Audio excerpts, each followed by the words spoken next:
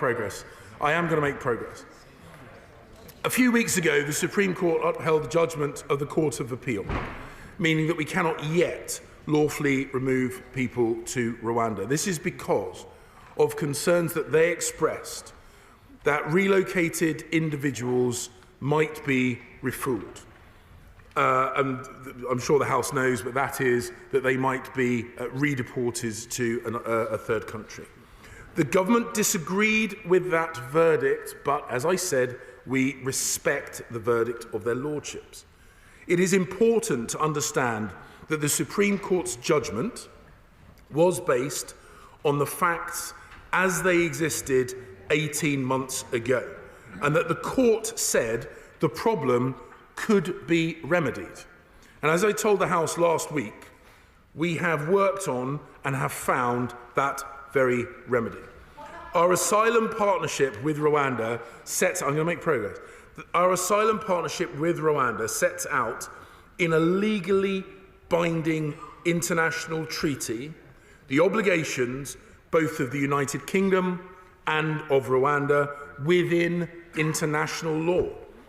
It also sets out, and then I will. I'm extremely grateful to my right honourable friend for giving way.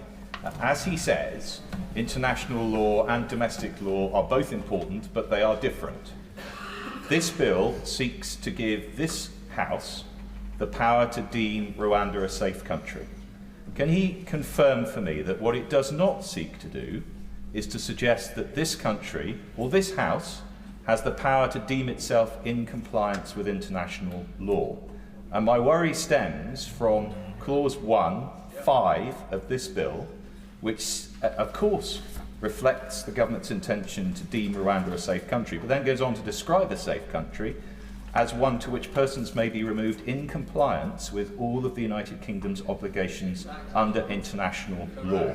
Will he confirm it isn't the government's intention to suggest that it falls to any country to deem itself in compliance with international law? He doesn't need me to explain what the consequences of that might be elsewhere in the world. That is not what the government's intention is, and he will look again at the language if it needs to be changed to clarify that point. Secretary. I can reassure my right honourable and learned friend that that is absolutely not the intention of the bill. The deeming clause. The deeming clause is specifically about the safety of Rwanda because of our response to their lordships' position at the Supreme Court hearing. We are not seeking to redefine through domestic legislation international law. And then I will give way to the honourable learned lady. I'm grateful to him for giving way. If he's right and the treaty with Rwanda it meets the concerns of the Supreme Court, then why is this bill necessary? If Rwanda is now a safe country as a result of the treaty, why is this highly controversial bill that's clearly causing him great problems in his own parliamentary party, why is it necessary? Because we are putting forward legislation which will be clear and unambiguous, so as to support the treaty. And the treaty addresses the concerns raised by their lordships. And with the indulgence of the House, Mr. Speaker, I do intend to make some progress. I want to make sure that others have the full chance to speak in this debate. As I say, the bill sets out to Parliament and to the courts why Rwanda is safe for those relocated there. The treaty that I signed last week puts beyond legal doubt the safety of Rwanda. It provides the basis to end the merry-go-round of legal challenges that have second-guessed the will of Parliament and frustrated this policy, this House, and the desire of the British people. Rwanda will introduce an even stronger end-to-end asylum system, stronger still than the one which underpins their relationship with the UNHCR. It will have a specialist asylum appeals tribunal. I thank the Home Secretary for giving way. Since we last spoke in this House, it's been now confirmed that the government has given the Rwandan government 240 million, with a further 50 million to come in April, all independently of anybody being sent to Rwanda. Can he now also confirm that the government's deal also means a further 50 million in 2025 and a further 50 million on top of that in 2026? Home Secretary. Well, the Right Honourable Lady is asking me to confirm figures which we have put in the public domain. So, unsurprisingly, I'm totally comfortable. I'm totally comfortable confirming what I've already said, Mr. Deputy Speaker. It provides Rwanda, as I say, will introduce an even stronger. She's got the chance to make a speech in just a few moments. She has got the chance to make a speech in just a few moments. It will have one Rwandan. The system of specialist asylum tribunals to consider individual appeals against any refused claim within Rwanda. It will have one Rwandan and one other Commonwealth co-president, and will be made up of judges from a mix of nationalities selected by the co-presidents. We have been working, and this comes to the point she's making about the money that has been spent by the British government. As is the case with many countries around the world, the government spends money capacity building with our international partners. And we have been working extensively with, I'm going to make progress, we have been working extensively with Rwanda to build capacity too. The treaty makes clear that anyone we locate to Rwanda cannot be removed from Rwanda to another country except back to the United Kingdom. It is binding in international law, and it enhances the role of the Independent Monitoring Committee, which will have the power to set its own priority areas for monitoring. The committee will have unfettered access to monitor the entire relocation process, from initial screening to relocation and settlement in Rwanda. Relocated individuals and legal representatives will be able to lodge confidential complaints directly with that committee.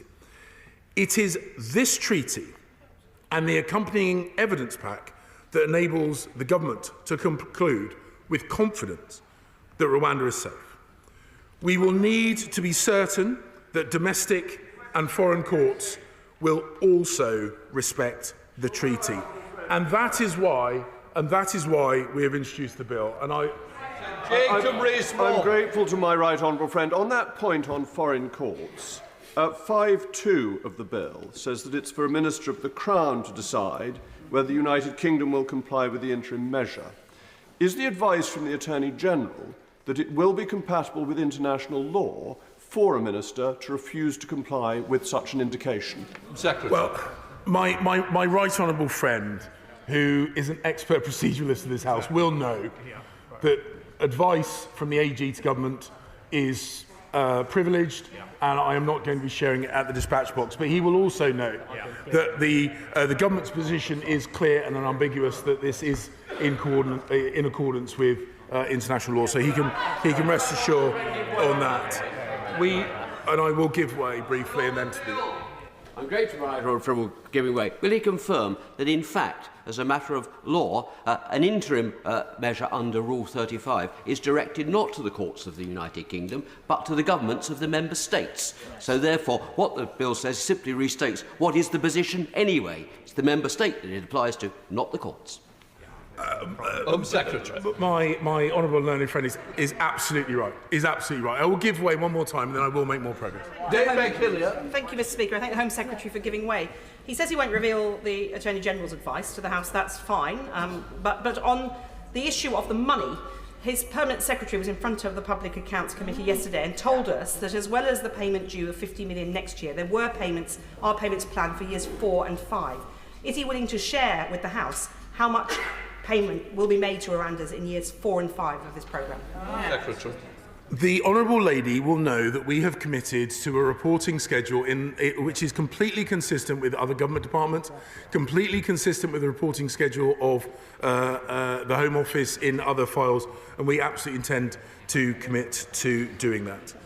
So the reason we have introduced this bill, it builds on the Illegal Migration Act and complements all other measures that this government is employing to end illegal migration. The Safety of Rwanda Asylum and Immigration Bill makes it unambiguous and clear that Rwanda is safe and will prevent the courts from second-guessing the will of this sovereign parliament. It gives, I've got to make progress, it gives effect to the judgment of Parliament that Rwanda is a safe country, notwithstanding UK law or any interpretation of international law.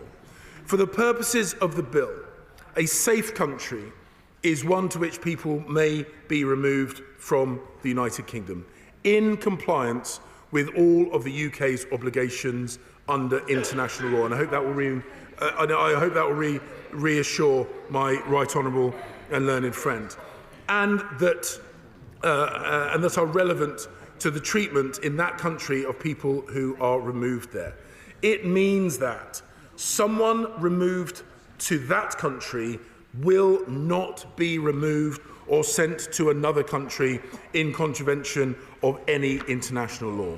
And anyone who seeks asylum or who has had an asylum determination will have their claim determined and be treated in accordance with that country's obligations under international law.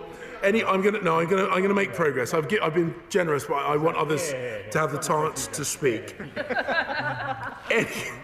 Anyone removed to Rwanda under the provisions of this treaty will not be removed from Rwanda except to the United Kingdom in a very small number of limited and exceptional circumstances. Should the UK request the return of any relocated person, Rwanda will return them.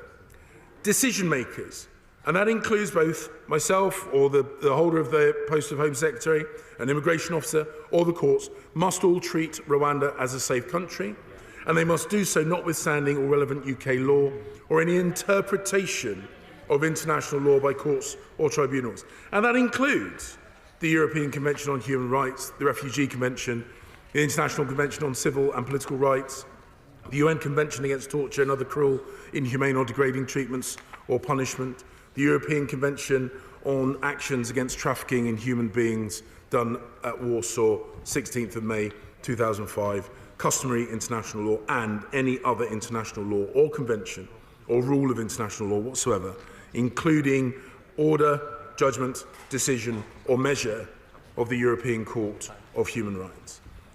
The Prime Minister has been crystal clear that he and the government that he leads will not let foreign courts destroy this Rwanda plan and curtail our efforts to break the business model, of those evil people smuggling gangs. I'm very grateful to my right honourable friend. He makes the point about foreign courts. But what about domestic courts? Is there not a danger that in pursuing quite stringent measures in this bill, that we are really testing the principle of comity to breaking point? This House and this Parliament is sovereign, but we also have the independence of the courts and the rule of law to bear in mind, and restraint on both sides by the judiciary and by this place is essential if we are to maintain the balance of our Constitution. Secretary. My right honourable and learned friend, who knows I have a huge amount of respect for him, not just as a friend, as an individual, but also his experience at the bar, at a very high level within the bar. He raises an important point, and I want to give him complete reassurance that we have looked very, very carefully at the balance that he speaks about. We absolutely respect the importance of that. We genuinely believe this does get the balance right, although because of the growing nature of this extreme and perverse trade in human misery, we have to take firm action, and we are therefore acting in a way that maintains that balance. But it is novel. He says it's contentious. It is true. But we are doing it because we have to break this business model. We have to do this. We have to do this. When the European Court of Human Rights indicates, and this speaks to the point my right honourable friend made just a few moments ago, where the European Court of Human Rights indicates an interim measure relating to the intended removal of someone to Rwanda under, or purportedly under, a provision of the Immigration Act, a Minister of the Crown, not a court or a tribunal, a Minister of the Crown alone will decide whether the UK will comply with that interim measure. And in order to further prevent individual claims to prevent removal, the bill disapplies certain relevant provisions from the Human Rights Act 1998, in particular circumstances, including sections 2, 3, 6, 7, 8 and 9. This is lawful. This is fair. This is necessary, because we have now addressed every reason that has been used to prevent their removal to Rwanda. We have prevented asylum claims from being admitted with legislation that has... we have blocked asylum claims from being admitted with legislation that has already passed through this House. When the Illegal Migration Act is enforced, modern slavery disqualification provisions will assist with speedy removal. The only possible blocking of removal is if an individual can demonstrate with compelling evidence that there is an immediate risk of serious and irreversible harm to them in particular under their individual circumstances. This sets the bar, rightly, very high, so that the chances of that happening are, rightly, extremely small. Mr. Speaker, the only way to deter people from coming here illegally is to convince them that if they do, they will be unable to stay. Instead, they will be detained and swiftly removed to a safe third country or their home country if it is safe to do so. I'm going to conclude. I've been at my feet for a while. I'm going to conclude. This is how we will save lives at sea. This is how we will deter illegal migration. And this, Mr. Speaker, and the House should take note of this, this is how we will break the business model of the most evil and perverse trade that we currently can see, and that is the trade in vulnerable people. The people smugglers, they are not humanitarians, Mr. Speaker. They are vicious criminals, and we must take action to prevent them. This is how we restore confidence in our immigration system and assert full control over our borders. Let me conclude. I'm nearly done. Let me conclude. This is how we will overcome the intolerable pressure on taxpayers, on public services, and on local communities that illegal immigration creates. That's how we will make sure that the system is fair. Fair to those who play by the rules, and fair to the British people who are rightly sick of people arriving here from France in small boats. From France, a safe and wonderful country. Rwanda stands ready to welcome those new arrivals. They stand ready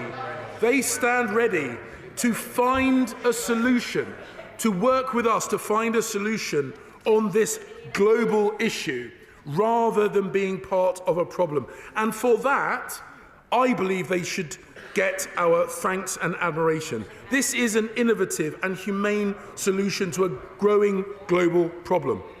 Other countries are looking at what we are doing and are making similar plans of their own. A new treaty and this bill make clear in law that Rwanda is a safe country in which to relocate illegal migrants. And I want to extend an offer to the whole House. Colleagues across this House must know how much this matters to our constituents.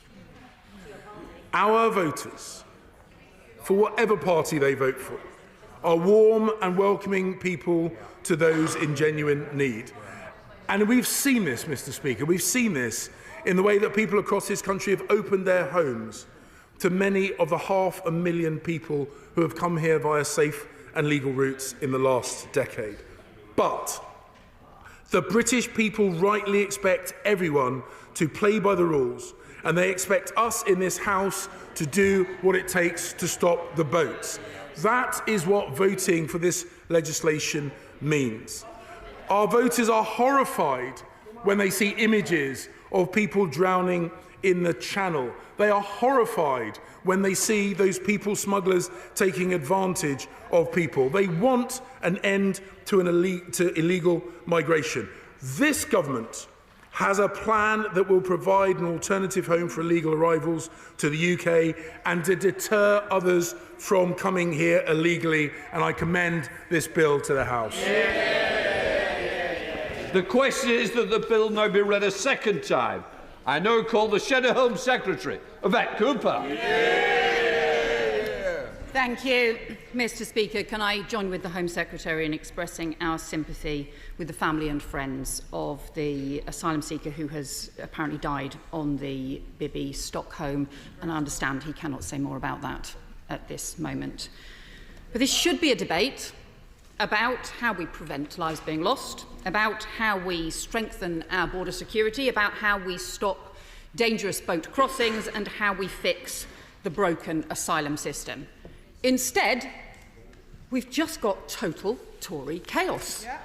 What a fine mess this week Prime Minister has got them all into, and got the country into as well. Tearing lumps out of each other over a failing policy while they let the country down. We've had a Home Secretary sacked, an Immigration Minister resigning, and they've spent almost £300 million of taxpayers' money on Rwanda without sending a single person, and the Home Secretary seemed to confirm today that in fact that is £400 million without a single person being sent. More Home Secretaries sent to Rwanda than asylum seekers. It's about £100 million per trip. The Climate Minister called back from the Dubai COP for the vote. Well, I guess they can say at least one flight has taken off as a result of this legislation. The third Tory Home Secretary sent to Rwanda in 2 years, the third bilateral agreement with Rwanda in 2 years, and now the third Tory law on asylum and Rwanda in 2 years. And they're about to write their fourth cheque to Rwanda. Turns out they set out a direct debit. Hundreds of millions of pounds for a failing scheme that's only ever likely to cover a few hundred people. Less than 1% of those claiming asylum last year. For a failing scheme that's actually become a proxy for the deep civil wars in the Tory party, this carousel of Conservative chaos. We've got the European Research Group, the Northern Research Group, the New Conservatives, the Old Conservatives, the One Nation Group, the implausibly named Conservative Growth Group, and if you thought that was an oxymoron, we've also got the Conservatives Common Sense Group too. I mean, seriously, so many fighting factions, but all with one thing in common: they don't believe in this bill. And the Prime Minister forced into an emergency breakfast meeting this morning. Less a smoked salmon offensive and more buttering them up with butties and bacon and a side briefing and backstabbing, promising them amendments and then rowing back, telling them he really wants to break international law, but the Rwandan government won't let him,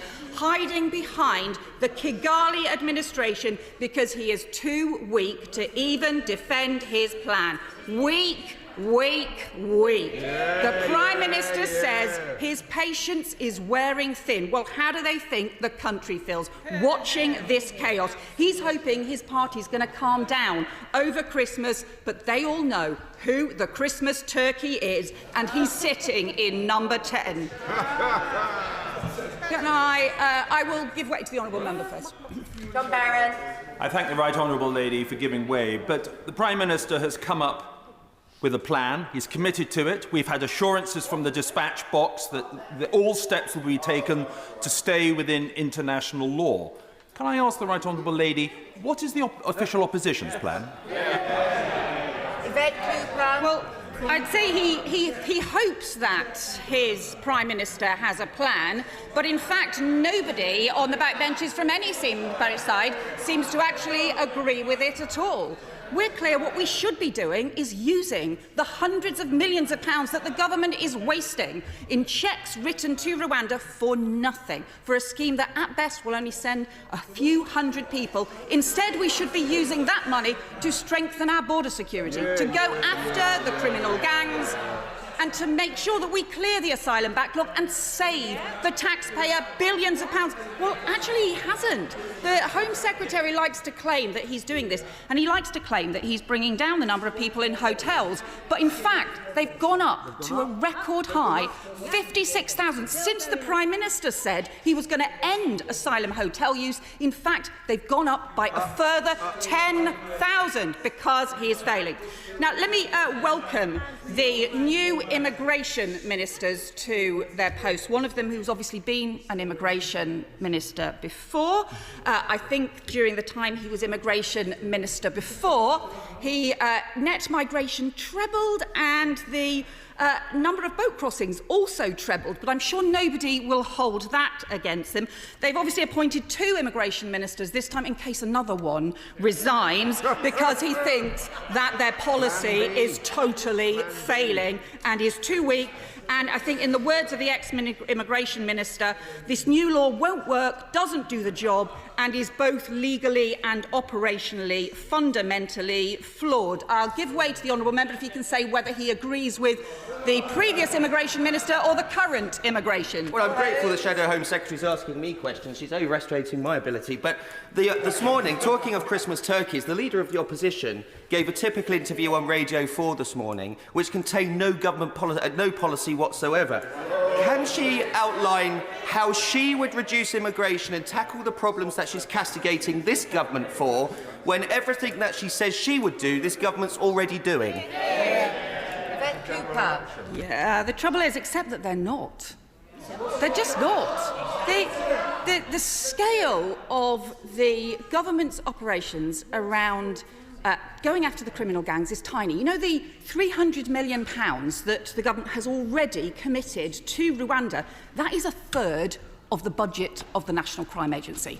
So that is the scale. They're prepared to put that investment into Rwanda, into this tiny scheme, to affect only a couple of hundred people, and instead they are totally failing to have a sufficient scale of investment in tackling the criminal gangs, in working with Europol, in going after the supply chains. There are warehouses of boats across Europe that the government, that the Europol, that the European police forces are totally failing to go after, that our party has said we would go after. We would work with Europol and we would get new security arrangements in place that, again, the government is failing to do. So instead we've got former Home Secretary who signed the last agreement and brought forward the last piece of legislation, saying it's fatally flawed and won't stop the boats. The backbenchers saying yesterday that the bill should have been pulled because it's partial and incomplete, and the Home Secretary, who privately called this whole thing batshit, is out to bat for it today, even though he knows it won't work. This is the Tories' asylum crisis. 5 years ago, we didn't have a major problem with dangerous boat crossings, but they let criminal gangs take hold along the channel. They failed to work with France at the beginning when they had the chance. They let smugglers spread their tentacles along the coast, organising dangerous boats that undermine border security and put lives at risk. And at the same time, they let Home Office decision-making collapse. They decided to downgrade the skills and experience of caseworkers, then shrugged their shoulders when productivity dropped. They failed to return people. They've let returns collapse, down by 50% compared to the last Labour government. What the next Labour government would do if we're elected is set up a new major returns unit with 1,000 additional staff to increase the returns, to actually make sure, rather than the total returns collapsing and their failure to actually return people who have no right to be here, our party would introduce a new returns unit to make sure that we have proper enforcement. Order.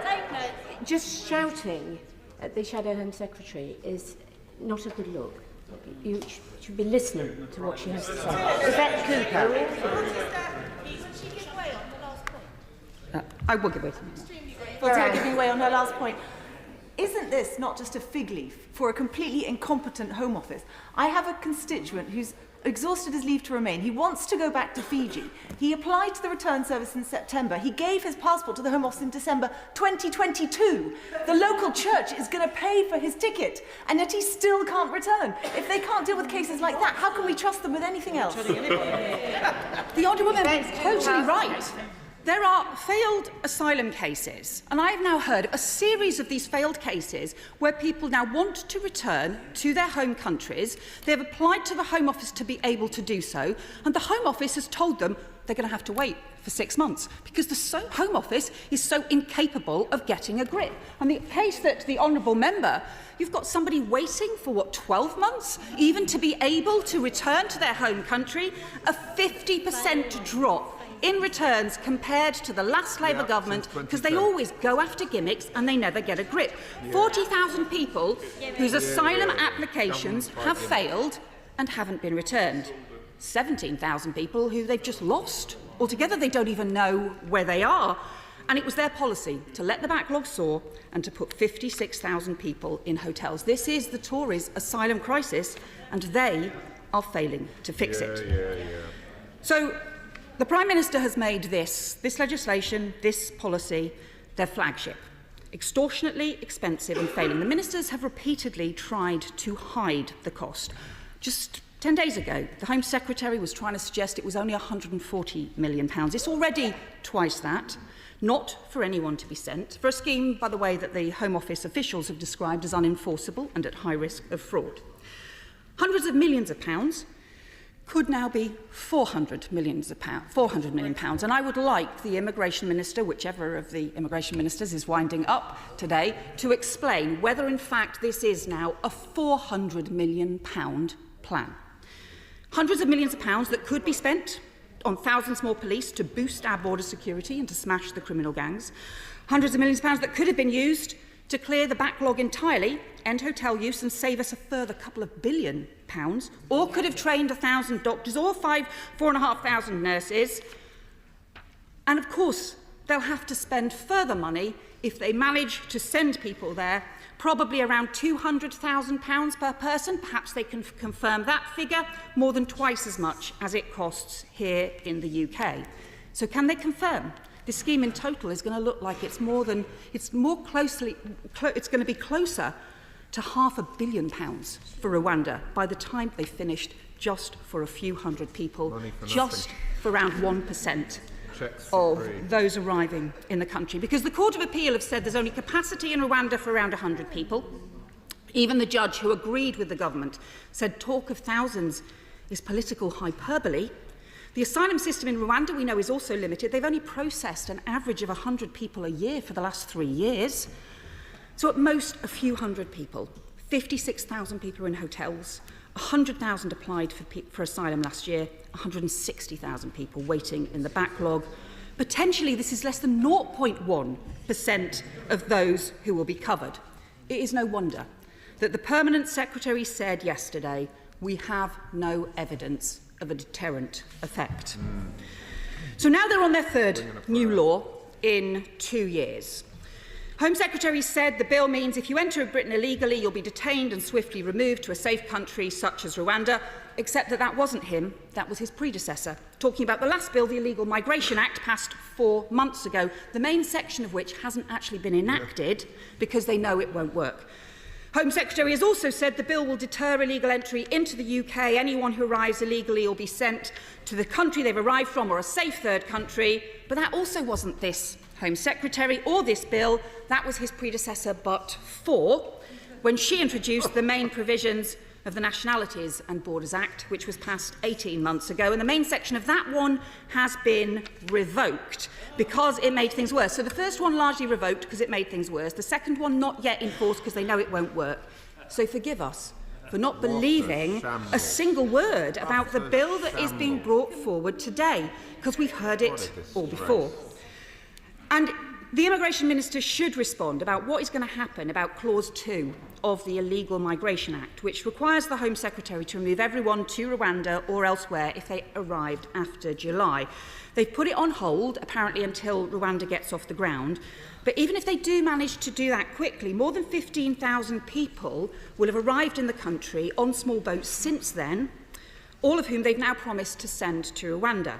So if Rwanda's only going to take a few hundred people a year, it's going to take them over 100 years to send the 15,000 people who have arrived since they passed the last law. It'll take them 10 years to send everyone who's arrived in the last fortnight alone. And in the meantime, while they focus on this gimmick, they're failing to get a grip and they're failing to bring down the backlog. And instead, we've got people in asylum hotels at taxpayers' expense at the astronomical cost of £8 million a day. I will give way to a member. And I've listened with interest for almost 15 minutes to hear what her solution to this incredibly difficult problem is. She refers to the fact rightly that we have asylum seekers in hotels at considerable cost and at considerable difficulty when it comes to the disbursement to our local authorities and to all of us as constituency MPs. But I do not hear a single word of recognising that what the government is coming up with is a solution which may not work completely, but which may have a deterrent effect and which may be a welcome step in a series of steps to help reduce illegal immigrants into our country. Does she not recognise that? Cooper. Well, £400 million for a failing plan is a hell of a lot of money. What we need to do is clear the backlog, and Labour has set out a proposal for 1,000 new caseworkers to clear the backlog, a new returns unit to make sure instead of this 50% collapse in returns, we actually return people who have no right to be here. Do that, clear the asylum and end the asylum hotels, and that will save the taxpayer £2 billion. Instead of throwing hundreds of millions of pounds, this will save the taxpayer billions of pounds. I'll give way to the honourable member, former colleague on the Home Affairs Select Committee on the back row. To the right honourable lady giving way, and absolutely we work together on the Home Affairs Select Committee. I'm a Kent Member of Parliament, and we need to make sure we take firm, decisive action to deal with illegal migration. I'm open-minded to looking at this bill to see if it delivers that. But does she agree with me when I try to intervene on the Home Secretary? The point is this. The number of people in the UK who've lost their asylum claims, but yet they are still in the UK. What are we going to do, and what is the government's plan to ensure that those people are removed? Because that is a deterrent. And I haven't been given the numbers of how many of those who've lost all their claims have been removed in the last year, for the last 2 years, or the last 3 years. Because if we want deterrent, we need to look at that as well as this. Cooper. So I totally agree with the honourable member. And that is why I hope there should be cross-party support for a plan to have a major new returns unit to actually turn that round. You've got 40,000 people who are here, who've had their claim rejected, who should be being returned, and they're not being. A 50% drop in returns under the Conservatives over 13 years of the Conservatives. Actually, a further 17,000 who've just disappeared into the system altogether, where there should be proper enforcement as well. But the government's not taking action on any of those things. There's no grip in the system. So actually, Labour would do that. We would set up a new major returns unit with 1,000 staff to make sure that we have proper enforcement in place. And the combination of that and the caseworkers will save the taxpayer £2 billion as well. But this treaty and the legislation before us, Mr. Progress first, the treaty and the law before us, we've got the treaty says that numbers are limited by Rwandan capacity. The number of vulnerable refugees sent here, of course, is not limited. The treaty says Rwanda can terminate the deal at any time, doesn't have to take anybody. The treaty also says the UK will fund the support of asylum seekers and people granted refugee status for 5 years. That includes accommodation and 3 meals a day for 5 years. Well, that's more than here in the UK. It says that people can't be sent anywhere else, but can be sent back to the UK, and the Immigration Minister, well, at least one of them, has confirmed that if someone commits a terrible crime in Rwanda, actually, the Rwandan justice system doesn't have to deal with them. They can just send those criminals back to the UK, so you couldn't make it up. You've got trafficking and torture victims, and Afghans who help our armed forces and have fled the Taliban sent to Rwanda, but convicted criminals sent back here. The law before us is a total mess, which is why all sides of the Conservative Party don't like it, even though most of them will still vote for it because they are in such a mess. Some of them want to stop all court challenges. Actually, I think probably some of them want to stop all courts because they've long ripped up being the party of law and order or the rule of law. Some of them want the UK to pull out of the ECHR, no matter the consequences for the Good Friday Agreement, the Windsor Agreement, the prospect of any future security or return agreements with other countries. And then this really astonishing scene of the British Prime Minister claiming that somehow it's the Rwandan government's commitment to the ECHR is the reason why he can't possibly breach it, that they are keeping the British Prime Minister on the straight and narrow, even though it's the Rwandan government who was found by the British Supreme Court to be in breach of international law. So this is kind of through the looking glass now.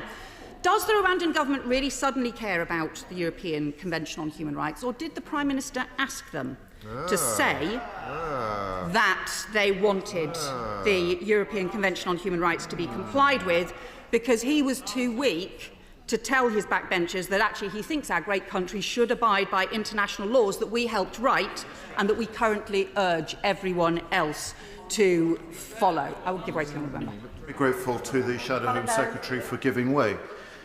She will understand the passion and anger that many of our constituents feel. In my own Bournemouth West constituency, we have 4 hotels full of people waiting for their asylum determination. They want this sorted out. The government has come forward with a plan. She is eloquently explaining her reservations about that plan and committing to cancel it. She is also explaining what she would do if she were charged with responsibility for this policy in the Home Office. Can I ask her, in the 12 months we have until the country has to go to face a general election, what is the timeline that the Right Honourable Lady would put on ending the boats if her policy was enacted? And will she, from that dispatch box today, give that date to the British people? Well, I think the honourable member is just highlighting, actually, the failure of his front bench. All of us should want to stop these dangerous boat crossings. They are undermining border security and they are putting lives at risk. We should be seeking to smash the criminal gangs. We should be seeking to strengthen our border security. We should be seeking to return people who have no right to be here. We should be seeking to fix the chaos in the asylum system, because most people want to see both strong border security and also a fair and effective, properly controlled and managed asylum system, which we haven't got at the moment. That means clearing the backlog. It means setting up a new returns unit. It means seeking to work with France, with Albania, where we agree that actually we agree with the government on this. We support the work the government's done, but actually it should be going much further. It should be much further, the work with France, with Albania and with other countries as well. So we have that European cooperation in place. And all of us should be seeking to do that instead of the total chaos that we've got now on a gimmick that isn't about getting a grip. And the problem as well is, I will make some progress and then I will give way to the honourable member. The problem is that even if it stands, this law risks breaking international law, and that actually makes it harder to get further returns agreements and also to get further security cooperation that we need with our nearest neighbours. It's also why for the One Nation group to support this puts them in a pretty impossible position as well. The bill says in Clause 1.5, a safe country is a country to which persons may be removed in compliance with international law. In Clause 2.1, it says decision makers must treat Rwanda as safe, even if it isn't. So even if Rwanda does what it did over the Israel-Rwanda deal and breaches international law and does send people back for refoulement, even if Rwanda introduces new policies to send people abroad, even if there is a coup in Rwanda, even if Rwanda fails to stop organised gangs moving people to the border, even if asylum seekers are shot at in Rwanda, all things that the Supreme Court found had happened in the past. Even if the treaty is designed in good faith, if it fails, the government is still saying that British courts cannot consider the facts. I will give way to the honourable member. Oh, I did promise to give way to the other honourable member. I will come back to him in a second. I'll give way to the honourable member. Fundamental difference in the government deeming Rwanda safe to what the Labour government did in 2004 in deeming a whole list of countries safe, in precisely the same way, in precisely the same legislative technique. Yeah, well, he knows that that's actually not the case, because what the government has done is to both deem and to remove any capacity for the courts to consider the facts. And it shows how absurd that even the government figures this is. A second. The Home Office's own legal guidance, published yesterday, quotes legal judgments, and it says, the court should not shrink from applying the fiction created by the deeming provision.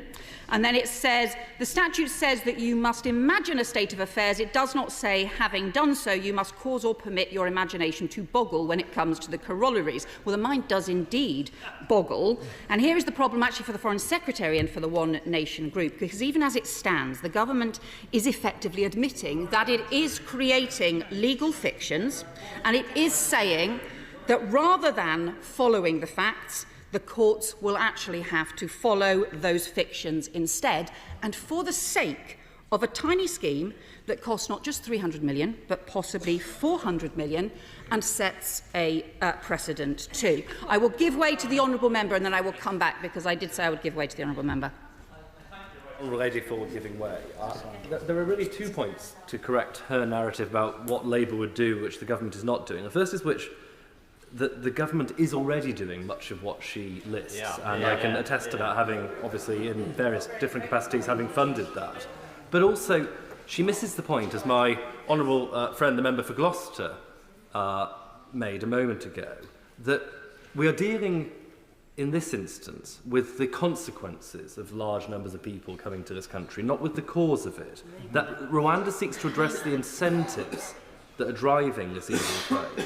It's only by getting Rwanda to work that we change the calculus, both for the people who are making this crossing, but also the people who are expediting that, i.e. the criminal gangs. Does she not recognise that that is why this scheme is so important? Order. Before I call the Right Honourable Lady, could I just stress that when people make interventions, not only should they be fairly short, but after having done so, it is important to stay for the rest of the speech. Some people have been sort of wandering out, having made an intervention. So anyone who's thinking of making an intervention, please do bear in mind you have to stay then for the entirety of the speech. Yvette Cooper. Well, I'll just say to the honourable member that the problem for him is that he has got a scheme that's likely to be costing now £400 million, that is only likely to cover less than 1% and perhaps even 0.1% of the people arriving in this country. And that's why the Permanent Secretary has said there's no evidence of a deterrent. What we need is the practical measures to actually take action, to go after the criminal gangs, to work with our neighbours. And when he says that the government is doing this already, how come there's been a drop of 30% in the number of people convicted for people smuggling? If they are really going after the criminal gangs at a time when we know that the people smuggling across the Channel has rocketed, how come convictions for people smuggling have plummeted by 30%? And that is the evidence that the government is actually failing to do the basics to tackle those practical things. I will give way. I'm grateful to her for giving way. She's making a really powerful case that seeking to legislate by assertion that Rwanda is safe is as dangerous as it is ridiculous. But does she agree that those who claim that this is about parliamentary sovereignty and that's why this sinister attack is justified are wrong, because Parliament can only be meaningfully sovereign within a functioning legal and constitutional system, which this bill totally undermines? Without the courts being able to interpret law, then the legal system doesn't work and it undermines this place as well. So we do have a sort of constitutional roles for Parliament, for the courts. Actually, it is right for Parliament to respond to court judgments, to respond, to adapt, to change policy.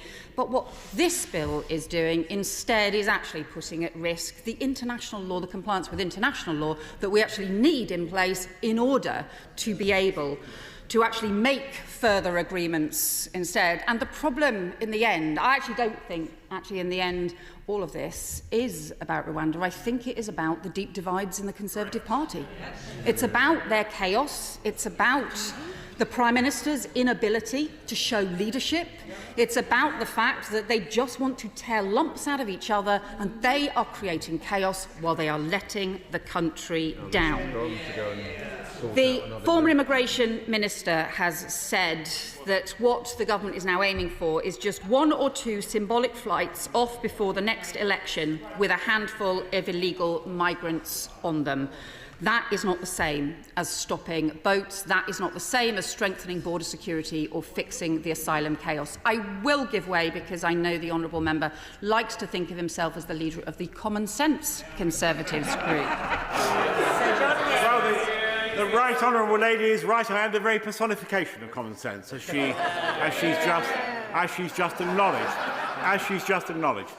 So the real divide here is between those people on that side of the chamber, very largely, who believe that international law trumps the supremacy of this place, and those who believe that the reason this place is supreme is because our legitimacy is derived from the people. Only a polity can make law. Only a polity can make law for that reason.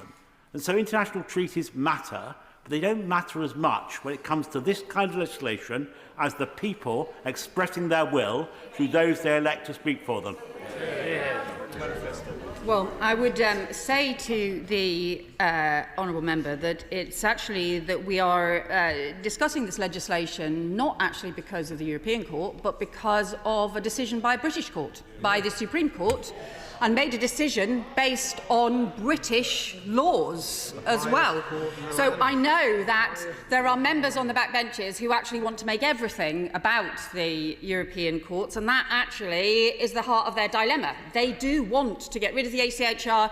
The Foreign Secretary, the Home Secretary and the Prime Minister have all said they don't, and they won't. And that is at the heart of their divides and their chaos. This is what actually their row is all about. It's not actually about having a workable solution to the serious problem of our border security being undermined, of dangerous boat crossings that are putting lives at risk, of criminal gangs whose profits have soared as a result of effectively being allowed to let rip along the Channel because the UK and France have failed to work together sufficiently to stop them. I'll give way to the honourable member, and then I'm going to have to conclude my remarks. Thank you. I'd just like to quote Article 21 of the ECHR, which clearly she likes to support in so many ways. That the will of the people shall be the basis of the authority of government. I don't understand how the will of the British people is being expressed within the European Convention of Human Rights and through their courts. Perhaps she can explain. So I would just say that his problem, I think, with his own front bench. His problem is with his own Home Secretary and his own Foreign Secretary and his own Prime Minister. That's his problem. He wants to make all of this about Europe rather than us having a proper border security plan, having a proper plan to clear the backlog, a proper plan to fix the Tories' asylum chaos that they have created. Madam Deputy Speaker, instead of wasting taxpayers' money, instead of these performative rituals, instead of all the deeming and the boggling and the scheming, what we should be trying to do is build cross-party consensus on what really needs. They can't even build consensus within their own party. So I do accept this is particularly hard for them at the moment. But we should be trying to build a cross-party consensus on what really needs to be done to stop the boat crossings that are undermining border security and putting lives at risk, strengthening border security, smashing the criminal gangs that have spread their tentacles, going after the supply chains instead of ignoring these warehouses and lorry loads of boats crossing Europe unchallenged, getting real-time security information instead of carrying on with this ludicrous situation where we don't even know when suspected smuggler operatives are flying into our country, getting prosecutions and convictions for the smuggler gangs and their vile trade, clearing the backlog, not making it bigger, ending asylum hotel use, doing more of the things that we support, the cooperation with France, the deal with Albania, getting more workable deals in place, and working together across this country and with other countries to stop dangerous boats, to smash the gangs, to strengthen our border security, and ultimately to save lives. It is time to end all of this chaos. Time to ditch the gimmicks. Time for the government to get a grip.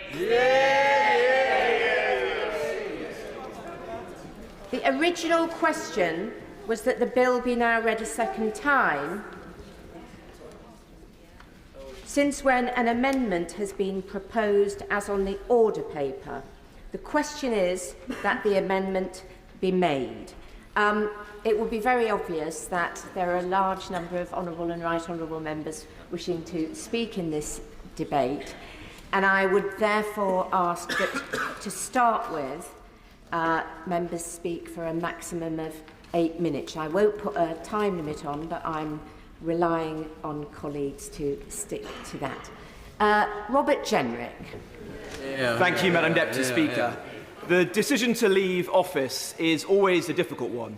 The decision to disagree with the Prime Minister, someone who I want to support in good times and bad, is always a difficult one. But politicians are sent here to make difficult decisions. No one's forced to be a minister. And with high office comes responsibility. And no responsibility is greater than that to protect our borders and to secure us from untold damage as a result of mass illegal migration. We've made huge progress as a country over the last year as a result of the work that the former Home Secretary, the Prime Minister and I have done, and I wish my right honourable friend, the new Home Secretary and his ministers all the very best to take that work forwards. Our record stands amongst the best of any European country. We have, as my right honourable friend said, reduced the number of small boat arrivals to our country by a third. That compares to a third increase across Europe. And on Europe's southern border in Italy, an almost 100% increase. So the plan that the Prime Minister set out a year ago is working. It is the most comprehensive plan of any European country. And we've just heard from the opposition that they have no plan at all. They said that even if the Rwanda scheme was working, even if it was having the deterrent effect that we all want, they would still scrap it. Because ultimately, they don't believe in border security. And they cannot be trusted to protect our borders. But this problem isn't going away. This is going to be one of the defining issues of the 21st century. There are millions of people on the move, some fleeing climate change and persecution, others economic migrants, understandably in search of a better life. And it's a great compliment to our country that so many want to come here. But it isn't sustainable. I'll give way to the right honourable lady in a moment. It isn't sustainable. We have to secure our borders. And that means that all the good work that we've done over the course of the last year, the Albania deal, the asylum backlog work, the deals with Bulgaria and France and Italy and others, that isn't enough. We're not going to stop the boat purely on that work. You have to interject the strongest possible deterrent and the best deterrent, the only deterrent that we can use in the course of the next 12 months is the Rwanda deal. And that is why it is so critical that we get that up and running. I genuinely believe, having immersed myself in this issue for 14 months, that this is a good policy, that it can work, and that it will help our country to fight back against this great scourge. And in my job, I have seen the consequences of that every day. I've been with my honourable friend, the member for Dover, to meet her constituents, whose homes have been broken into and whose lives have been ruined by illegal migrants. I've been with my right honourable friend, the member for Bournemouth, and I've read about his constituent who was murdered by an asylum seeker who posed as a child and then killed somebody on the streets of Bournemouth. I've worked with almost every member in this House on their determinations to close asylum hotels. Even the greatest advocates for open borders change their minds when there's an asylum hotel in their constituents. Hypocrisy is all over this issue. This is why we've got to fix this problem. And that's why I say, when I said whatever it takes, I meant it. And I honestly believe that that is shared by all of us on this side of the House and many good colleagues on the other side as well. To do that, we have to make sure this policy works. And this is a good faith disagreement. There are good people on both sides of this House, and certainly within my party, who have disagreements about how we can make this policy work. But my point of view is this. When untold damage is being done to our country, when this issue will be with us for years and not decades to come, where if we do not operationalise this policy correctly, we will see the numbers rise, and we'll see them rise for many years to come. If, God forbid, there was a Labour government, there would be a decade of small boat arrivals. I want to stop that. There are two big flaws with this bill to my mind.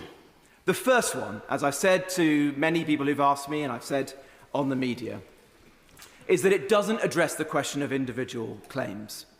If I've learned anything in this job, it is this, that those seeking to frustrate their removal from our country will stop at nothing.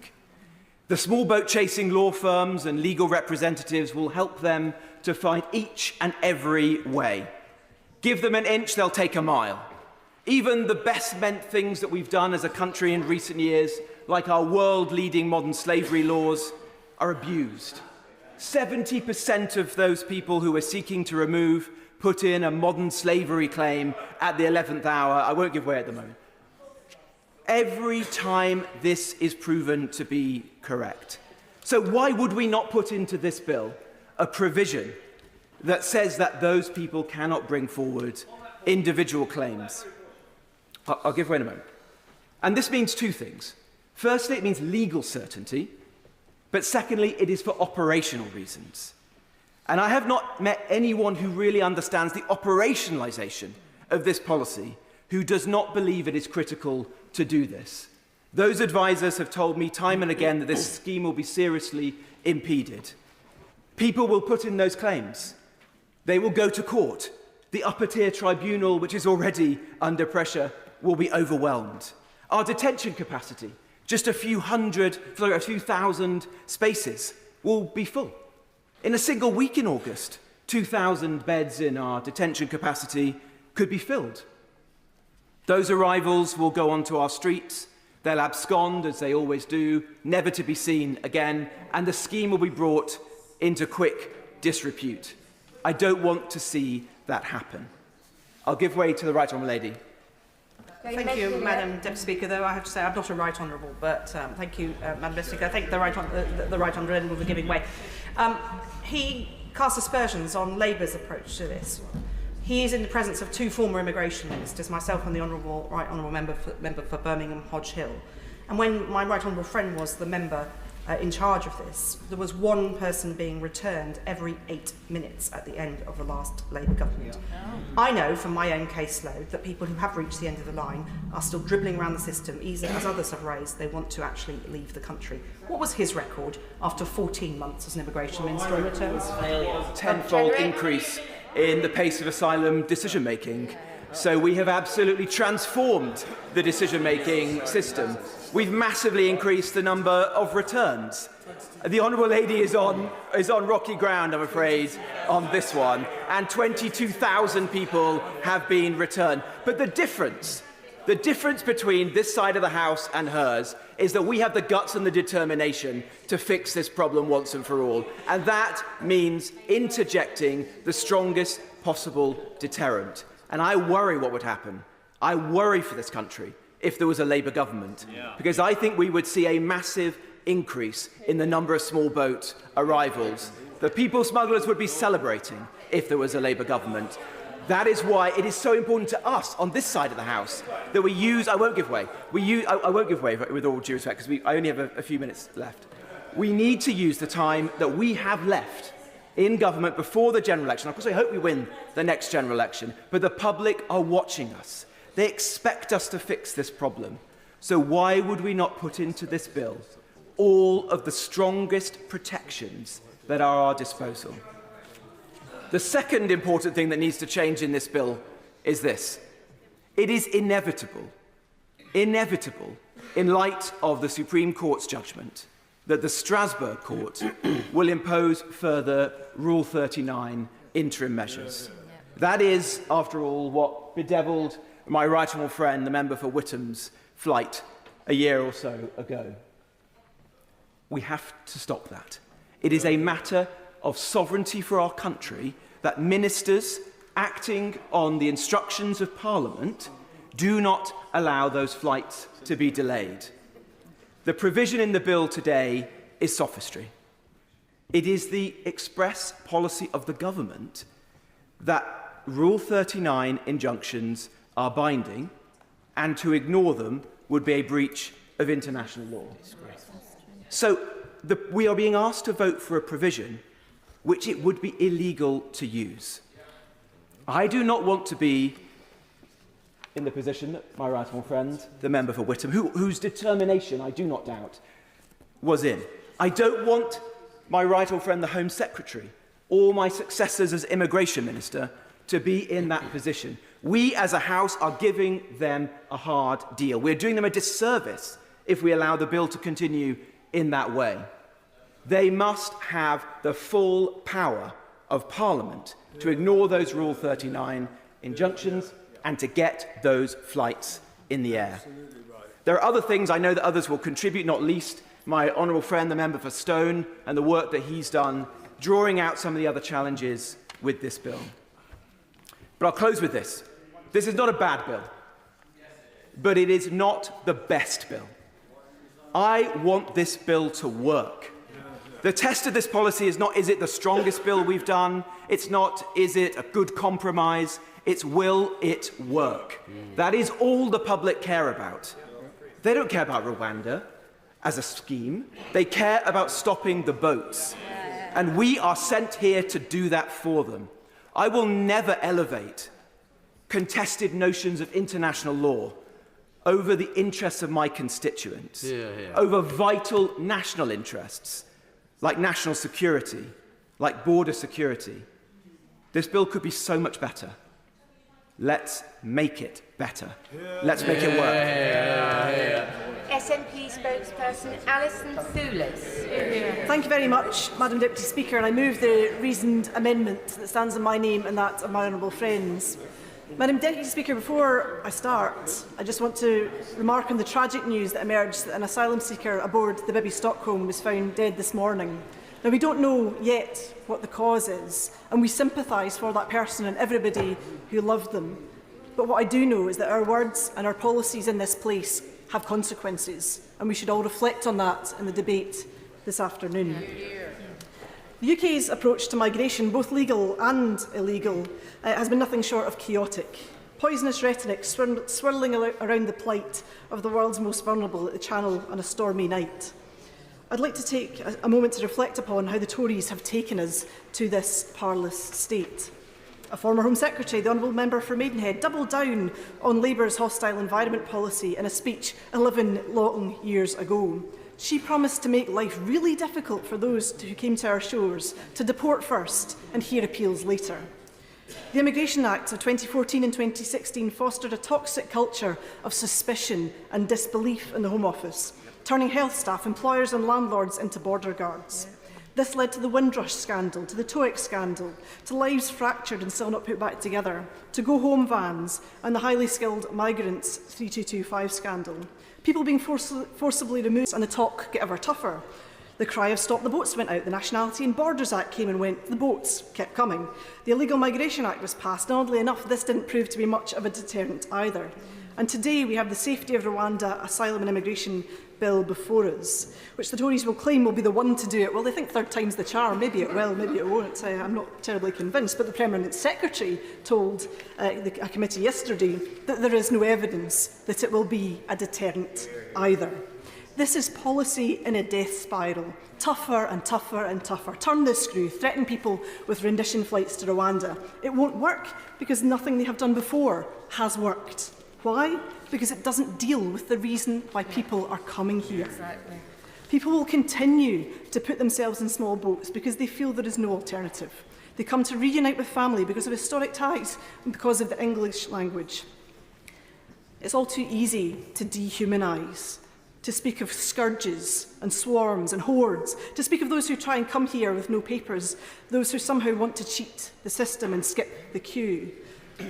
As the MP with the highest immigration caseload in Scotland, I see many of those people that ministers refer to at my surgeries week in, week out. I have to look them in the eye, as so many I know over the other side don't have to. I have 138 outstanding immigration cases if the Home Secretary would care to look at his inbox once in a while. So I will speak instead briefly about some of my constituents. I will call the first constituent Mohammed to protect his anonymity. He came here from Sudan and got refugee status. He applied for his wife to come, and after 9 months waiting for that application, he came to my surgery in March this year. In April, conflict broke out in Sudan. His wife's family fled to Egypt, but because her paperwork was in the closed visa application centre, she couldn't go. In May, I was told the case was allocated to a decision maker, but that the visa application centre in Khartoum was still closed. By October, the case was still with a decision maker, but there was no timescale for a decision, I was told. On Friday, Mohammed came to my advice surgery to show me pictures of the gunshot wound to his wife's leg and the video footage of those that had been killed in the same incident. So I asked members opposite what would they do if it was their wife. There is no safe and legal route from Sudan, and the family reunion route is demonstrably not working in the face of an ongoing conflict. Would they advise her to sit tight and wait for 1.5 years for the appropriate paperwork? Or should she try and cross international borders by whichever means she could to get to her husband and to safety in Glasgow? She's not wanting to skip the queue. She just wants the paperwork done by the Home Office. That's it. Or how about the constituents? I will call Mr and Mrs R. They were unlucky enough to be visiting family in Afghanistan with their 5 children when it fell. With significant difficulty and scant assistance from UK officials, they were eventually able to return to Glasgow several months later. Yet they contact me regularly about the family members that they had had to leave behind. Despite the much-touted Afghan schemes, there is no route for them. Their relatives fled to Pakistan and had to leave everything behind, including their paperwork. The government of Pakistan is now sending people back to Afghanistan into the hands of the very Taliban they fled from. So I asked members opposite again, what would they advise Mr and Mrs R's family to do? Ask the Taliban for a passport? Wait for the Taliban to come and shut their door?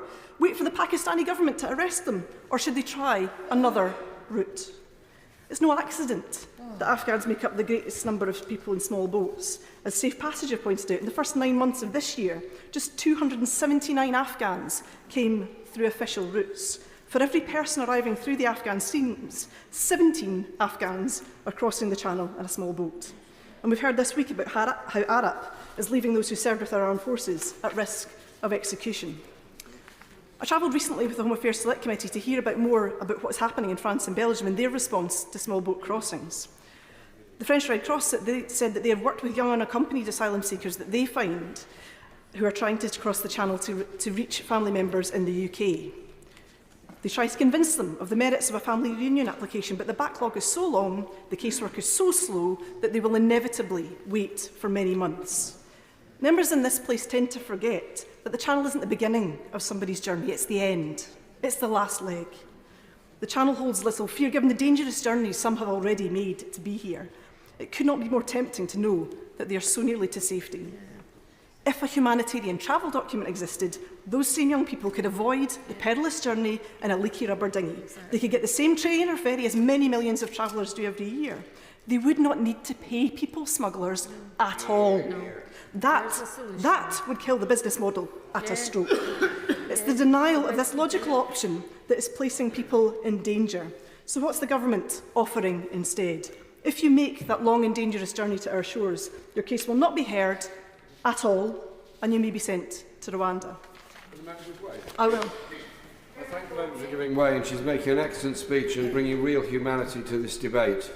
Is she aware that those people in Calais that are trying to cross the Channel are homeless, poor, desperate, and often victims of war and human rights abuses, and that walking away from international law and international conventions won't offer them any protection, won't offer protection for any other desperate people in the world, and will be a terrible message to the rest of the world that this country is turning its back on international law that we established in 1948.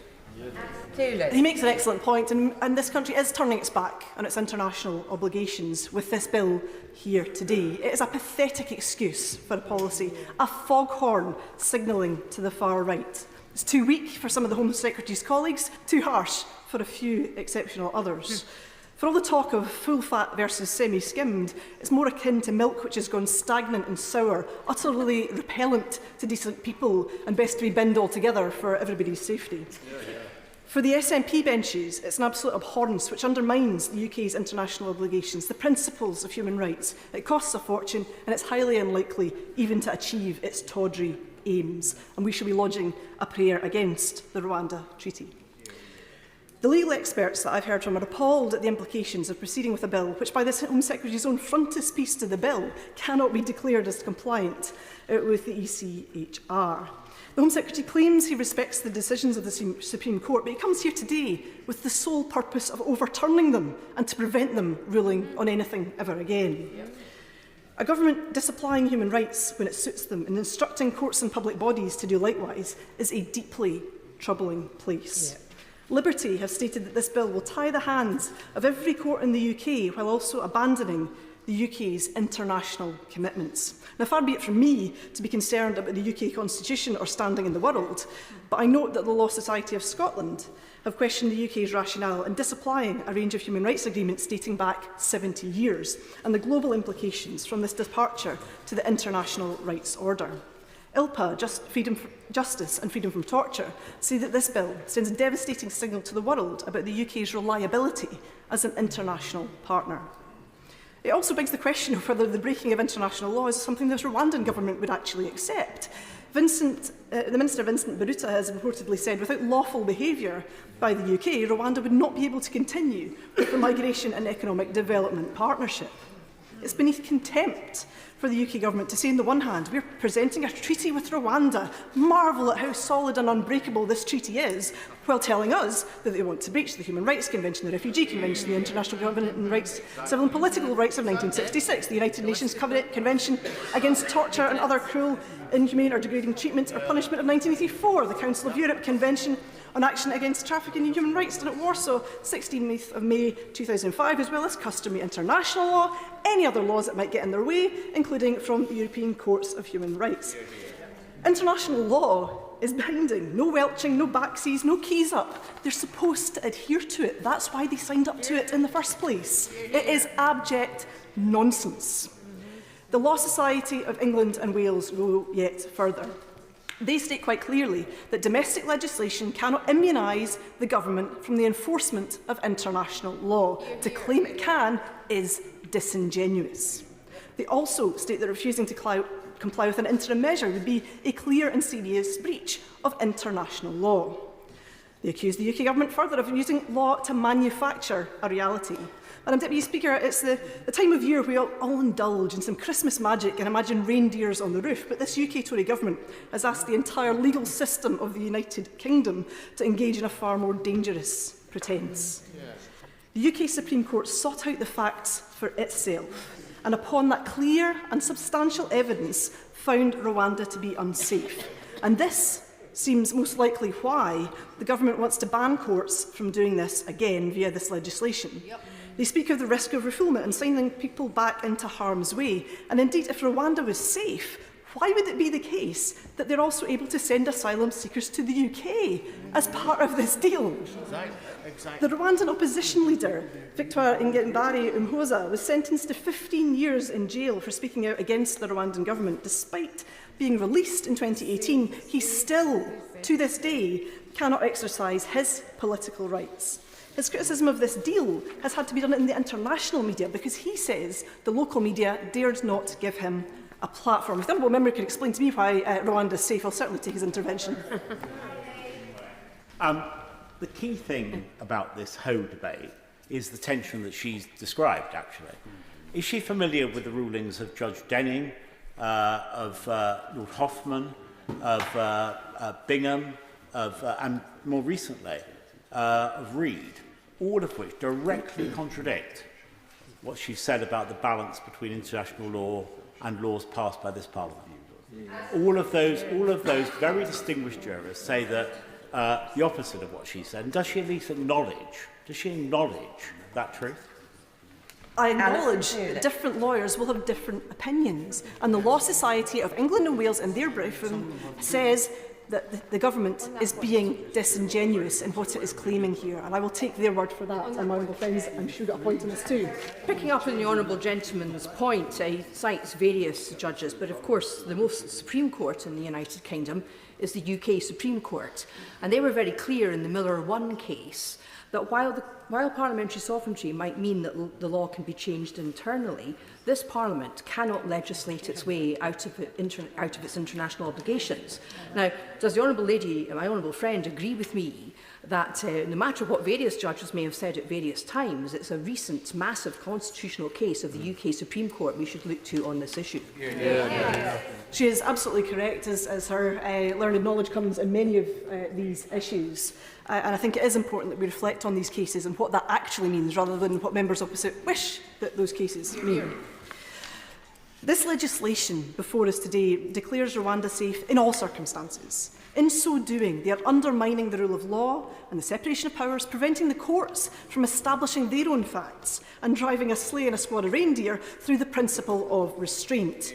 My torture metaphor ends here because, far from being Santa, the Home Secretary makes the Grinch look generous, and he truly does have a heart that is 2 sizes too small. This treaty creates new rules for Rwanda, but in reality nothing has changed in the weeks since the judgment. Lords Reid and Lloyd Jones said that intentions and aspirations do not necessarily correspond to reality. The question is whether they are achievable in practice. The Supreme Court found that Rwanda had thus failed to meet international obligation and is unlikely to meet additional ones. And there is no evidence that the long-term culture shift required is likely to happen quickly. Rwanda processed, I understand, only 228 decisions on asylum claims in 2020 and rejected claims from countries such as Afghanistan, Syria, Yemen, Iran and Eritrea. I don't want to get dragged into the merits or otherwise of Rwanda as a nation, as there is a far broader principle in play here. If we start to offload our international responsibilities to a third country, any third country, we're effectively surrendering our influence over what then happens next. This government themselves have become the people traffickers, sending human beings offshore against their will as if they were some kind of waste to be processed rather than human beings alike in dignity.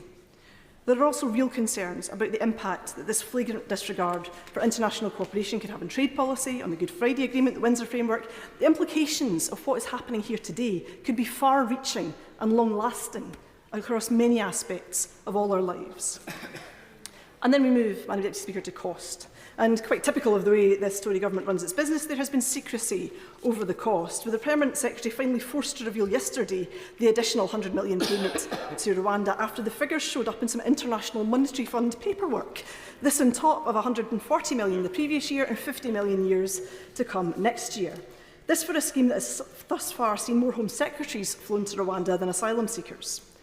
It will cost £169,000 per asylum seeker, significantly more than if they were processed in the UK and allowed to rebuild their lives here and to contribute to society as so many dearly wish to do.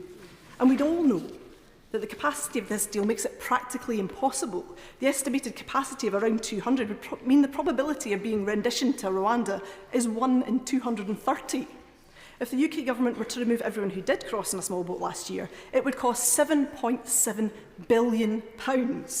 This would be an obscene use of public funds at any time, but particularly in a cost of living crisis. And then there's the ongoing problem, which the government is failing to address, of those people who have arrived and won't be removed, forever stuck in an immigration limbo with their cases deemed inadmissible. At what cost? Where will they stay? What will they do in the rest of their lives? The further danger of this bill is it will force people into even more risky behaviour.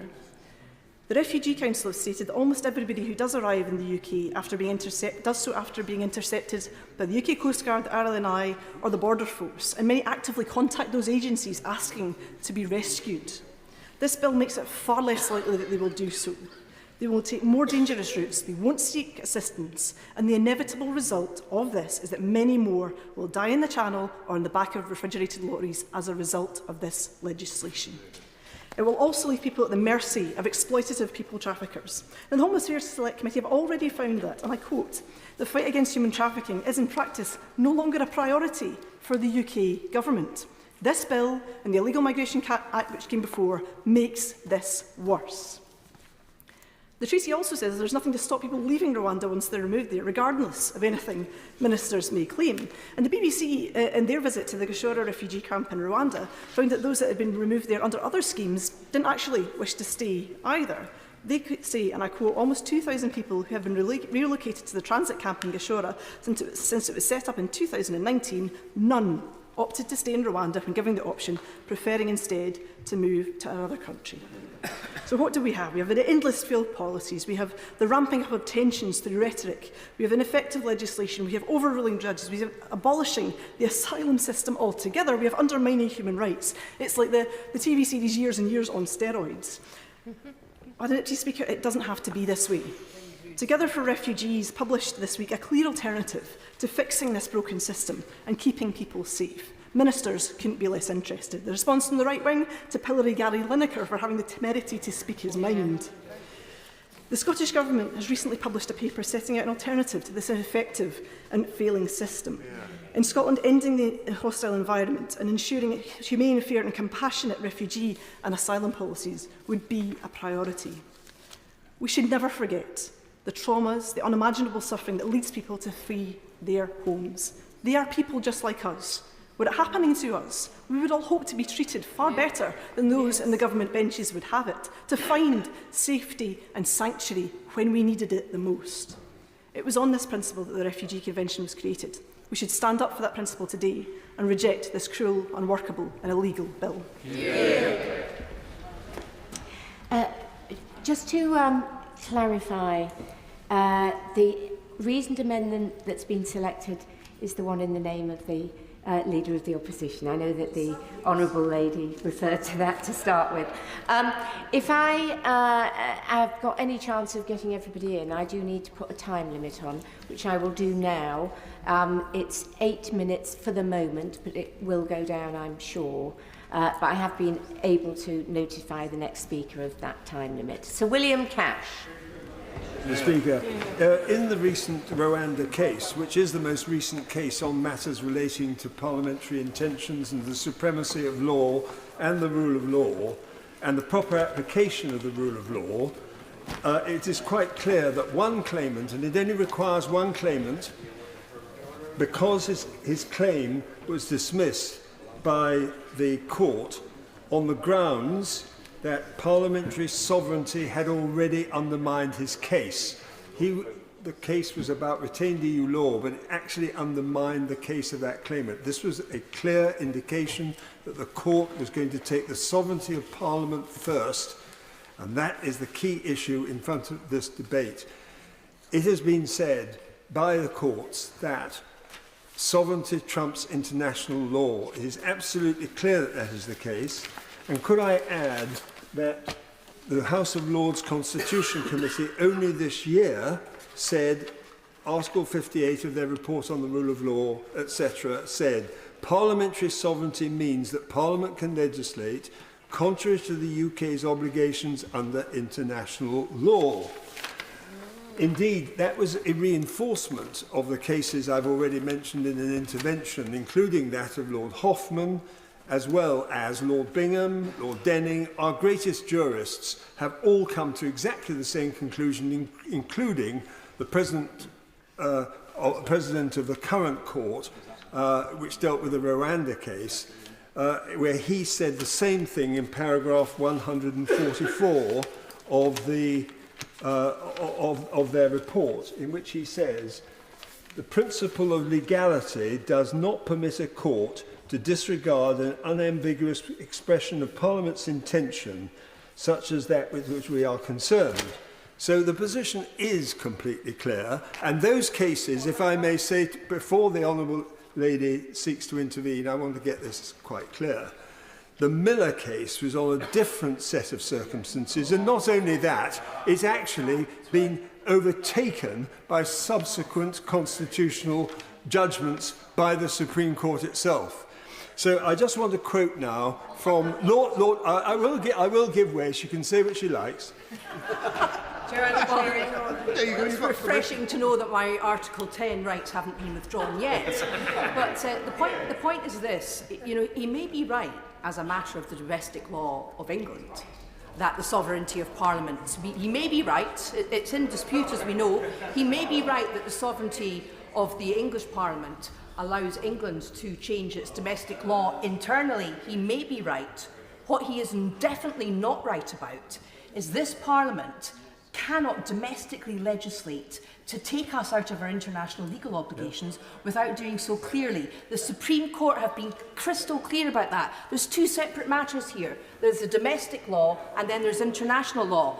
If the government wants to breach its international legal obligations, then am I not right, based on Supreme Court authority, that they will actually have to withdraw from the treaties to which they're committed? I absolutely, I'm glad that she mentioned the fact that an unambiguous statement, an explicit statement, as Lord Sumption puts it, as to what the position is in interpreting the intentions of Parliament does carry enormous weight and in fact overrides international law obligations. I'm going to read out from Lord. I will not give way. I will not give way. I'm going to quote directly from Lord Hoffman himself in relation to an ECHR case itself. He says this is the case of R versus Lyons, 2003. The convention, he says, is an international treaty, and the ECHR is an international court with jurisdiction under international law to interpret and apply it. But the question is a matter of English law, and it is firmly established that international treaties do not form part of English law, and the English courts have no jurisdiction to interpret or apply them. Parliament may pass a law which mirrors the terms of the treaty and in that sense incorporates the treaty into English law. But even then, the metaphor of incorporation may be misleading. It is not the treaty, but the statute which forms part of English law. And English laws will not, unless the statute expressly provides, be bound to give effect to the interpretations of the treaty by an international court, even though the United Kingdom is bound by international law to do so. Of course, there is a presumption, a strong presumption, in favour of interpreting English law in a way which doesn't place the United Kingdom in breach of international law. But, and this is what he says, this is absolutely crucial here, but the sovereign legislator in the United Kingdom is Parliament. If Parliament has plainly laid down the law, it is the duty of the courts to apply it, whether that would involve the Crown in breach of an international treaty or not. That is what the law is.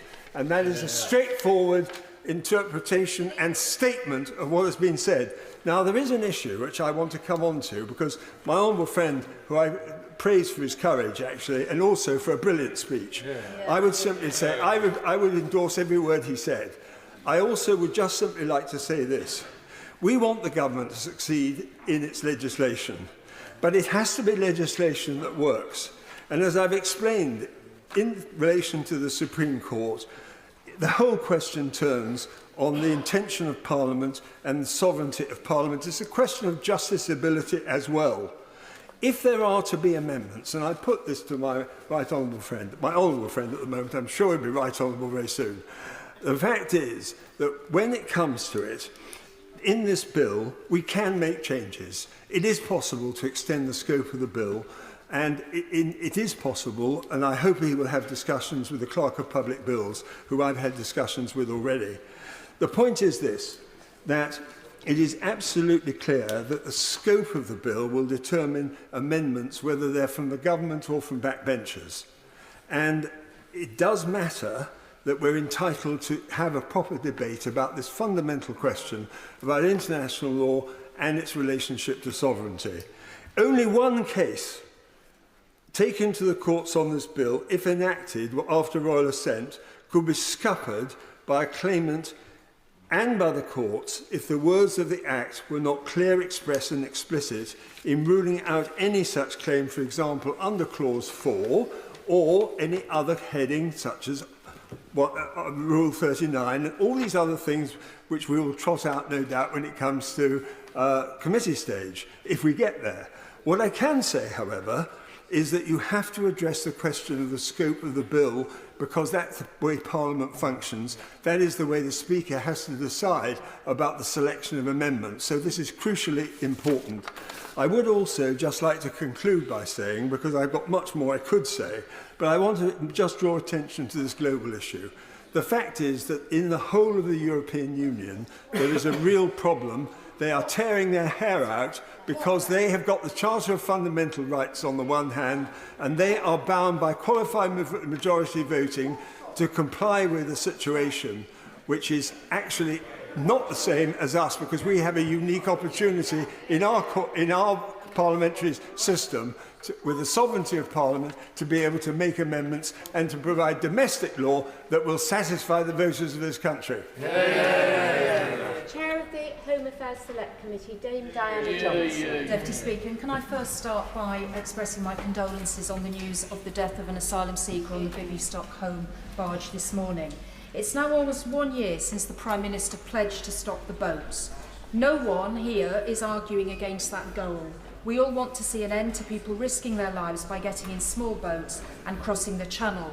However, the Home Affairs Select Committee stated very clearly in our report on Channel crossings last year that there was no silver bullet to end small boat crossings. We said it would take a variety of policies to be adopted, including safe and legal routes, additional cross-border policing to go after the criminal gangs, and many more recommendations. We even suggested the innovative idea of piloting asylum claims being piloted in reception centres in France in a similar way to the juxtaposed border controls that we already have with France. In April 2022, the then Home Secretary, the Right Honourable Member for Whittam, announced the Rwanda scheme, and since then, an extraordinary amount of financial and political capital has been poured into this policy. Whilst we accept progress has been made on some of the recommendations that we made in committee, including clearing the legacy backlog and developing work with France and Belgium, the eyes of the government have been locked on the Rwanda policy and its implementation. However, the underlying assumption of this policy is that the prospect of being sent to Rwanda will act as a deterrent for those thinking of crossing the Channel. Let's not forget that the Rwanda policy required a ministerial direction to the Permanent Secretary to get the scheme underway. Why? Because the Permanent Secretary wasn't convinced the scheme constituted value for money. In this case, there was and remains no clear evidence base that the deterrent effect would actually work, casting doubt on the scheme's value for money. Likewise, the Home Affairs Committee was concerned that the policy was good at generating headlines, but lacked a clear evidence base and full costings. And the Home Affairs Committee has been attempting to scrutinise the policy ever since. What has been really striking about this is, though, how difficult it has been to get facts and information from the Home Office on the details of the Rwanda scheme. And this has undermined the committee's ability to perform our scrutiny function. For example, we know that an initial £120 million has been paid at the start of the agreement, and that there would be a payment for each individual sent to Rwanda on top to process their claim and for successful claimants to receive up to 5 years of support from the United Kingdom. We've subsequently learned that a further £20 million has been paid as a down payment on the initial costs for processing asylum seekers. So we know a total of £140 million had been paid. We'd repeatedly sought information, but were always met with claims of commercial confidentiality whenever we asked those questions about additional funding. So it was with some surprise, therefore, that I and the Honourable Member for Hackney South and Shoreditch received a letter from the Home Office Permanent Secretary last Thursday evening informing us that an additional £100 million had already been paid to the Rwandan government in April 2023, and a further £50 million will be sent in 2024. Just want to turn to the issue of the payment for each person that will be sent to Rwanda. At the Home Affairs Select Committee on the 29th of November, we couldn't bottom out with the Permanent Secretary what the actual cost per person of being sent to Rwanda would be either.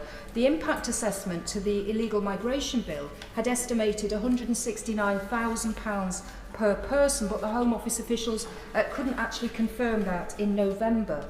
So in asking Parliament to support this bill today, it is essential that we know the costings, whether this is actually value for money, and whether it will actually work.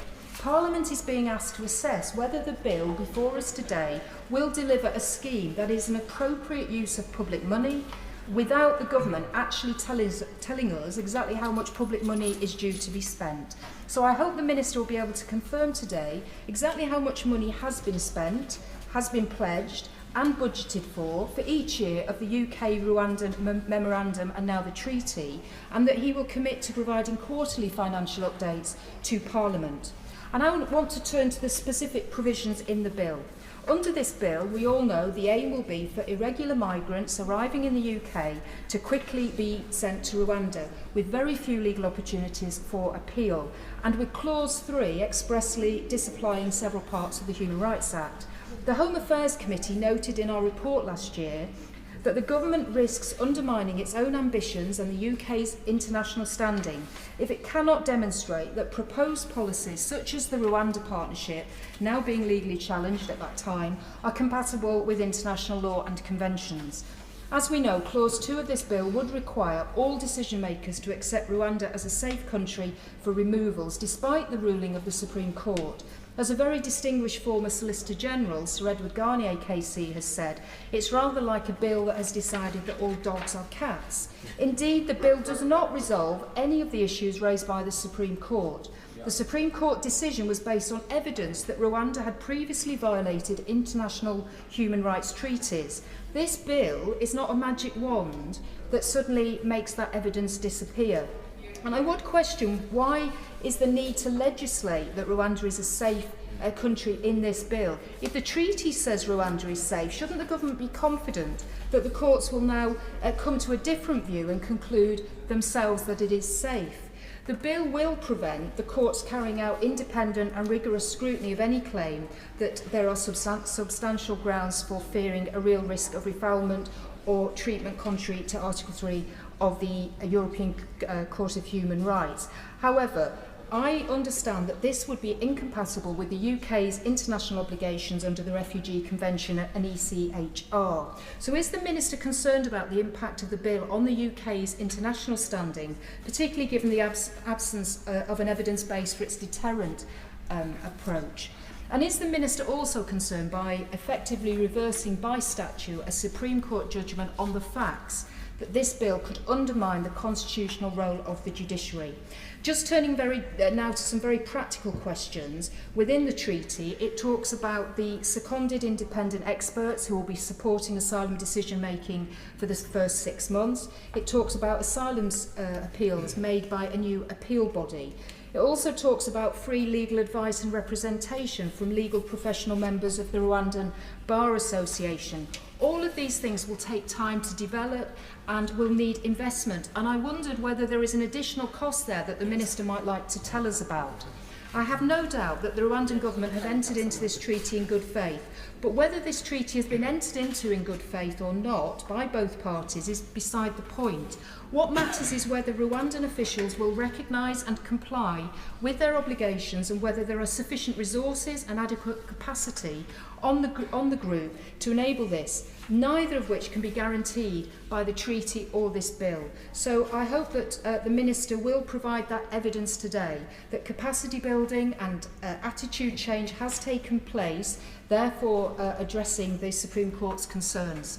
The challenge of stopping dangerous small boat crossings is real, but so is the challenge of clearing the backlog, ending the use of expensive hotels and delivering an asylum system that works. They all warrant serious evidence-based solutions with full costings.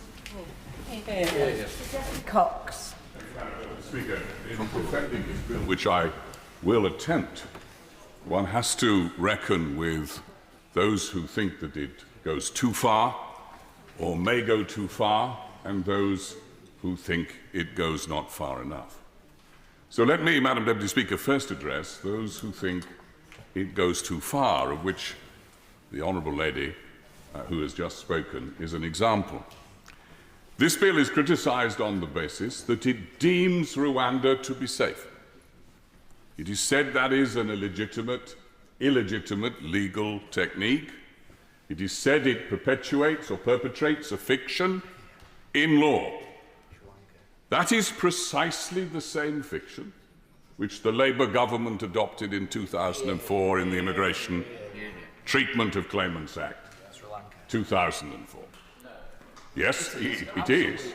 It was changed 2 or 3 years later, but in a case before the Appellate Committee of the House of Lords, Naseri, their lordships upheld as a matter of law the deeming of countries to be safe and within the law. And indeed, they went on to say, Lord Hoffman, I think, being one of them, that while Parliament deemed it such, there were plainly risks if the Home Office did not keep an eye on the state and conditions in the nations and the countries that were thus deemed, but otherwise it complied with the law and the courts would respect Parliament's decision.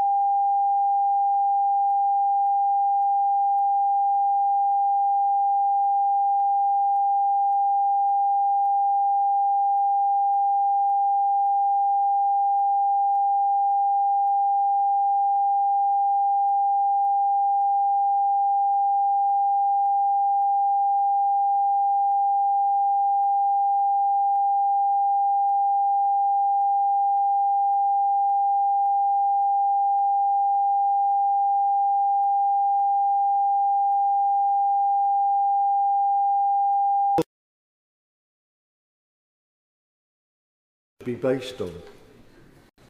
The problem is, however, that the government too often confuses slogans with policy, and in doing so, it fails to take account of the principles on which a realistic policy should be based. Its cynical obsession with creating dividing lines is a barrier to building the sort of consensus my right honourable friend, the member for Normanton, Pontefract and Castleford, referred to. Now, let me, for the purpose of clarity, say at the outset that our country's capacity to admit migrants is finite.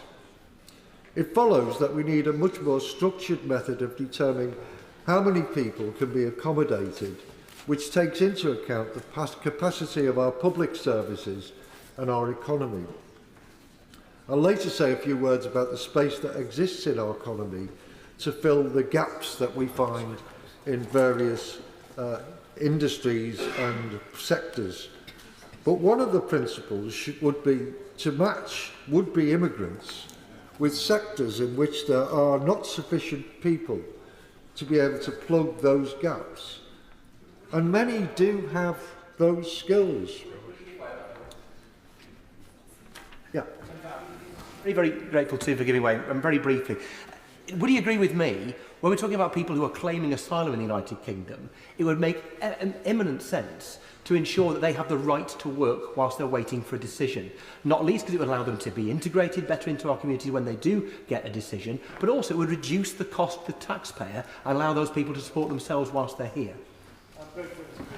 Well, gentleman, for the point he makes, and later in my speech I'll address that very point, if I have enough time. So now perhaps I can say a word about the capacity of those services. In England, the NHS waiting list for hospital treatment rose to a record of nearly 7.8 million in September, up from approximately 2.3 million over the past 2 years. Ambulance response times have also risen, with the average response to a call of going up to 1 hour 30 minutes in December 2022, which compares to the target of 18 minutes. Or take housing. The UK is experiencing an acute housing crisis, with house building consistently failing to keep pace with demand. The National Federation of Housing Associations say that there are 8.5 million people in England who are in housing need, 42 million of which are in need of a social rented home in England. And in England in 2022, people were having to spend over 8 times their annual salary to purchase a home. In terms of school capacities, in 2020-21, 17% of primary schools were at overcapacity, and in secondary schools the figure was 23%. Mr. Deputy Speaker, we didn't get to this position by accident. It's the result of 13 years of careless neglect and the obsessive pursuit of shrinking the state. Now I'll turn to the capacity of our economy and the ongoing skills shortages we're faced with. GDP is at zero growth, and low GDP growth is forecast to continue into 2024 and possibly beyond. The Office of Budget Responsibility's latest economic and fiscal outlook stated that living standards are forecast to be 3.5% lower by 2024-25 than at pre-pandemic levels, which is the largest reduction in real living standards since records began in the 1950s. The skill shortages I've referred to do not only affect our overall economic performance, they are having a negative effect on our provision of public services such as health, housing, and important sectors such as food supply and the care and hospitality sectors. As I've already said, many of the refugees here already do have those skills, and with a constructive approach from the government, would be able to plug the gaps in those sectors and consequently help grow the economy. Before I conclude, Mr Deputy Speaker, I'll say a few words about how our poor relationship with Europe and the wider world makes it more difficult for us to cooperate with other countries, whether bilaterally or through collective international efforts, to deal with the deeply damaging consequences of war and conflict, part of which is the growing displacement of people from their homeland, which results in mass migration. Bluntly, we are not trusted as a reliable and constructive partner, and our international influence is diminished to the extent that other countries simply don't take us seriously. As I said at the outset, the government has tried to turn a slogan, "Stop the boats," into a policy, and consequently has failed to offer a solution to this problem. Many on the benches opposite know that this is the case, but are splintered into factions, either wanting to go further, as we've already heard, or regardless of our international obligations, or they're aware that another, more effective approach is needed. Sadly, this bill and their conduct illustrate that the Conservative Party is not a competent or coherent party fit to govern, but rather one riven by warring factions. Frankly, it's now time for them to make way for a national leadership and party which will deal with our mounting problems calmly and competently.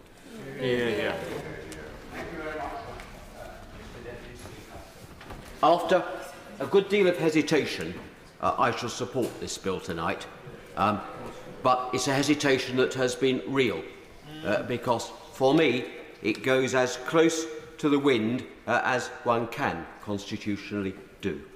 I listened with great care to the very eloquent speech by my right honourable and learned friend, the member for West Torridge and West Devon. I agree entirely with his very careful analysis of the bill. I'd say just this too. It is a novel and unusual approach. We are dealing with an unusual and pressing situation, and therefore I think straining the sinews of what is acceptable can just be justified. But equally, the idea that legislation is the sole or even the principal solution for this is, I think, wrong. Ultimately, what is required is an operational solution. And what is surprising is that some previous occupants of the Home Office did not think about that rather more. I know others did, and it's a pity that they were not acted upon more. But ultimately, it will be operational measures that make the real difference. If this can make a difference, and provided there remain the safeguards that my right honourable learned friend has referred to, I can, with hesitation, live with it. I'm indebted to the analysis provided by the Society of Conservative Lawyers in a paper, and I declare my interest as chair of their executive committee, a paper written by Lord Mansfield, King's Counsel, and Harry Gillow, both experienced in international law. If you want opinions in these things, it's best to go to people with experience in the international law field rather than other fields. They conclude, as I do, that although there are areas which certainly need to be examined with care, the bill falls upon the right side of the line. Deeming provisions are not unprecedented, as has been put out, so has already been set out. I am concerned, and I hope the Minister will take on board and explore as we go forward, the particular situation raised by my right honourable and learned friend, the member for Kenilworth, about how deeming provisions interact with international law obligations. Because you can deem in domestic law, but you can't legislate to oust your international law obligations. That said, I think there is force, and I refer to the very useful analysis in the Society of Conservative Lawyers pamphlet, that in reality, if the UK were to breach international law conventions, not only would that be constitutionally wrong, it would also collapse the scheme. Because Rwanda has made it clear that it would not be party to the scheme, and I don't buy for 1 second the rather patronising attitudes that says the Rwandans have been put up to say that. I think they're utterly genuine in their belief. And it's also important to remember that there are other countries subject to the jurisdiction of the European Convention on Human Rights who are reported as potentially exploring arrangements with Rwanda. If Rwanda were to be party to a scheme in which the United Kingdom broke international law, Rwanda would inevitably forfeit any opportunity it had to engage with other ECHR countries, and they certainly would withdraw. So people have to be careful what they wish for. If they go too far, they will actually drive the Rwandans out of the scheme and will collapse the whole policy. First point. The other point that I think is important is to bear in mind it's absolutely critical that individual rights of challenge are preserved, as my right honourable and learned friend has said. I'm a conservative because I'm a constitutionalist.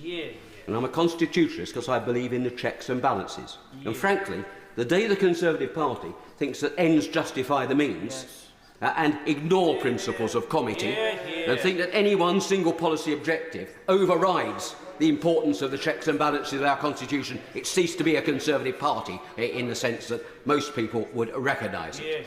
Maintaining that balance is essential. I think ministers have, with great endeavour, managed just to do that. But it doesn't mean that I don't like much of the wording of the bill. When I look, Mr Deputy Speaker, at, for example, some parts of Clause 1, I look in particular at Clause 1.4, it's recognised that Parliament of the United Kingdom is sovereign and the validity of an Act of Parliament is unaffected by international law. That's a GCSE law statement of the blindingly obvious, if I might respectfully say so. It might best be described as otiose and nugatory. It adds nothing to the bill. It's performative. Well, whichever way round one likes. Pointless might be another way of putting at it. So I wonder what that adds. There's another passage in relation, I think it's Clause 2, subsection 5, in relation to the rule, the approach to interim measures under Rule 35 of the Strasbourg Court's rules. It says that it's for ministers to decide. But again, that states exactly what is the position in law anyway. You've only got to look at the textbook to say, as I did in my intervention, that it's for the governments that decide on Rule 35 issues because they're directed to the governments, not to the courts. A bit patronising to tell the courts what is well within their competence to know and decide upon. So, with those sort of reservations, I will support the bill tonight. But I just say this. If it were to change and any of the safeguards that have been left in to be removed, then my support would go. Because some people would then have pushed it over the line into the unacceptable and, in my judgment, the unconservative, and then I would not support it. I don't believe that's the government intention, so I'll help them to get the bill through tonight. But they must be wary of some who do not have the best of objectives towards the government's policy, who might take it in the wrong direction. Let's not get there. Thank you, Mr Deputy Speaker. It's a delight to follow the honourable gentleman who made one of the best speeches so far today against the bill. Unfortunately, he doesn't follow through with his logic, but I'm sure that by the end of this process he will follow through with his logic, because this bill, he knows perfectly well, is not really acceptable. And in his heart of heart, he would like to vote against it tonight, I'm sure. There are 5 reasons to vote against this bill. First of all, it won't work. The idea that someone who is not deterred by a dangerous journey in a dinghy across the most crowded sea lane in the world will be deterred by this flimsy piece of nonsense is just laughable. Second, it will lead to protracted and expensive chaos because it sails, as he says, so close to the wind legally that it will inevitably lead to legal challenges. And ironically enough, since the ouster clauses mean challenges cannot be adjudicated in the British courts, they will go to the European Court of Human Rights. So the government is actually replacing a UK court with a European court and simultaneously declaring on the face of the bill that it is not satisfied that the bill will withstand a legal challenge based on compatibility with the European Convention on Human Rights. That is a recipe for chaos and for expense. Thirdly, the bill seeks to reverse, by statute law, a finding of fact by the highest court in the land, the Supreme Court. It therefore creates a legal fiction. Its title, the Safety of Rwanda Asylum and Immigration Bill, gives the game away. According to the bill, Rwanda is safe, even if it isn't safe, simply because the government, through the bill, says it's safe. But declaring somewhere safe doesn't make it, of itself, safe. You can no more change reality by law or legal dictate than you can by mere imagination. As Bolingbroke says in Richard II, you cannot cloy the hungry edge of appetite by bare imagination of a feast. And you cannot make Rwanda safe just by saying it. So Clause 2's declaration that every decision maker must conclusively treat the Republic of Rwanda as a safe country is utterly fatuous. If Rwanda is, either now or in the future, in fact safe, the provision deeming it safe is or will at that point be OTOs or redundant. But if Rwanda is not now or in the future safe, that provision is self-evidently wrong in fact and therefore wrong in principle. So Clause 2 is either unnecessary or wrong, or both simultaneously. Fourthly, the bill establishes in UK law a completely new doctrine of the separation of powers, as the ouster clauses, which prevent judges and tribunals from supervising the conduct of ministers in operating the policy they have laid out in statute, put ministers above the law. It is not the sovereignty of Parliament that the bill asserts, it's the sovereignty of ministers. But fundamental to the rule of law is the idea that the Crown, or its modern proxy, the Executive, cannot act arbitrarily, even if it uses its majority in Parliament to declare the worst form of Henry VIII Act, equivalent to Henry VIII's proclamation by the Crown Act 1539, which deemed that all the King's proclamations, even though they were not approved by Parliament, and I quote, shall be observed as though they were made by an Act of Parliament. Fifthly, eyes on foreign courts and tribunals being effective. We watch events in Ukraine and declare that the butchery in Bucha or in Mariupol is a war crime. Who do we want to adjudicate that? An international court. We rightly lecture China about human rights abuses in Xinjiang province and about abiding by the United Nations Convention on the Law of the Sea. We invoke Magnitsky sanctions against human rights abusers around the world. But how can we expect others to abide by the rule of law and their human rights and other treaty obligations if we abandon them? The member for Torridge and West Devon was right about one thing. He was wrong, incidentally, about 2004, because what we didn't do at that time was put in an ouster clause, meaning that ministers were free to do what they want. Those who think the bill should go further will get no help from this side of the House, in any of the parties on this side of the House, when it comes to committee and report stage.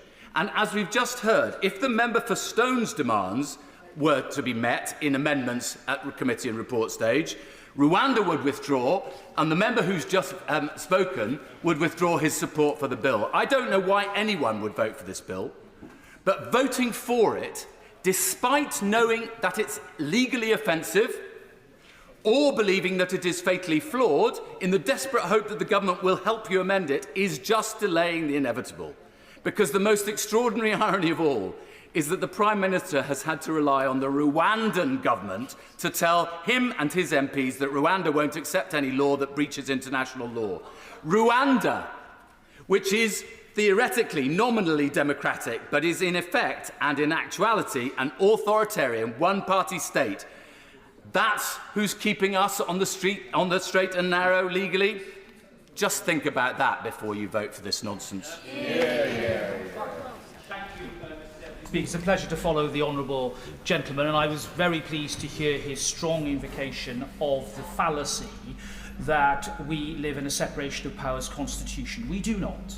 We live in a constitution of checks and balances. We are proud to have an independent judiciary, an independent legal profession underpinning the rule of law, which we are all equal and subject to. We also have a parliament that is supreme. The crown in parliament is in fact the phrase, which is why, like my honourable friend, the member for Bromley and Chislehurst, I take issue with some of the wording in clause 1, but that's by the way. But the principle of comity, Mr. Deputy Speaker, is one that we can ill afford to overlook. What do I mean by that? Well, I mean that mutual respect that has to exist between the different arms of the Constitution. This place is sovereign. We derive our sovereignty from the people. But we also have a responsibility to use that in a responsible way. And this is not a new challenge, Mr. Deputy Speaker. Previous generations have faced similar dilemmas, because I am not going to stand here and minimise the emergency that we face from illegal migration, or minimise the challenge that the entire West faces from the mass migration of people who might seek a better life, who are either fleeing war-torn countries or are coming for economic reasons. It's an unprecedented challenge for all Western democracies. But challenges like that have been faced in the past. When we were at war, we had to make very difficult decisions in this Parliament to make sure that we struck the right constitutional balance between defending these islands against dictatorship, but not in a way that defended us and protected us out of our very freedoms. Our very liberty itself is at stake. And the way in which we legislate has to be responsible and has to be in line with that respect for our fundamental freedoms. And as my right honourable learned friend, the member for Torridge and West Devon, said, there is a fundamental truth here that we cannot avoid. And that is, if this bill is amended to create an utter, complete ouster from any individual-based challenge, then that goes beyond the parameters of reasonableness and into the sort of legislation that inevitably sets up a fist fight, not with international courts, Mr. Deputy Speaker, but with our very own courts themselves. Right. And I'll give way to my honourable friend. Of course, my right honourable friend is more than aware of the Privacy International case, and he knows as well as I do that in fact in that case there was a dissenting judgment by both Jonathan Sumption and Lord Reid. I think that sort of sums it up. It was very, very finely balanced on the facts of that particular case. My honourable friend, contrary perhaps to mythology within the Conservative Party, and I agree on many of these key issues, he and I, for example, would have legislated to overturn the Evans decision, the Prince of Wales letters decision, because we felt that their lordships went too far. But that is an example of this House, potentially this Parliament, legislating to correct a legal decision by the courts. Of course we're entitled to do that, and we should do it where the will of Parliament dictates. But there is a difference, I think, between a scenario like that and the one that we are facing at the moment. Because without more evidence and without more work by the government to blithely create a deeming provision in the face of, let's face it, a very strong Supreme Court decision against the government, would have been to invite disaster. And that's why not only the treaty that has been signed between Rwanda and Britain is crucial, but also the policy statement that has been published by the Home Secretary today, laid in this House, which I urge all honourable and right honourable members to read, because there is no doubt that the facts are evolving and that they are changing, and that we should remind ourselves that the Supreme Court, when it made its decision, looked at the law and the facts as of summer of last year, 18 months ago, when we have moved on considerably. Now, of course, deeming provisions are not constitutionally unprecedented. They're unusual, and that is why the government has to be restrained. But without clause 4 in this bill, I am afraid that what the government will do is to set up a massive glass jaw to be smashed by a court in future, and to invite the sort of constitutional conflict that any good Conservative would not want to see. We don't want our courts being drawn into politics. I have spent my career in this place and my political life arguing against the politicisation of the judiciary, and I've been the first to bring forward legislation to oust the court's jurisdiction. We did so in the Judicial Review Reform Bill and the CART jurisdiction that my right honourable friend finished the job on. Of course, I'm more than happy to be robust about the position of this place and the importance of not having undue and capricious interference with the will of Parliament. I'm the first person to assert the authority of this place. But what I won't do, Mr. Deputy Speaker, what I won't be a party to is legislation that in effect invites the courts to come on up if you're hard enough. That is not the approach that we as responsible Conservatives should take. And to echo the point made by my honourable friend, the member for Bromley and Chislehurst, if this bill is to be amended in a way that crosses that line, then I cannot support that. And I will not support that. And if anything, the government should be thinking very carefully about making sure that this bill is engineered to provide as perfect a balance as possible between its obvious right as a government to get its policy objective through, to reflect the huge concerns of our constituents, but at the same time to work within the parameters of our unwritten constitution. Because I say this is a Conservative government today. What if it was a government of another colour that was doing something that we as Conservatives found mortally offensive? What then would we have to rely upon in the defence of the balance of this constitution? What would be left for us to defend against an overmighty socialist government? Not a lot.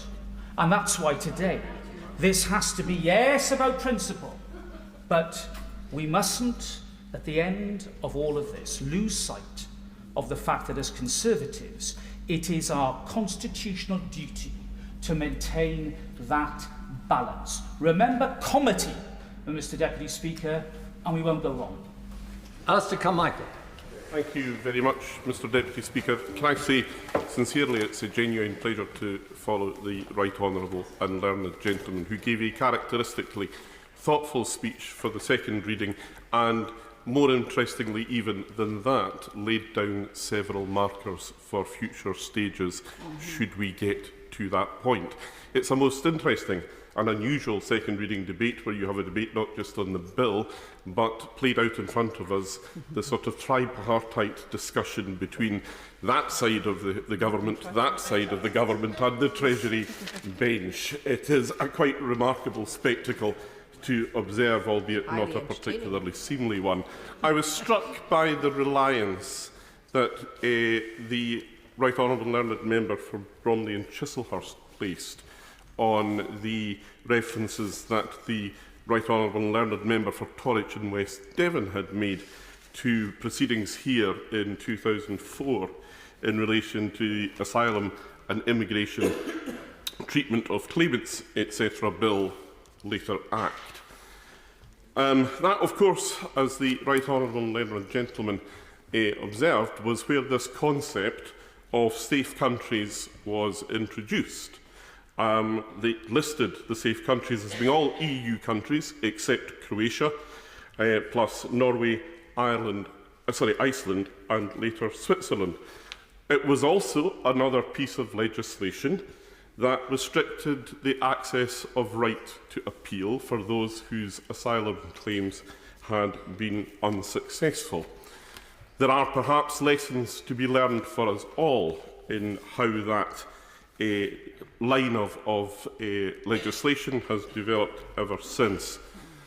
For me, though, the enduring lesson that I take from it, in fact, is that that bill, not that it was brought in by a Labour government, because it was a Labour government that had David Blunkett as the Home Secretary, but actually it was a bill that was opposed with some controversy at the time by the then Conservative opposition. They described it then, and rightly so, as being clumsy and draconian. I think they were absolutely right about that, and we can see many years later exactly where that sort of legislation has taken us. But what is it, I wonder, about the Conservative Party of 2023 that now finds that sort of legislation to be so attractive? Let's not forget, Mr. Deputy Speaker, that what we're dealing with here is the consequence of the refusal of this government to prosecute the case for safe and legal routes. Why is it that we don't find people from Ukraine or Hong Kong trying to cross the channel in small boats? It's because we offer them safe and legal routes. The Rwanda scheme is an unworkable scheme, and we know that because it's never been made to work. The barriers are well rehearsed, but every time they are thwarted, the response of this government is to throw a foot-stamping tantrum.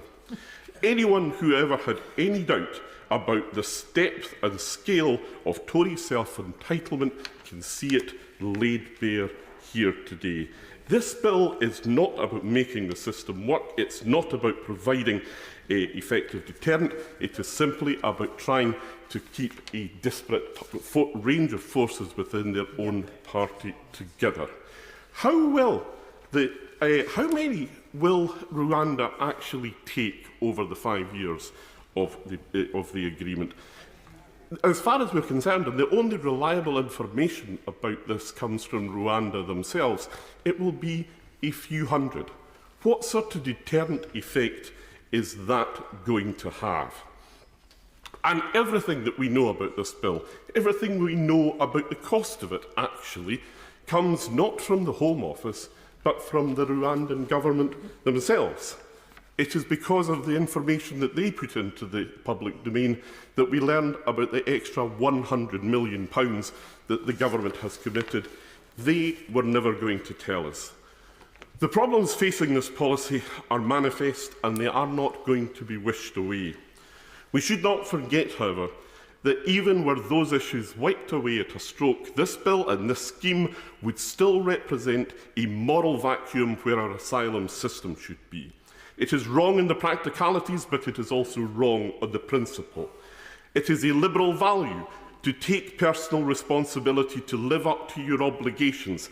Passing on our asylum responsibilities to another country is the opposite of that value. It's a step back from the world. It is a move towards isolationism. It suggests that we have no responsibilities to the wider world. Much like this bill's rewriting of reality to impose a judgment of safety to Rwanda, these plans would reverse decades of the UK leading the way on the international rule of law and rules-based order of which we should be so proud. Many across the House have to ask themselves, having boasted about global Britain, do they now really want to turn us into Fortress Britain? This bill suggests a grim and illiberal mentality that is a far cry from the confidence that our country used to project. And that, Mr Deputy Speaker, is why we should reject it this evening. Well said. Dame Priti Patel. Speaker, I have to say, as having been the Home Secretary that negotiated the original Migration and Economic Development Partnership, I find it quite odd to be sitting in this debate today, hearing some of the comments that have been made, in particular people running down the country of Rwanda in the way in which they have been. I just think that is absolutely appalling. And I say that because the partnership with Rwanda was established as a world-leading, innovative way to tackle the challenges caused by mass migration and the displacement of people, Mr Deputy Speaker. It was carefully designed with our friends in the Rwandan government to do one thing that no one in this House has mentioned at all today, which is to raise the international bar when it comes to the treatment of asylum seekers with compassion and support when it comes to their resettlement. And I think it is quite astonishing that so far today, particularly on the part of the benches opposite, while they've been speaking down and talking down the government of Rwanda for the last 20 months, we should actually recognise and welcome the fact that it's a country that already supports and has resettled 130,000 refugees through schemes established with UNHCR and through international conventions. I won't give way, there is no time to give way, and the gentleman knows this. And effectively, these are the types of schemes that we need, the resettlement and working with third countries, to actually deal with this awful, awful, abusive and illegal trade in people smuggling. And it's a stain, I have to say, Mr Deputy Speaker, on this House with some of the awful comments that I've heard thus far about Rwanda and this scheme.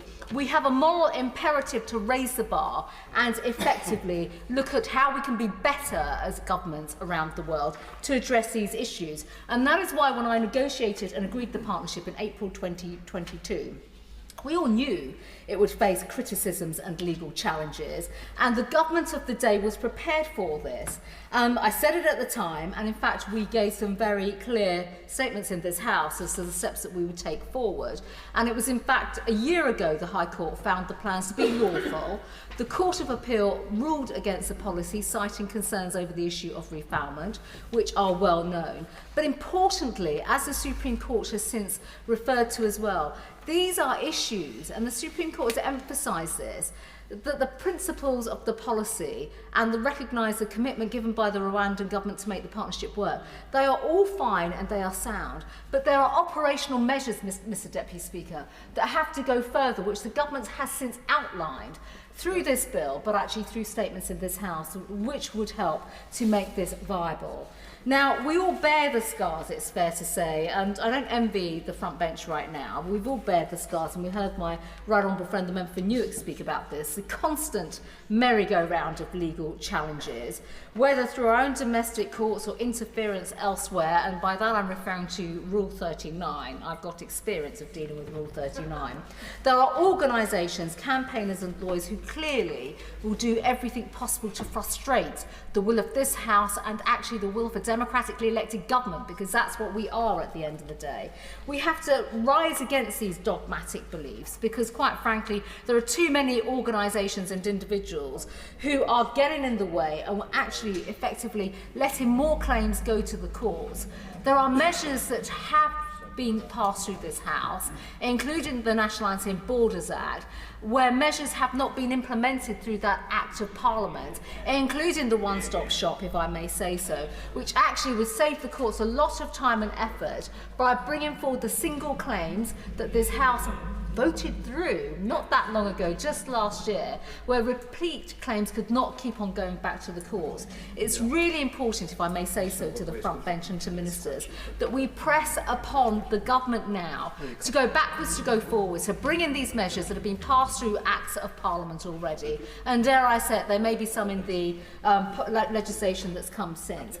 But I would like to ask the Minister, in responding to this debate, how the government is now going to act and prepare for any further challenges through this legislation that may come forward today, actually stands up to the repeat unmeritorious claims that keep coming through the courts, whether it's modern-day slavery. We've heard about far too much. Within National Anti-Borders, we put in clauses and measures to deal with that.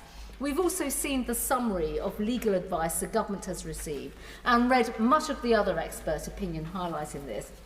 So seeking assurances from ministers on the awareness he and colleagues have on the risks of challenge and how these are going to be mitigated, if I may say so, through the way this bill passes through the House in the conventional way is going to be absolutely crucial. We cannot have more cases bogged down in the courts, and too many of us have worked through that as well.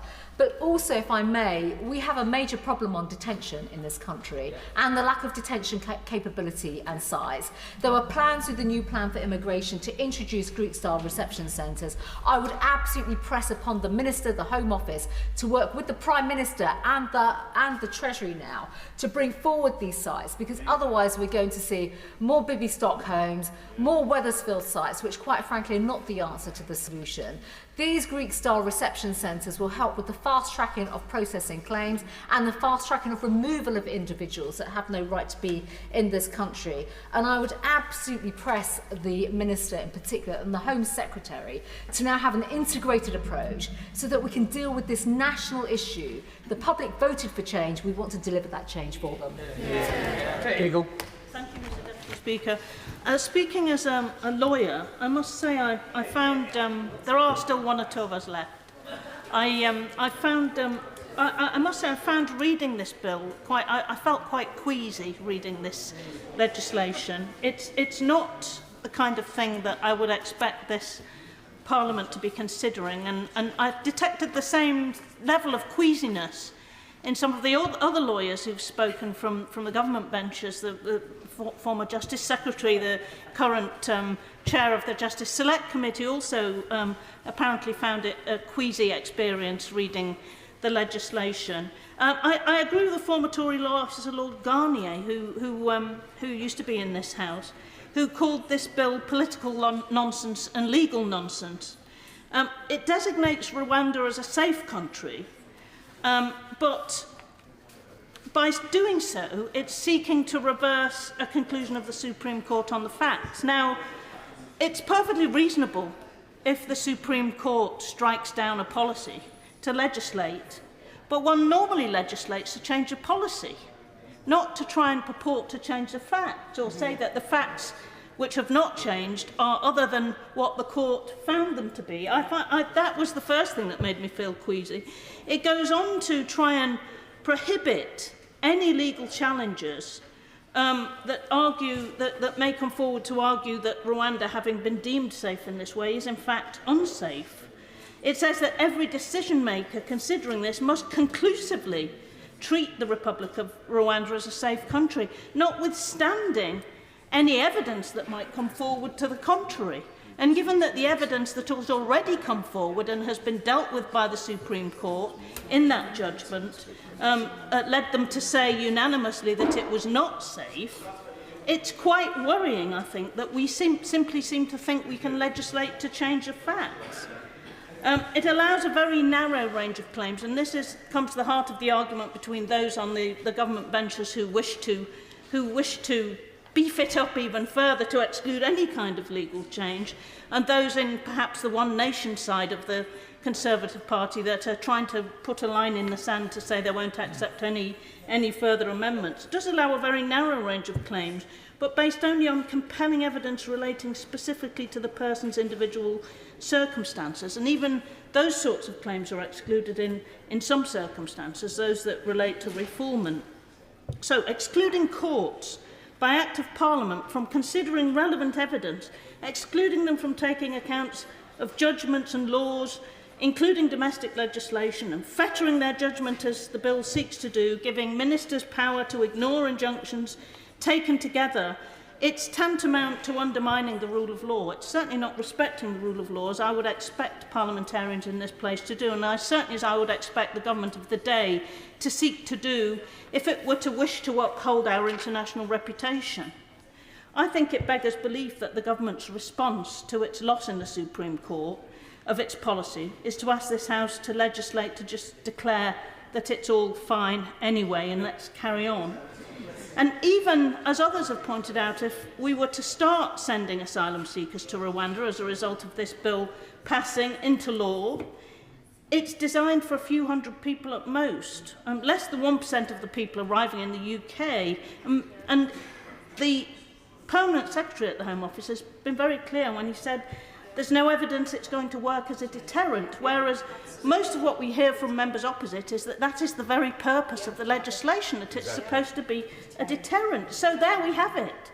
It's actually a shibboleth, a Tory shibboleth, an article of faith it's become for some of the elements of the Tory party, the five families, I think they've called themselves, somewhat menacingly. And as we see this Tory psychodrama unfolding yet again today, in order to try and decide the fate of the latest unelected Tory Prime Minister, to be threatened with defenestration by some of the more right-wing elements of the five families. The country deserves better, and as my right honourable friend from the Labour front bench set out in her excellent speech, time and again they're going for gimmicks and infighting over basic competence and good administration. It's 4 years since the Tories promised to end boat crossings in 6 months. Almost a year after the current PM promised again to stop the boats, 30,000 more people have arrived.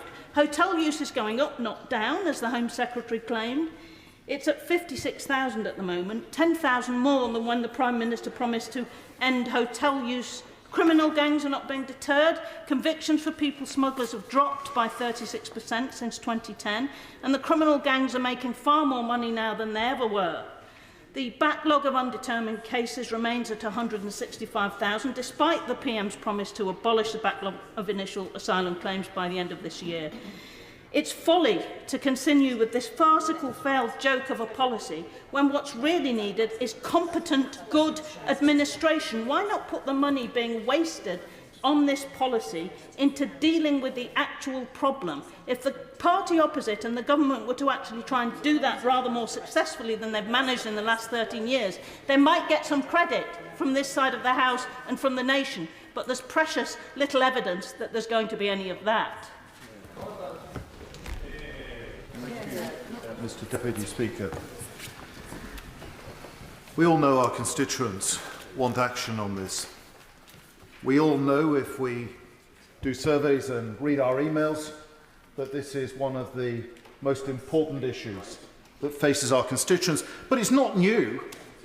that the political parties have been debating this. It's not new that the political parties have been making promises on this. The Honourable Lady concluded by bemoaning lack of action and changes in a year and 4 years.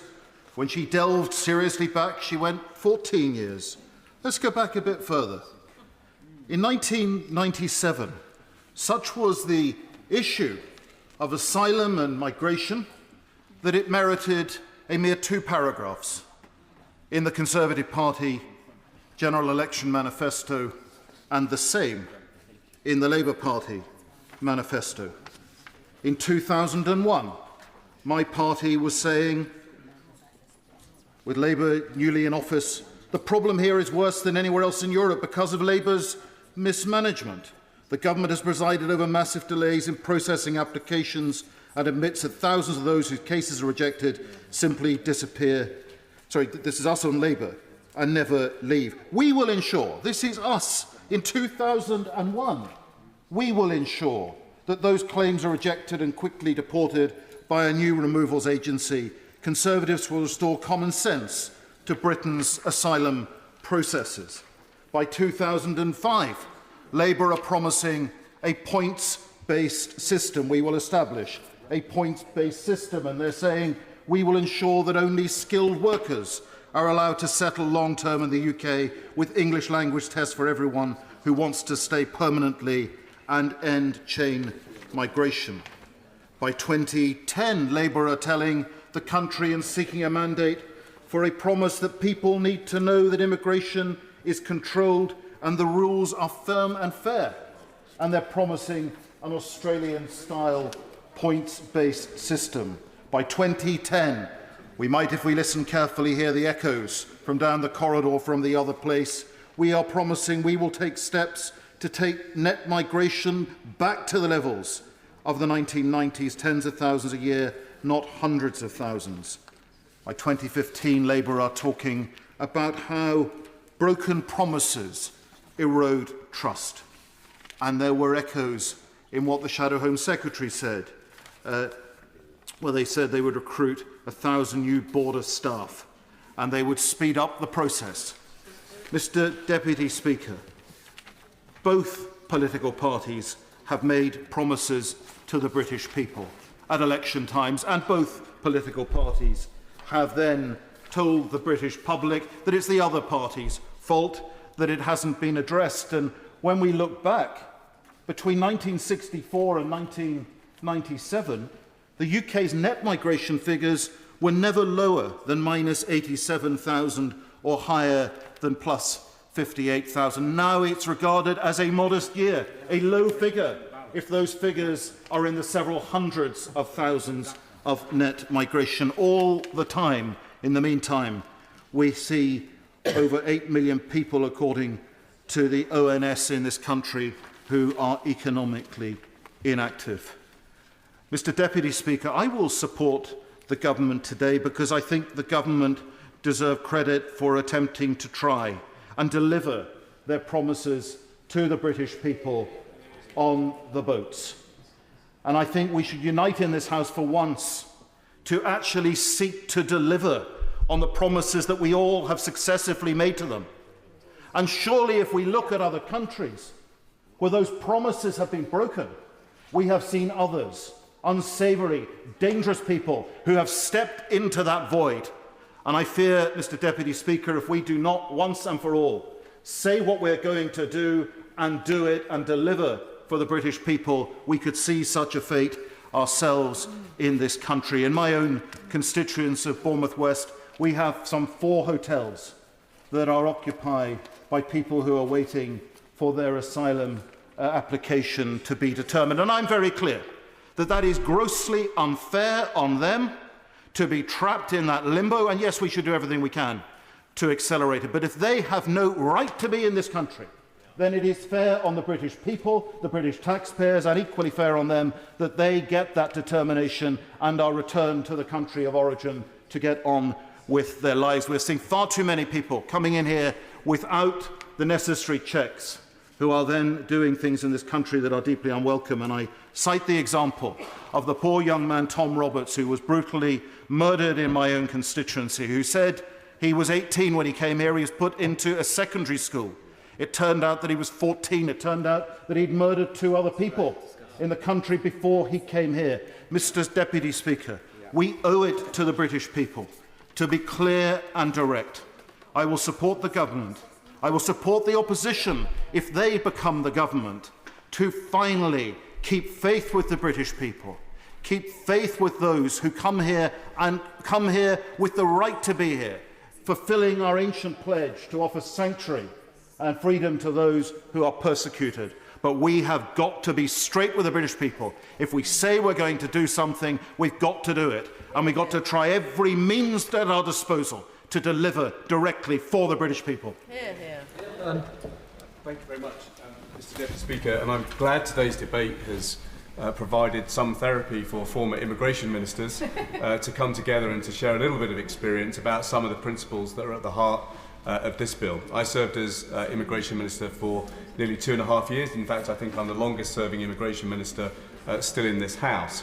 And so I know a little bit about what it takes to deliver an immigration system, and I have some sympathy with the comments, some of the comments, not many of the comments, but some of the comments that I've heard from the Treasury benches this afternoon. So I just want to say 3 quick things about deterrence, about international agreements, and about staying true to our values in these debates. Mr. Deputy Speaker, I was the minister that introduced the UK Border Agency. I brought UK visas in from the Foreign Office into the Home Office. I brought customs out of Treasury to create a £2 billion agency with a simple principle at its absolute core, that border security in the 21st century cannot simply be about defending the border at the shores of our country. In this day and age, one has to operate a triple border. One has to export the border as far away from these shores as possible. You have to have a strong border at the shores, but then you have got to have strong in-country enforcement. And the only way in which you can get that system to work and to work effectively is to fund it. Yes. And so at a time when global migration pressures have grown so sharply, and the Right Honourable Member for Bournemouth West was right to flag this, there are now 184 million people globally who live outside the borders of their birth. There are now 37 million refugees globally. These migration pressures have been growing exponentially since the fall of the Berlin Wall, and guess what? They're going to grow exponentially in the years to come, not least as the ravages of extreme weather drive more and more people in fragile and conflict and violent countries into poverty. People will always go that extra mile to seek a new life abroad. But if we are to have strong borders for this country, then yes, we've got to have a deterrence. But the deterrence is the speed of justice. It is not the prospect of overriding domestic laws and shipping people off to some remote deportation centre. That is why the Home Office officials are right to say that this bill and the objectives of this bill provide, frankly, very little deterrence. Because what this bill does not do is it does not accelerate the process of rendering a decision on a case, and then if somebody has got no basis to be here, removing them very, very rapidly. We knew, Mr. Deputy Speaker, that we had to transform the speed of deportation under the administration that I ran. That is why we moved heaven and earth to ensure that there was somebody removed with no right to be here at the rate of 1 every 8 minutes. That was the kind of pace that was going to be needed to send a very clear message that if you are found to have no right to be here, then you are going to be removed very, very quickly. That is going to be the most effective form of deterrence. And so the House has got to confront the reality that given a choice of how to spend £400 million of taxpayers' money, do you spend it on building a remote processing centre in a faraway place that your own officials tell you is going to have no deterrent effect whatsoever? Or do you actually invest that money in creating a system that takes decisions quickly and removes people quickly if they've got no right to be here? The second point is that the first thing that you learn as an immigration minister is that you can't remove people unless you've got agreements with other countries to take them. This is not a country that just drops people out of the back of aeroplanes if they've got no right to be here. You've got to get them new travel documents, and you've got to have other countries that agree to take them. And frankly, the most important countries with which we need those kind of agreements are our closest neighbours in Europe.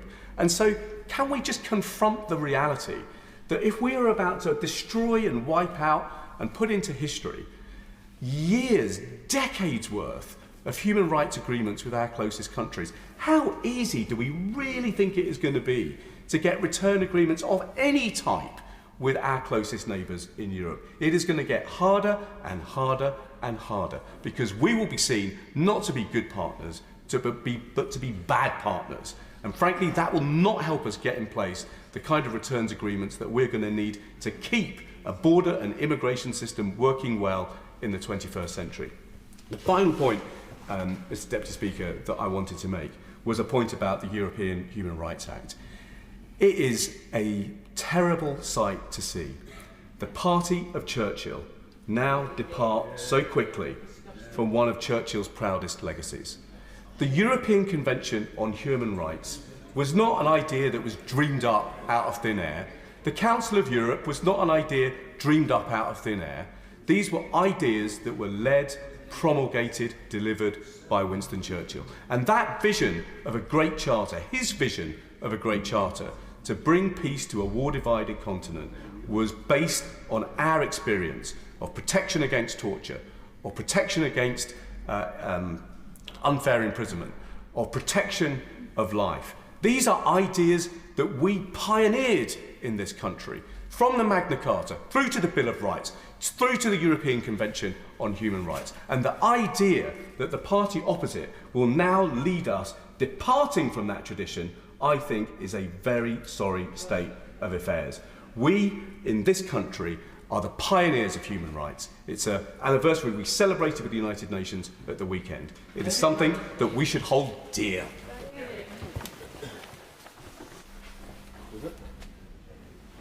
David Jones. Thank you, Mr. Deputy Speaker. I'm sorry I couldn't hear you in all the excitement. Unusually, the aim of this bill is set out in Clause 1, which is, and I quote, to prevent and deter unlawful migration, and in particular migration by unsafe and illegal routes.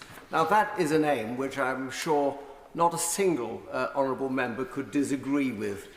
Illegal migration is possibly one of the greatest scourges of our age. It's evil, it's internationally organised, and it's socially and economically damaging to this country. The Rwanda scheme is an inventive and innovative plan. It establishes an effective, or it's aimed to establish an effective deterrent to prevent illegal migrants, to make them think twice about making that perilous crossing across the Channel. And unfortunately, it has foundered on the rocks of the Supreme Court last month, in which the court held that Rwanda could not be considered a safe country because there were substantial grounds to believe that migrants would face the risk of refoulement or being transferred to their country of origin or another third country. The treaty that the government has concluded does provide reassurance in that regard, and it addresses the problem identified by the court by making specific provision that no relocated individual may be removed from Rwanda otherwise than to the United Kingdom.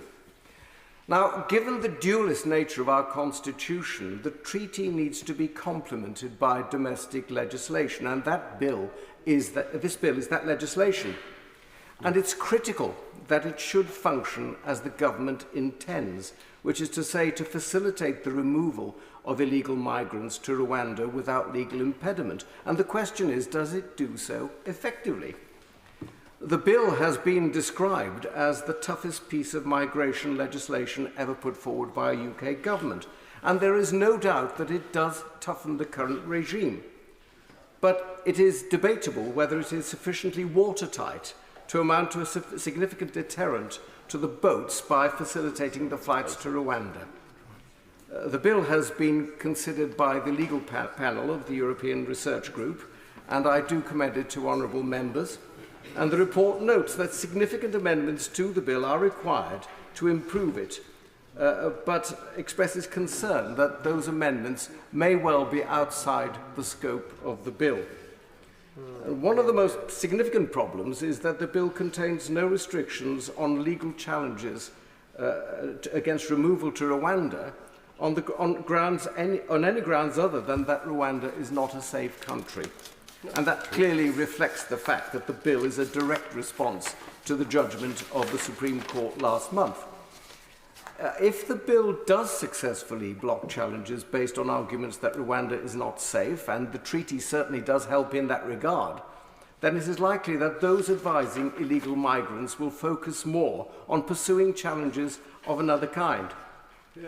But we should consider Clause 4 of the bill, which specifically provides legal challenges to removal may be made if arguments are put forward that Rwanda is not a safe country for individual migrants based on compelling evidence relating to their personal circumstances. Now, the opportunities for abuse of that provision are obvious.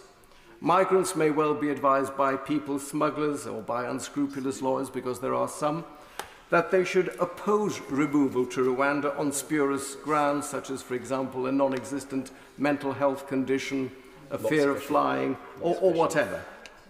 And given that as many as 500 illegal migrants in the height of the summer arrive on these shores every day, 1,200. Well, I stand corrected by someone who knows about it. It's not difficult to envisage a situation where tribunals and courts may be overwhelmed.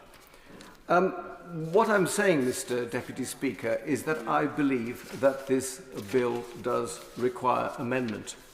And what I'm inviting my honourable friend, the Minister, to say when he winds up this evening is that the government is open to amendments, and I hear what my honourable friend, the member for Stone, has to say about scope, but that he will also engage with colleagues to see if this bill may be made better. Because at the moment, there are numerous deficiencies that have been identified in the report of the so-called Star Chamber that will, I believe, render this bill inoperable and ineffective. And the last thing we want to do as a House is to expend a lot of time and a lot of agony over putting in place a bill that doesn't result in the flights to Rwanda and the deterrence that we need to illegal migrants. I do hope that my honourable friend will respond positively to this suggestion when he winds up.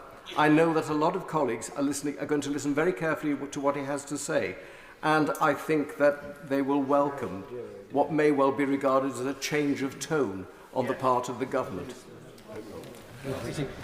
Thank you, Mr. Deputy Speaker. This bill might be called the Safety of Rwanda Bill, but it's really the Safety of the Future of the Tory Party Bill. It's basically Schrodinger's legislation, all things to all Tories. The ministers might say it doesn't breach international law to make it a dead cat of a bill for some, but it needs to say that it will breach international law to make it work for a dead cat of a Tory party, scrambling to find a reason to provide this. In my contribution, I want to say why I'll be voting against this legislation, to stand up for Britain's proud tradition of human rights, and to urge this place to learn from the mess that was created by the Northern Ireland Protocol Bill, which also repeated these similar challenges. It is extraordinary that the government is presenting us with a piece of legislation that says on its first page it cannot confirm it is compliant with our convention obligations, with the rules of law that we all signed up to support. I think many members on the opposite side have been listening to Oscar Wilde when he said that the study of law was sublime, its practice vulgar.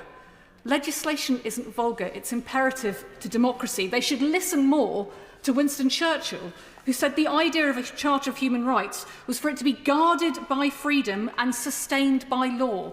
But this legislation will not sustain those laws, it will diminish them. We should be proud we were the first nation to ratify the convention that set up the European Court of Human Rights, set up at a time when thousands of people were fleeing persecution, in recognition that the world didn't always get things right. Never remember the children on the Kinder Transport who came to this country and their parents that we left behind. It is unimaginable in our own world to manage these issues on our own. That is exactly why we signed up to international treaties, to share the burden, to make a refugee system manageable, to deal with the fact that 60% of people on those boats are being granted asylum because they have a well-founded fear of persecution. And shipping a few of them off to Rwanda, just 5% of those, is at best an expensive distraction and at worst a deception at least. The only thing this piece of legislation will do is make a bad situation worse. Clause 5/3 provides the court cannot take an interim measure into account even if a minister has not blocked it. The bill also breaks our commitment to observe Rule 39 interim measures. In doing that, we breach our obligations under Article 13 of the ECHR, which require member states to provide effective remedies for the infringement of rights in domestic law. In layman's terms, Parliament is being asked to commit the UK to a process breaching our obligations to protect people from torture. No other country has ever tried to challenge Rule 39 jurisdictions. They may not have complied, but this is a completely new departure for us to be leading. And the damage it will do to our status around the world is untold. It will also damage other treaties that we have signed up to. The Trade and Cooperation Agreement states explicitly if we end judicial cooperation, we undermine the agreement. The Good Friday Agreement states explicitly that denying access to domestic courts for individuals on the basis of the ECR contradicts its own commitments. And I'm sure our colleagues from Northern Ireland have recognised that we cannot override legislation in this way. And that means there will be countless legal challenges. We've already heard about the millions of pounds we've spent on a scheme where not a single refugee has been sent to Rwanda for processing. We've already spent £2 million on legal fees fighting this process. That's on top of the extra £150 million we've already pledged to spend on it. No wonder a ministerial direction has been required to uphold this policy. And Parliament can pass any law it likes stating things should happen. We can pass laws saying there shouldn't be smoking on the streets of Paris. It doesn't mean that it will happen. And that's the legal fallacy at the part of this, along with the Permanent Home Secretary saying there is no deterrent effect. I can keep saying I can sing. I could pass legislation to say I could sing. If you came to karaoke with me, you'd realise very quickly otherwise the truth. The cold, hard reality of the law is that this does not change the facts that the Supreme Court identified. And only the people who think it's a deterrent think that they can somehow keep saying to the courts, no, Rwanda's safe, like some kind of Vicky Pollard approach to making legislation. It's time the British public woke up to what this government is doing. You cannot amend yourself out of this challenge without one side with Tweedledum and the other side with Tweedledee arguing anymore. This is a mess. It ruins our standing on an international bludgeon. It's more money being wasted. It's more time in this place being wasted when we could go after the traffickers, when we could go after the people exploiting vulnerable people fleeing persecution, when we could speak up for the very values that post-war we stood for in the world about supporting people who are at risk of prosecution. This legislation won't stop the boats. It won't stop the rot, and it won't stop the Tory party tearing itself apart. Britain deserves better, and with this side of the House, it'll get it. Danny Kruger. Thank you very much indeed, Mr. Deputy Speaker. Let me start by saying how much I support the objectives of the bill, and I pay tribute to the government for the very significant improvements on the status quo that the bill represents. There are, of course, some practical issues which have been well rehearsed on this side of the House with its operations. And as my right honourable friend, Member for Newark, said so well earlier, what really matters is whether it will work. And what working looks like is being able to detain and remove sufficient numbers of migrants quickly enough, illegal migrants, that they decide that the journey across the Channel is not worth it. And that means ensuring that we have the capacity in the system, and I recognise the progress the government has made to improve capacity, but I think, as my right honourable friend says, we have significant concerns about the system getting gummed up with legal claims that are still allowable under the bill. And we're also concerned about the continued operation, potentially, of Rule 39 orders from the Strasbourg court. But, Mr. Deputy Speaker, these practical problems, which I think are real and need to be addressed in the further stages of the bill, derive from a fundamental point of principle. And I really do welcome the noises that are made in the bill that would gladden the heart of my honourable friend, Member for Stone. It's rather like Bill Cash bingo in this bill. There's notwithstanding this, and there's supremacy that, and sovereignty the other, and it's all extremely welcome. Nevertheless, these words do not apply in the crucial places.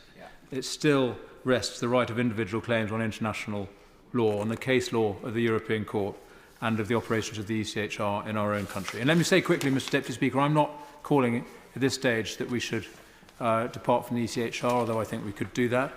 In response to the Honourable Member for Hodge Hill, who just spoke, as if we, leaving the ECHR, would be departing from the honourable and ancient British tradition of liberty. Of course, as he implies by his speech, we would be returning to it if we were to leave the ECHR and rest our liberties on the statutes of Parliament and on the common law of our courts. But nevertheless, if the European Court were to disagree with the actions of the government and they issued a substantive ruling to that effect, then we begin a process of conversation with them about that, and we decide how exactly we might comply, or indeed, if we had to, depart. Let me turn, Mr Deputy Speaker, to the Supreme Court judgment from last month, and I think it is pretty important, very important, that we try and analyse the implications of that ruling. It is true, as my honourable friend, Member for Stone, said, that the Supreme Court ruling does acknowledge explicitly that.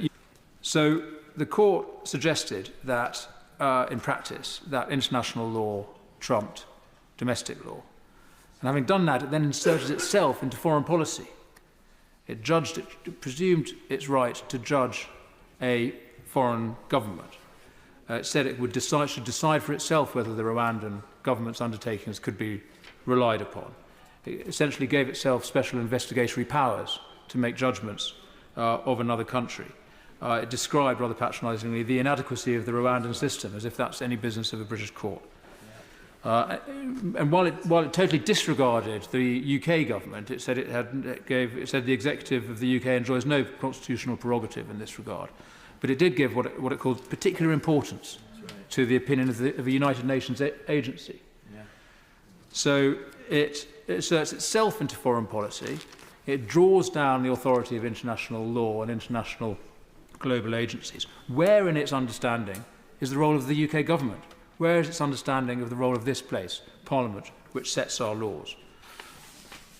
And I want to just reflect briefly on what the rule of law means, because the phrase is invoked constantly by critics of this bill and of our Rwanda policy, as if international law trumps domestic law. It is not the case that the rule of law implies some kind of hierarchy of law ascending from, parish council, local bylaws, up to the global law. The rule of law means the supremacy of Parliament and the operation of the common law, of case law, made by our courts. And my honourable friend, Member for Stone, cited all the distinguished jurists, Hoffman, Bingham, Denning, not Hale, didn't mention, but did mention Reid, the President of the Supreme Court. International law is, of course, important, and I totally recognise its enormous value in keeping the peace in the world and enabling us to deal with other countries, but it applies to the international plane. And let me touch briefly on human rights law, which has been mentioned as well. There's an assumption that the Human Rights Act has some kind of superior status in our law, and I recognise that is often seen to be the case, but that is problematic. The rights and liberties of individuals, of citizens and of foreign nationals, whether they're legally or illegally here, those rights and liberties are properly protected by statute and case law. And let me finish by saying, Mr Deputy Speaker, I regret we've got an unsatisfactory bill. I can't undertake to support it tonight. I'd hope the government would agree to pull the bill and allow us to work with them and with colleagues across the House to produce a better bill, one that respects parliamentary sovereignty and also satisfies the very legitimate concerns of colleagues about vulnerable individuals. I think we could do better on safe and legal routes, for instance. We should be working together with other countries to design a system that respects the sovereignty of Parliament and the legitimate rule of independent nations. Thank you very much, Mr Deputy Speaker. This year is the 75th anniversary of the Universal Declaration of Human Rights. What an irony and what a shameful indictment of ministers that our government is marking it by putting in front of Parliament a bill to wave aside our human rights obligations and the judgment of the highest domestic court in this land. This insulting and dangerous legislation attacks both human rights and our democratic structures. In doing so, it both demeans and disrespects the role the UK has played in helping to shape the international rules-based order including its contribution to the drafting and early ratification of the European Convention on Human Rights in the aftermath of the horrors of World War II.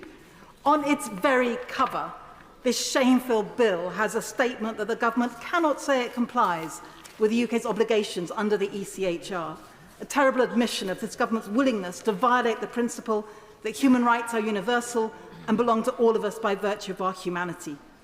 Now, as others have noted, this bill overturns an authoritative, unanimous Supreme Court judgment based on extensive evidence and made just 3 weeks ago. Our highest domestic court ruled that by sending refugees to Rwanda, the UK could breach its obligations under the ECHR and other international laws such as the Refugee Convention, the UN Convention Against Torture, the UN International Covenant on Civil and Political Rights, as well as domestic law. In seeking to oust the jurisdiction of our domestic courts by forbidding them from making assessment of fact and disapplying the Human Rights Act, this bill is constitutionally exceptional and provocative. It explicitly disapplies multiple sections of that landmark act, including basic minimum standards that protect us all, leaving barely any room for judicial scrutiny. Courts would be barred from considering if removing an individual to Rwanda could result in removal to a country where they would face torture, inhuman or degrading treatment. What kind of government would want the courts to ignore that and undermine the separation of powers that are fundamental to UK democracy? Mr. Deputy Speaker, this ugly bill also attacks interim measures, a vital human rights tool under international law, issued on exceptional basis in extreme circumstances where individuals face real risk of serious and irreversible harm. The bill both enables UK ministers to unilaterally decide whether the UK should comply with interim measures and also prohibits courts in the UK from having regard to them when considering any case relating to a removal decision to Rwanda. And to try and justify this cynical and sinister attack on the highest court in the UK, the Prime Minister has started saying Parliament is sovereign. Well, obviously, Parliament can pass whatever laws it wants. But we have courts so that everyone, including this government, must act with respect to the laws Parliament has passed. This bill, as others have said, simply will not work. Its so-called deterrent is not a deterrent to someone fleeing torture or persecution who has already put their lives at risk by taking to one of the busiest shipping lanes in dangerous inflatable boats. But this law actually was even nothing to do with that in any case. It is a performative piece of cruelty of a dying administration and a grotesque waste of money that is neither practical nor strategic. But most important of all, the outsourcing of our human rights obligations to a third country is downright immoral. And to immorality, we can also add absurdity, Mr. Deputy Speaker. Seeking to legislate by assertion that Rwanda is safe is as ridiculous as it is dangerous. You can't sign a quick treaty one week and then legislate the next to make a country safe when the highest court in the land has said just the opposite. It is the facts on the ground that matter. It feels bizarre to have to say it, but apparently it is necessary to, and that is that legislation to say Parliament believes something to be true does not make it so. Fixing the facts on which the law is to be applied is the kind of thinking that dangerous conspiracies are based on. As Tom Hickman, KC, has said in a paper for the Institute of Government, and I quote, "If the government considers that the treaty has eliminated the real risk of refoulement, then it should seek to persuade the courts of that, not Parliament. It should not need saying that when you sign a treaty, you should stick to it. The UK government now has the embarrassment of being schooled by the Rwandan government, who, despite its own poor human rights record, is now sending out warning shots that even they will pull out of this shoddy deal if the UK government breaches international law to implement it." Mr. Deputy Speaker, I will be voting against this bill tonight because there's no tweak or amendment that can improve something that is rotten to its core. The bill before us today is a doomed and draconian attempt to reassert the Prime Minister's fragile claim to a non-existent authority, but it has serious consequences and sets an extremely dangerous precedent. These are deeply dangerous times in this country, and they are made more dangerous by this government. We've already seen the suppression of the rights to strike, the right to protest and other democratic principles and standards being seriously eroded.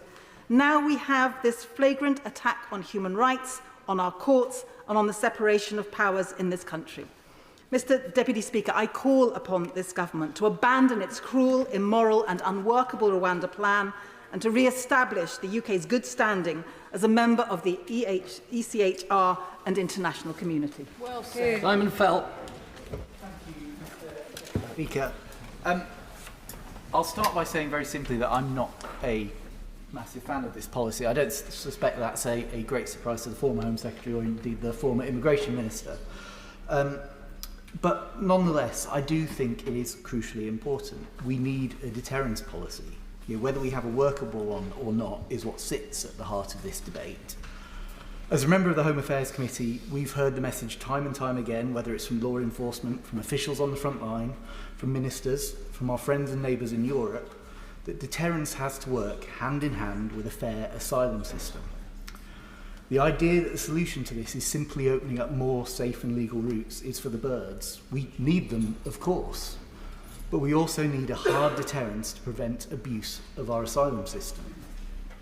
When this policy was first announced, French officials said to us on the committee that there was a spike in asylum claims in France because people feared what would happen to them if they made that regular boat journey to France and ended up in another country. When the planes failed to take off, the spike in claims levelled off. We've been to the beaches in Calais, we've spoken to asylum seekers in the camps near the coast, and as a committee we've spoken to our compatriots in Europe. It is very clear that countries across Europe, indeed across the globe, are casting around for a solution that we all face, for a challenge that we all face, Millions of people are on the move due to the effects of climate change and war, and we are not on our own here. And I gently suggest to friends and colleagues across this chamber who think that this is the government tilting at a particularly British windmill, that we are not. Versions of this scheme are being worked up across Europe, across the world. We need a rational asylum system, one that extends to help beyond schemes to Hong Kong residents, to people from Ukraine, Afghanistan and Syria, the schemes that we should be rightly proud of. We need one that extends to people who need genuine help. We need to erode our asylum backlog, and I give full credit to my right honourable friend for the work he put in doing just that. We need to place more work into inculcating citizenship for those who come here. We also need a sensible discussion on legal migration, being proud of the people who want to come and live and work here, set up their families here, and only tapering off numbers once we've geared the system enough to grow our own, not least to support agriculture, tourism, fisheries and social care, and avoiding cliff edges. But I go back to the main point. We do also need a deterrent. One that stands up and says to the criminal gangs and the people traffickers that their trade will not work. That they can try and put people on boats across the channel, but those boats will be intercepted and that their journey will not end in Britain. Doing that will break the trade. Doing that will make the boats unviable. And it's a goal that we share across this chamber. The key issue that the Supreme Court raised was whether Rwanda was considered to be a safe country in processing asylum claims, and whether individuals sent there were at risk of refoulement.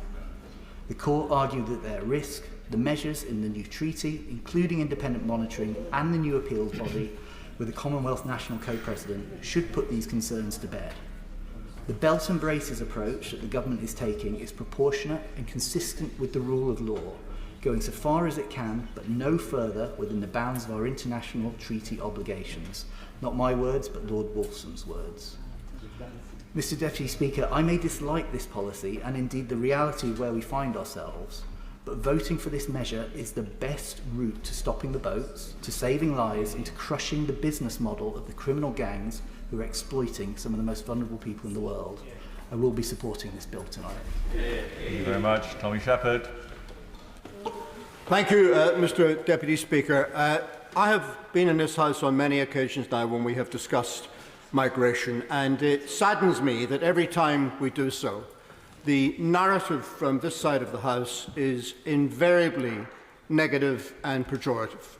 Immigration is always couched as a problem to be dealt with rather than an opportunity to be embraced. And I long for the day when we can have a positive discussion about the fact that almost everywhere in history where people have moved from one country to another, it has been to the benefit of the country to which they go.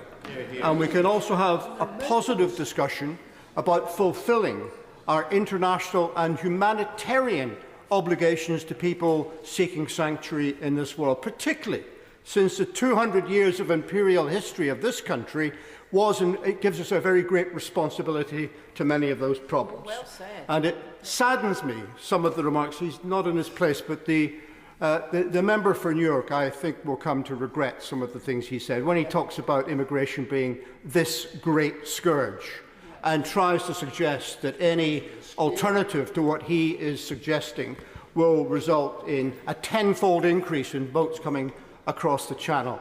This is an attempt to weaponize and politicize a very sensitive subject for political gain, and it is, I think, very distressing indeed. If there is a problem with migration policy in this country, then it is a problem that is made by this Conservative government. Let me give 3 examples. The first would be the backlog, which rose to a shocking level of almost 100,000 people waiting to have their applications determined.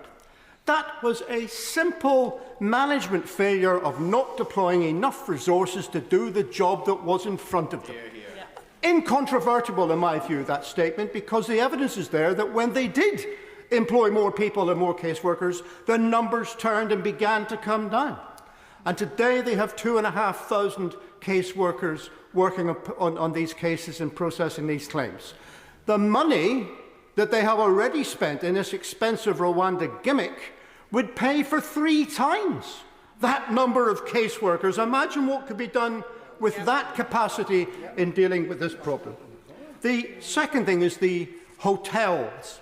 I agree. Everybody agrees that this is completely unsatisfactory, that people who claim asylum in this country and want to make their case should be locked away for months on end in hotel accommodation that is not fit for their needs. It is a problem for the communities in which those hotels are located. It's also a problem for the people who are forced to be in that substandard and inadequate accommodation while their claims are processed. But it's a choice by the government to treat these people as guilty until proven innocent and to detain them in this way.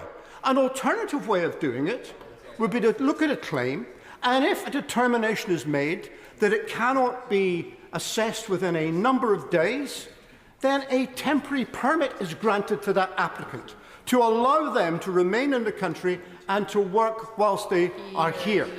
Now, what would happen? What would happen if that were the case? Well, what would happen is, first of all, the hotel bill would disappear, but more than that, people would seek the support of their families and friends and communities already in this country and of funded voluntary organisations at a much lesser cost to the taxpayer than is currently the case. And more than that, they would start doing work and paying tax in this country. And it's been suggested to me that if you did that, of course, people would just fall through the system because you wouldn't be able to control them. Well, I put it to the Home Office. There are 90,000 records you have already lost. So if people are allowed to work, I rather fear that the HMRC system might be rather better at us knowing where they are than the current regime which is there. And then the boats. People talk about disrupting the business plan. The business plan of the traffickers who use the boats was gifted to them by this government because you closed down the legal routes to come to this country, opening up these business opportunities. And the best way to get rid of them, would be to make sure that there is a system in place where anyone who wishes to apply for asylum in this country can do so, and their application is determined if efficaciously and swiftly a judgment is made, and it is either denied or they are accepted. And yet we talk about this as if everyone coming here in these boats was illegal and undeserving. Even on the latest figures, 3/4 of those applicants have been granted asylum because they have a legitimate claim. And Mr. Deputy Speaker, on the Rwanda policy itself, I've referred to it as a gimmick, but let me just, in the seconds remaining, let me just deal with this point about deterrence. We know that the Rwanda scheme is going to make an infinitesimal contribution to this problem. We talk about maybe 100, maybe 200 places being available in Rwanda that people can be deported to.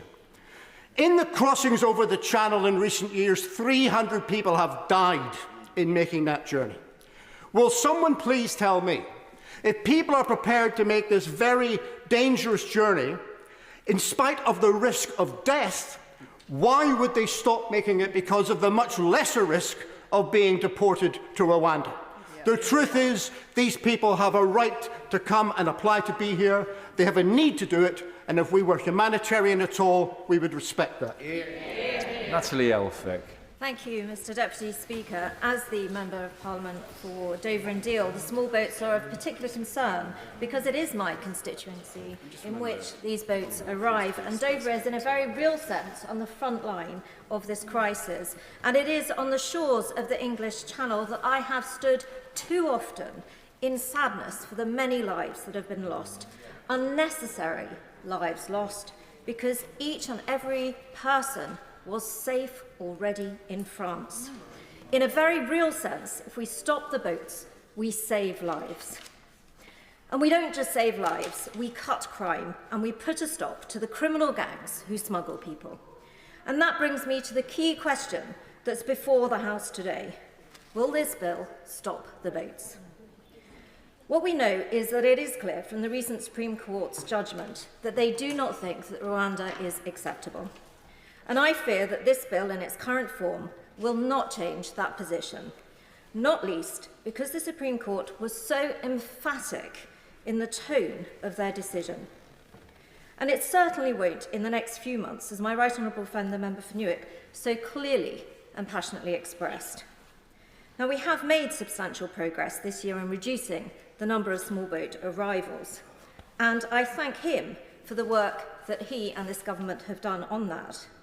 Because it is the case that it's diplomacy that can sometimes succeed when all else fails. And that was the experience when it came to stopping the lorry smuggling. Under Lord Cameron, extraordinary arrangements were made with France to take joint action to stop the lorries then, just as we need to stop the boats now. Then it was said that no deal could be done, and yet it was. That's why, following the Supreme Court judgment, we must turn to diplomacy once again with a cross-channel agreement to return people to France rather than Rwanda. Indeed, Italy has done a deal with Albania, and there's nothing to stop the UK and France from doing a similar deal. We must look at all options that can work, because it is only when migrants and the people smugglers alike know that they cannot succeed through this cross-channel route that this small boats crisis will finally come to an end. Now, we should not stop there, because we need to modernise asylum as well. Asylum and the Refugee Convention were created in a very different time. It must be recognised that there is now movement of very large numbers of people on journeys that are all too often incredibly dangerous. That needs to be addressed not just by the UK, but by the West as a whole. A reformed international law would seek to keep people displaced by conflict close to their homes so that they can return and rebuild when conflict ends. These changes would help control migration, prevent dangerous journeys, save lives, and keep safe vulnerable people who are impacted by wars and other circumstances in their homelands. This is a case I have been making for a long time, that the government should start international discussions about a new global migration settlement, because the whole House knows that this is not just a concern for our country, but across Europe as a whole. It is vital that we must stop these dangerous journeys, that globally the UK should build on our incredible record of providing places of safety close to conflict zones. That is the way to protect people, to save lives, and to help them rebuild their homelands when conflict ends. It would also cut crime by tackling the global illegal people smuggling criminal networks, ruthless criminal gangs which, according to the National Crime Agency, fuel other serious and organised crimes from their vast profits. Mr Deputy Speaker, I have stood on the White Cliffs of Dover with Prime Minister Boris Johnson and the current Prime Minister. I want to stop the boats. But I am gravely concerned that today's bill in its current form won't do what the government wants. The House might reflect that when the immediately former Home Secretary, the former Immigration Minister, and the member for the constituency most directly affected by this crisis, among many others, all say that this bill may not work, may not deliver what the government is saying that it will, that those concerns ought to be heeded. I sincerely hope that whatever happens in voting today, the government will consider both operational and diplomatic ways forward, as I and others have been making the case for. These could so much more quickly deliver the results in the coming months that we all wish to see. Thank you, Mr. Deputy Speaker. This is a new low, even for this Tory government. This bill is spawned by overpromising on immigration for over many, many years by the Conservatives, constantly seeking to hoodwink people into believing that they are actually competent enough to deal with this situation. But on the balance of evidence, the courts have decided that Rwanda is not a safe country for them to send people who are seeking asylum. And the government stamps its feet and brings legislation here so that it can legislate to say that something that is wrong is right. And that is a new low that I've not experienced in all my years that I've been in here. And it's a slippery slope. When government takes that sort of power to itself, where will it stop? And some of the speeches that have been made on their own benches have raised that question. Now, I understand it that there is at least 5 different, I think they're called families over there on the Conservative benches, who all disagree with one another. I think it's 7. They've got their own sort of private version of the gangs of New York going on. But I think we're going to have a general election soon, because they're going to run out of backs in which to put their respective knives. But this is the 3rd piece of legislation that we've had in just 2 years. And each time the Conservatives have told us that this is going to stop the boats. We had the Nationality and Borders Act in 2022. We've now got the Illegal Immigration Act, which is, again, we were told was going to stop the boats. And now we've got this Safety of Rwanda Asylum, which is going to stop the boats. And I have to say, I'm really impressed with the Rwanda and the stand that they've taken, because without taking a single refugee or asylum seeker, they've managed to up the ante by 3-fold.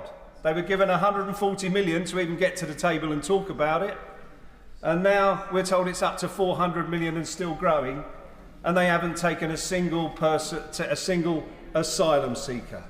That's an incredible feat by the government, but not just that. It's only going to be 100 or maybe possibly 200 places per year. 200 places per year. So this is going to cost, what, £2 million per person on current figures? That's an incredible achievement by the Rwandan government. I can't understand why the benches obviously aren't arguing about why the numbers are so low. They're arguing about people being able to take their cases to court, individual cases to court, but they don't seem to be concerned about the fact that this is such a small number that it's hardly likely to be much of a deterrent when so few people will actually be sent in any one year. So, yes, I will. Gregory Campbell. Thank the honourable member for giving way. He's waxing eloquent on the issue of Rwandans' excellence at negotiating with the government. Would you agree with me that the Rwandan authorities seem to have hoodwinked the UN as well?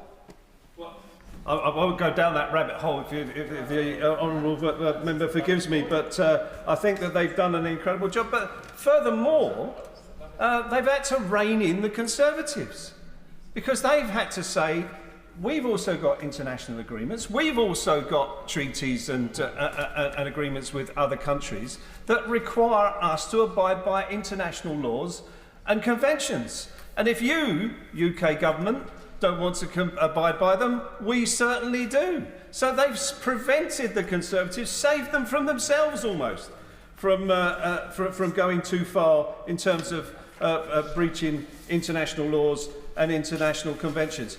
And so I've listened with interest to the speeches over there. That gangway has never seemed so wide. It seems to be the equivalent of the Berlin Wall for the left and right of the Conservative Party. But it does seem to me, standing here, listening to the speeches, that are completely irreconcilable in terms of those that want to defend the rule of law and the rights of individuals to seek their rights to be upheld in a court and to have a right to go to that court, and those that want to take that power away. And people have made it quite clear that they're not going to vote for legislation if it doesn't satisfy their requirements. But the two requirements are completely at opposite ends to one another and totally and utterly irreconcilable. So I don't understand, I don't see how the Prime Minister is going to resolve this conundrum. I think he has managed to clearly, from the expression on his face earlier on today, he's clearly managed to cobble together a coalition to get this bill through today, and he's confident about it. Yes, sir. Thank you very much for giving way. I'm very grateful for his reflections on the Conservative Party. What are his reflections on the Labour Party's policy or absence of one? Well, you see, so I hear this all the time from the Conservatives, that Labour that they don't have a policy. Well, one, it would be nice if one of the policies that has been implemented by this government over the last few years actually worked. That would have been a revelation. That would have been a revelation. But what I would commend, a bit of silence over there. What I would commend the government for is the arrangement it's made with Albania. That's the sort of route we should be going down. They've stood at that dispatch box today, and we brought them the small boats crossings down by a third, and that is largely due to the agreement with Albania.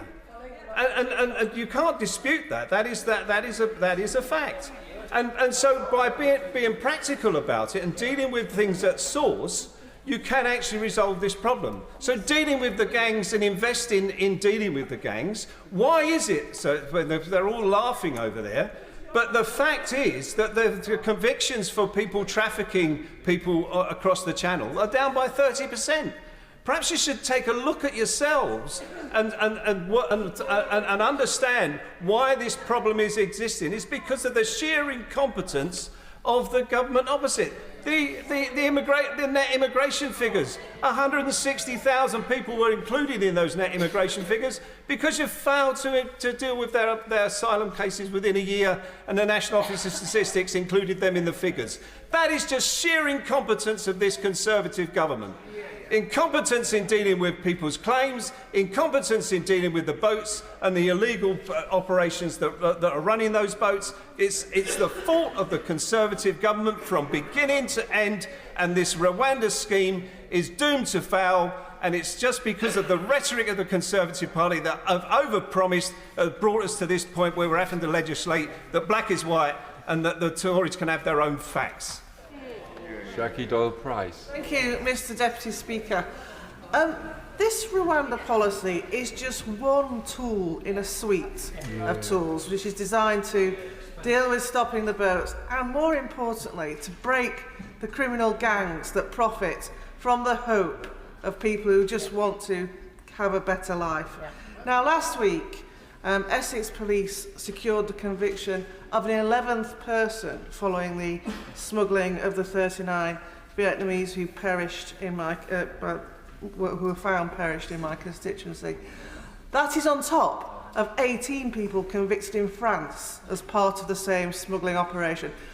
29 people have been convicted of trafficking as a result of that investigation. It proves that we can break those criminal gangs if we target our resource to them.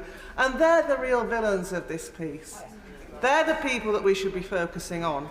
Now, I'm happy to support this bill tonight. I've never been an enthusiastic supporter of the Rwanda policy, but I recognise that we do need a whole suite of tools with which to stop this trade, and anything which would provide a deterrence is obviously something that's welcome.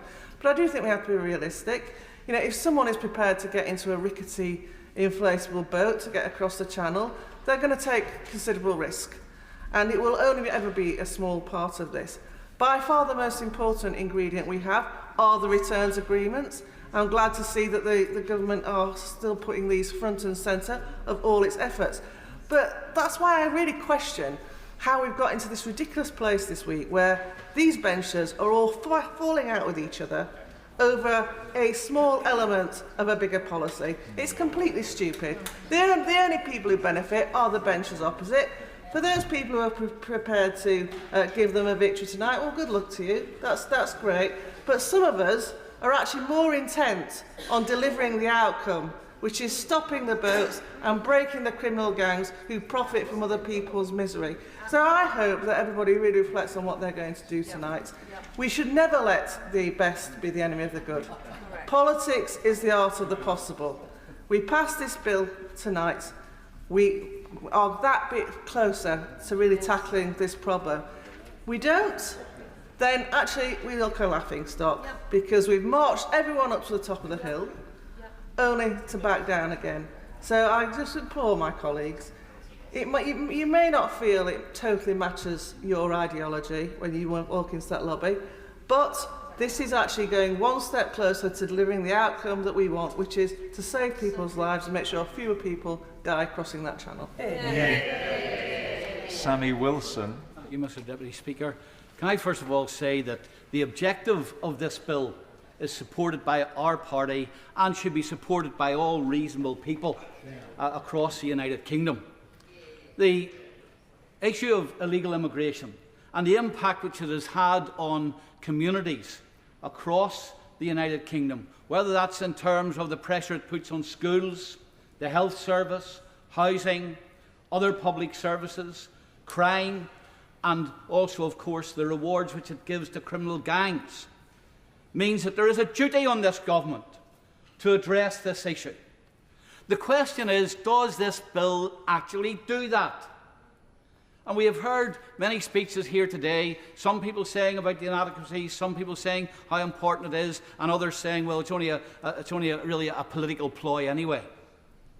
The truth of the matter is, and I think that we have already seen similar bills being brought to this House, and despite bills of a similar nature being brought, and Rwanda being talked about, we have sent ministers and money but no migrants to Rwanda, because we have not learnt from the flaws in the previous bills. And the flaws that were in the previous bills still exist in this bill.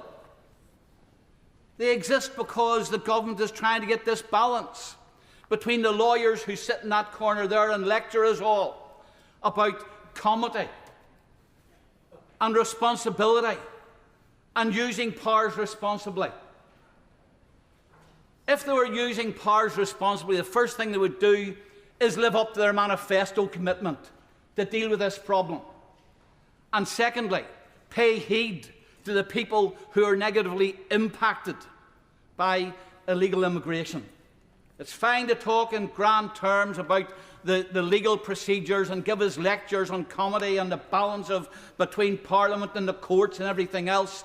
That doesn't rank too much with people who can't get their youngsters into a school, or people who can't get the health service support to which they require, or find that wages locally are being driven down, or house rents are being pushed up. And for that reason, I think that the government has got a bill which, while it has a fine aim, it does not meet the requirements of the objectives to reach the objectives which it mentions. The one part which has been missing in all of this debate today is the impact which this bill is likely to have on Northern Ireland. Because Northern Ireland is different.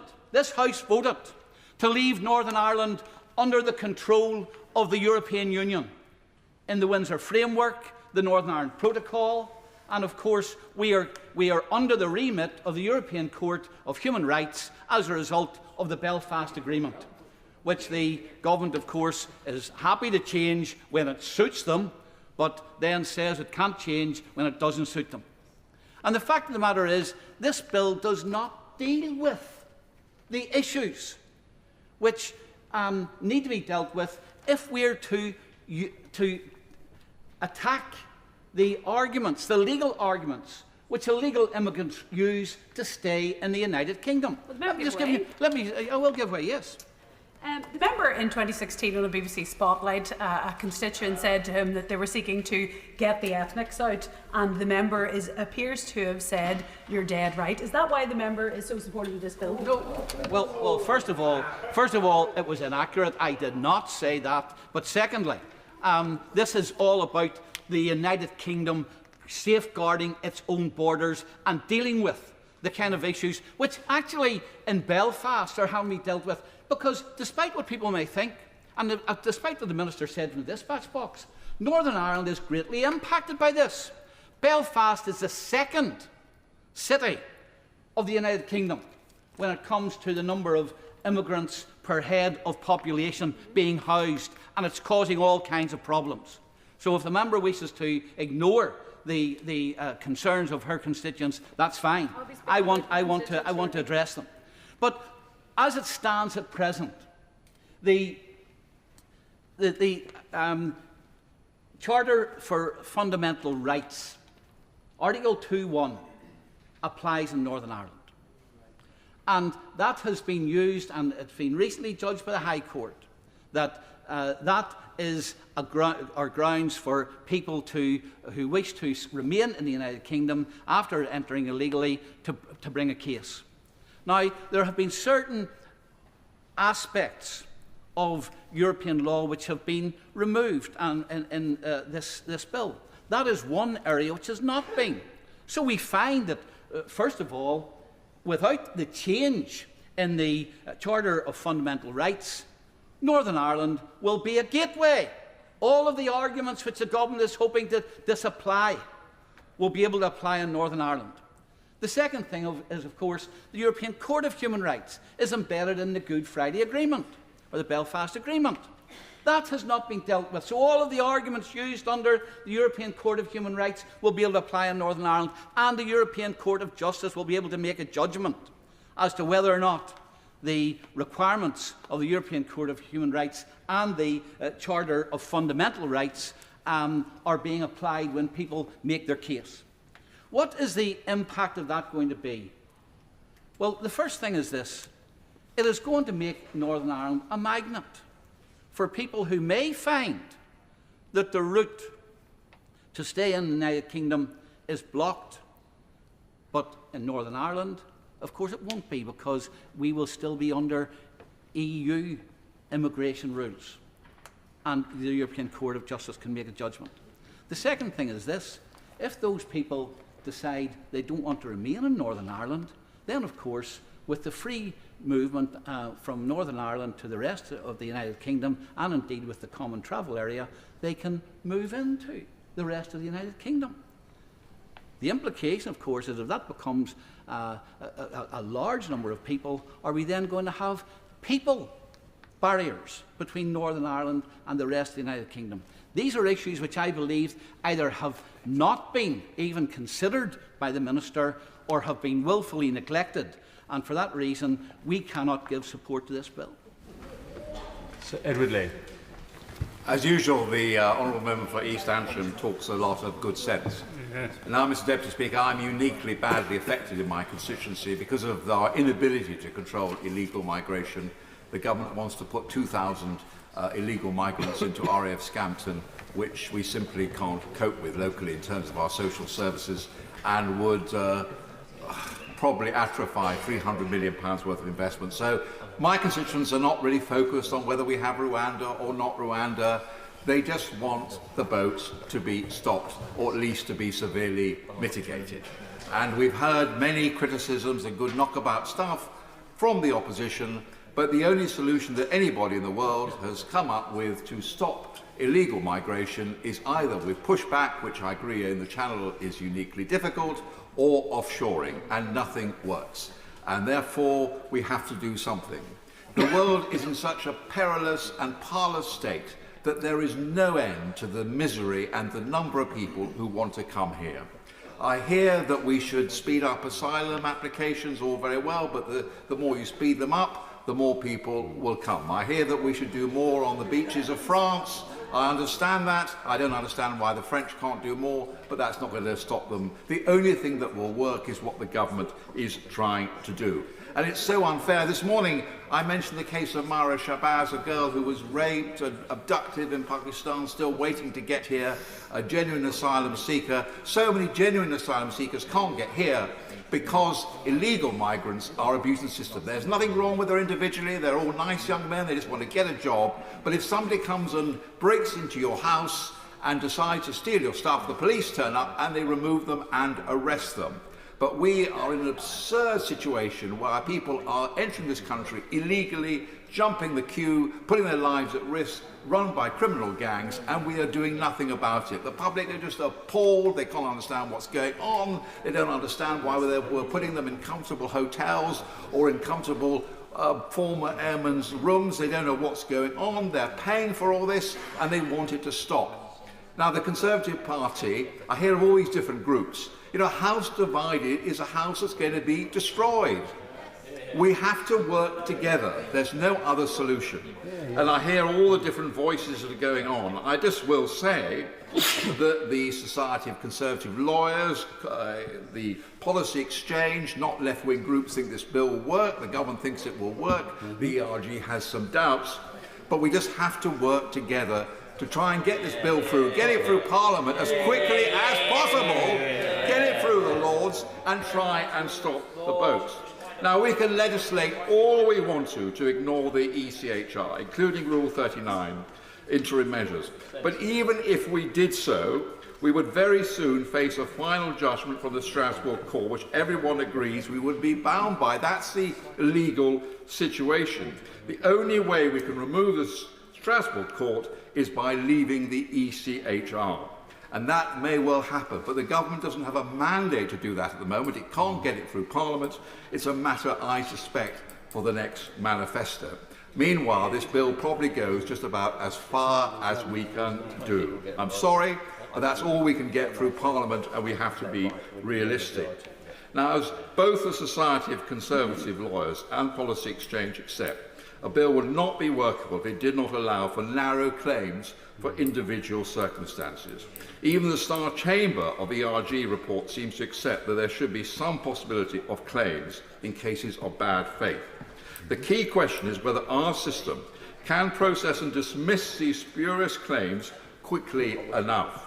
Under the arrangements we have in relation to removal to Albania, illegal migrants have even wider avenues for claims, but this has still led to a 90% fall in small boats' arrival from Albania.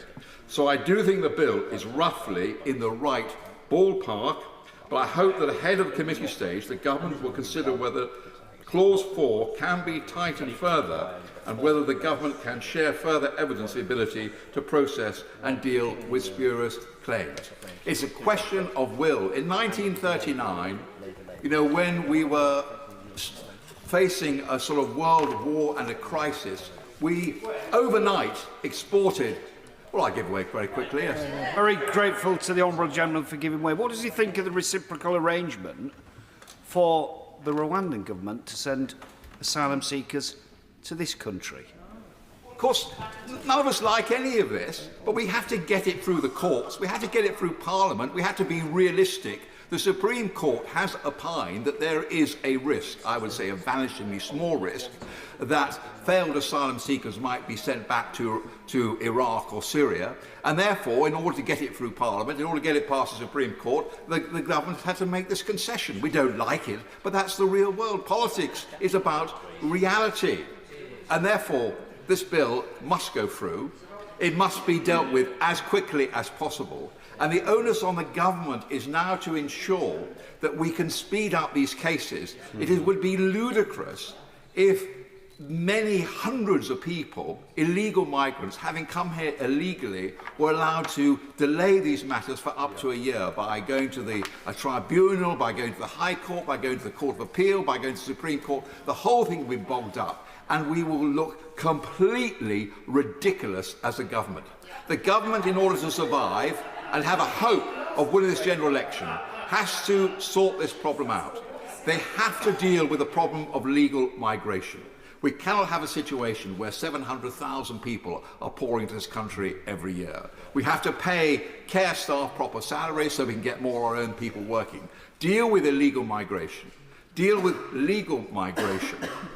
And also, by the way, build some more houses for our own people. If we start working together as a party, if we stop making personal attacks on each other, if we stop questioning our good faith, then this party has a chance. Because what have they got to offer? No solutions at all.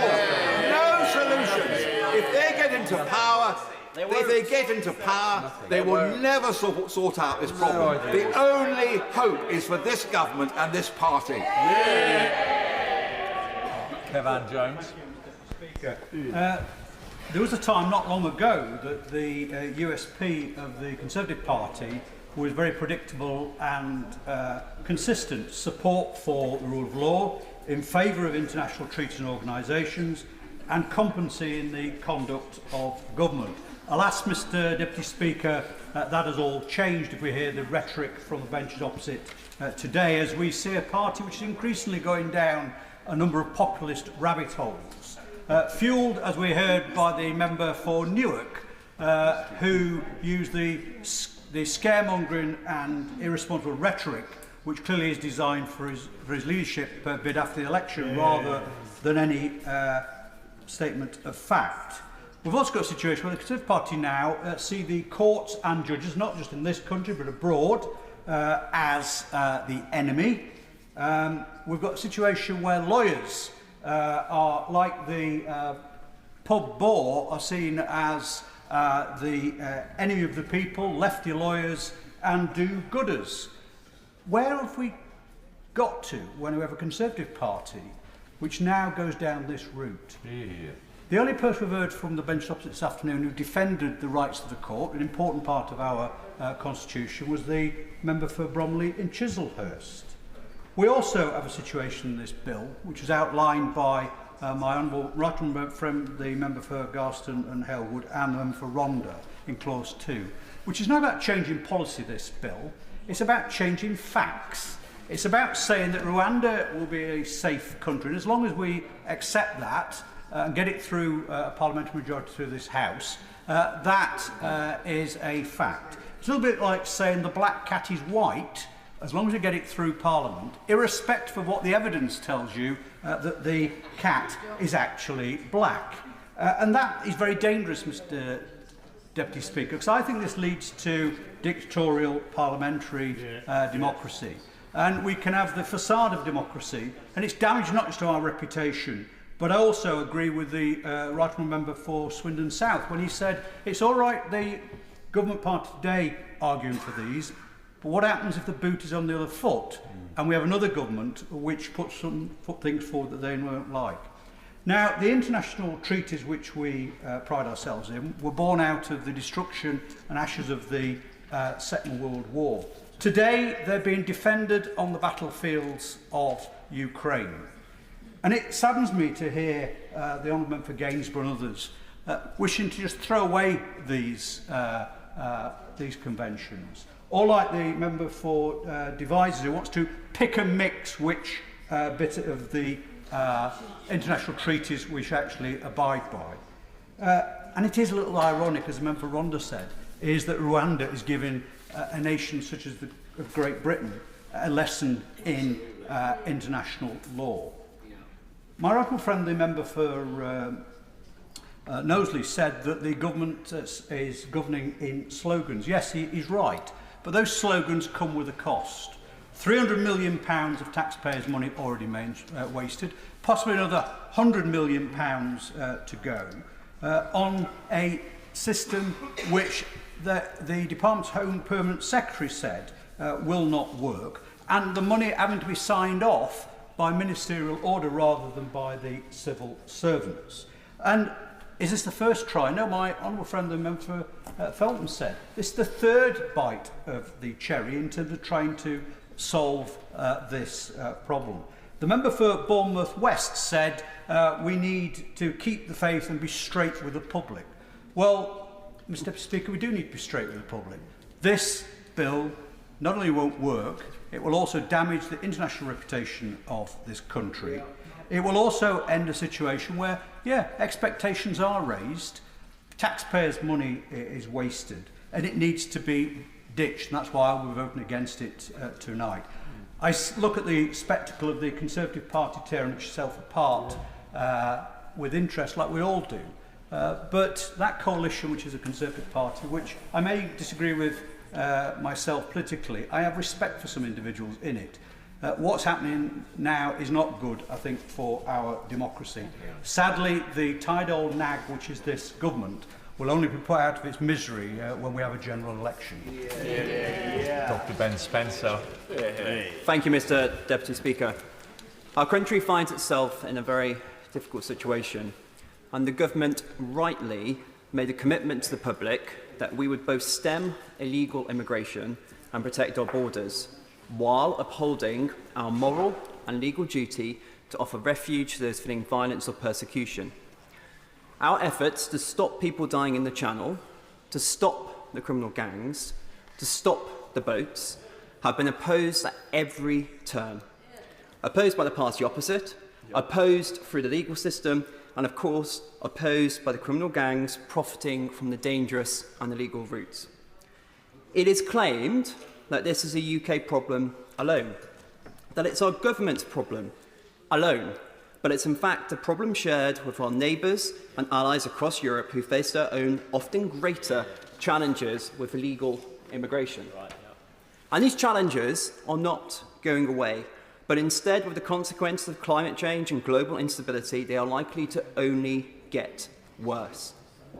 Our approach to asylum needs to be fair, both to the asylum seekers themselves and our communities have opened their hearts and homes to those seeking refuge, but it must be through safe and legal routes. We cannot cede control of our borders to criminal gangs. We must tackle illegal immigration. Now, the European Convention on Human Rights is often cited as the barrier preventing control of our borders.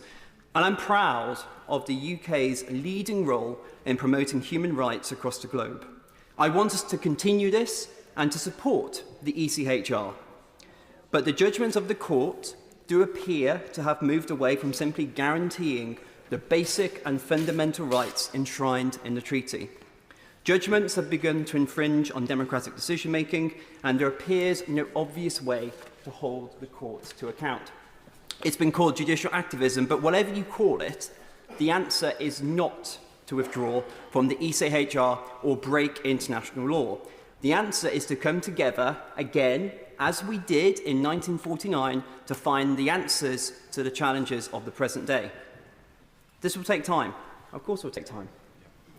And the government right now must take steps within its power to control illegal immigration. Now, colleagues may remember my unease over a previous bill which threatened to break international law. And I was unable to support that unamended. And had the same issues arisen here, my sentiment would be the same. But the difference here is that I've been assured that the bill as stands does not break international law. It is by no means perfect, and we could spend a lot of time seeking perfection. But the challenges we face are real and impacting on lives now.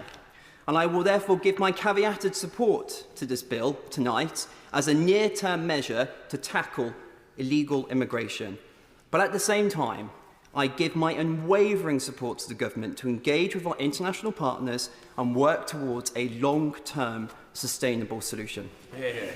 Del Roviro-Adi. Deputy Speaker, public services are on the verge of collapse. The gap between rich and poor has widened and we're slipping back into a Victorian area.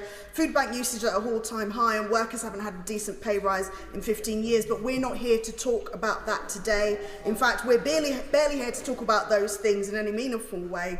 We are here to legislate on the dog-whistle fantasist policies of the party opposite, electioneering when they should be governing, not offering any real solutions to problems and attempting to divert attention from their own failings as a government, wasting the time of this House and squandering the goodwill of the people of this country. We keep going round and round on this matter. And our Supreme Court has ruled on this. It found Rwanda to be unsafe. This was based on evidence. Legislating the opposite is not going to rid us of the facts.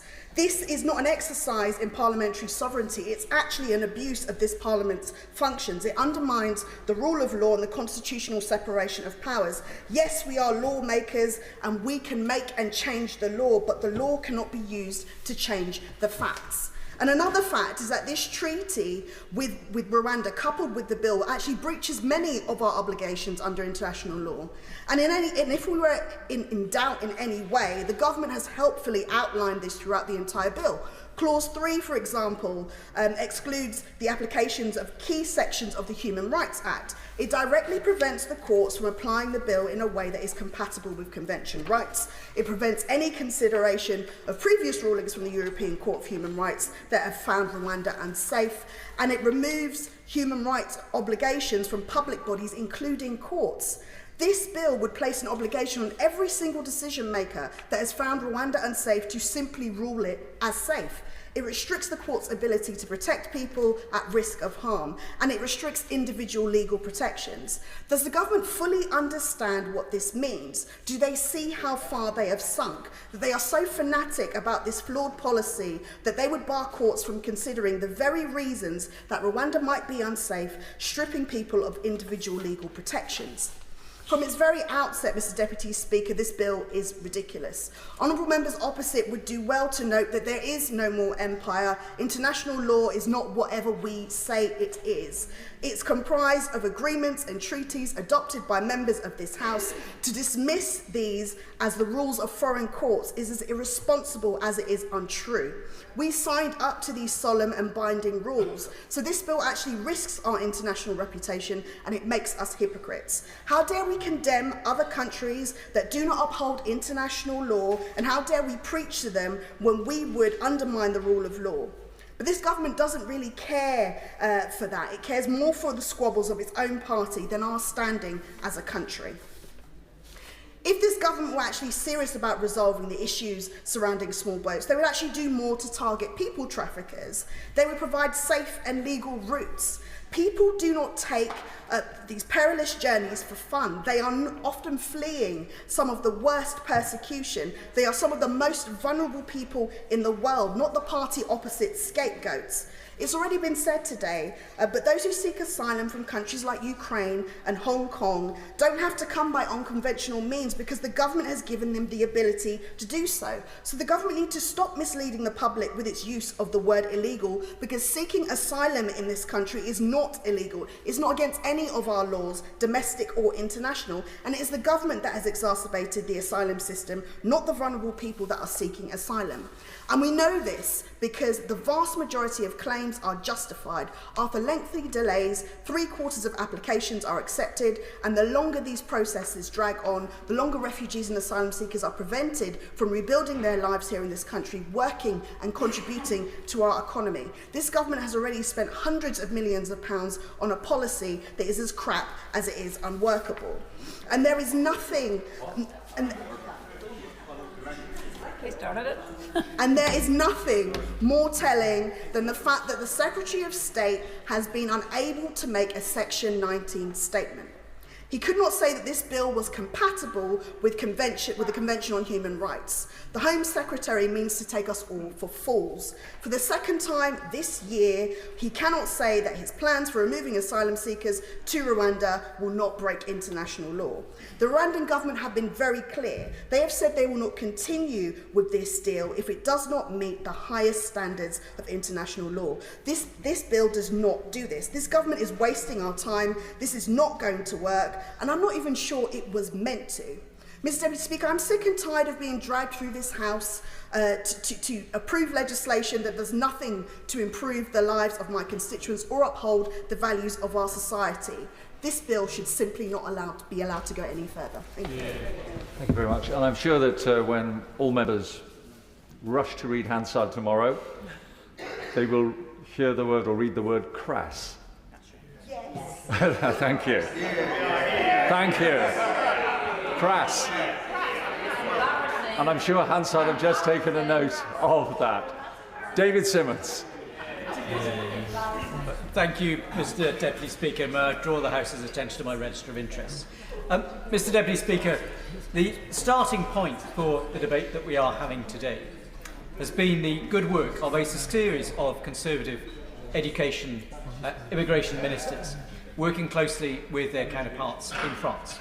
In particular, it's worth recalling the contribution of our late colleague James Brokenshire, who's worked with the French authorities to increase the security at the ferry terminals, the lorry parks, and in particular around the Channel Tunnel in northern France, has been, whilst enormously successful in reducing the numbers, putting their lives at risk, smuggling themselves to the UK by that route, has been instrumental in driving those gangs to use small boats across the channel as the means of carrying on their trade. Mr. Deputy Speaker, I started out as something of a Rwanda sceptic, but having spent many years in local government and seen the cost challenges that face many of our local authorities supporting refugees and asylum seekers in the UK, it did seem to me a very expensive policy per capita. But having had the opportunity to reflect both on the visits I placed to the jungle in Calais in 2016, before the security measures were put in place, and what I've heard from our agencies, including both the French and the UK agencies operating against the gangs in France, and from some of those migrants themselves waiting to cross the channel, it seems very clear to me that this is a policy which has, as part of the wider range of measures, great utility in acting as a deterrent. It will not by any means apply to everybody, and we know people will continue to come to the UK, including as they've done to the local authority in which I served, through the routes into Heathrow Airport. But a measure that helps address the particular unique circumstances that we face in the English Channel is absolutely essential. And it seems to me that this Rwanda policy and the bill set out today has enormous utility in addressing the risks that people are putting themselves to and the profits that those criminal gangs have continued to make. And Mr. Deputy Speaker, a great deal of the debate has focused around the detail of the legalities of this bill. And it certainly seems to me an enormous improvement in where we've been previously, and reflects the judgment of the Supreme Court in saying the key concern that needs to be satisfied is that anybody who is sent to Rwanda as a result of this policy needs to have sufficient safeguards on their human rights, that we can be confident in particular that they would not be moved on to another country where those human rights would be abused. And that replicates the agreements that we have in respect of deportations to many other countries, and also upholds the standards that we would see from the United Nations, the European Union, from countries like Austria and Germany, which are already exploring with Rwanda and others similar arrangements in order to address their like concerns about the impact of high levels of uncontrolled migration across Europe and elsewhere. And I reflect on the fact that I am receiving a great deal of lobbying from leading figures in my local authorities who are enormously concerned that the cumulative cost of accommodating large numbers of people who've arrived in a fairly short space of time means that we are struggling to ensure that access to housing, access to education, access to other important public services is maintained to the standard that we would wish to. And that in that context, dealing with those who, as a number of members have highlighted, have effectively jumped the queue, rather than those who have played fair, who followed the correct process, who come here because of their connections to the UK, represents an unfair loss of public money for that purpose. And it seems to me also that whilst this bill is not perfect, set alongside the work that's been done by a number of ministers to improve decision making in the Home Office, the arrangements that have been made working with local authorities through things like the National Resettlement Scheme for refugee children, which has led to the fairly seamless now accommodation of more than double the number of unaccompanied asylum-seeking children in the UK, that's seen additional local authority areas volunteering to become dispersal areas for asylum seekers and to take part in resettlement schemes compared to where we've been before. And the continued contribution that foreign students, 600,000 of whom we committed to bring to this country in our election manifesto of 2019, the contribution that they continue to make to our economy, which now represents a foreign currency earner larger than our oil and gas industry. So that demonstrates a migration and immigration policy that in the round continues to serve the interests of the British people. And I'd just like to finish on this question, Mr Deputy Speaker.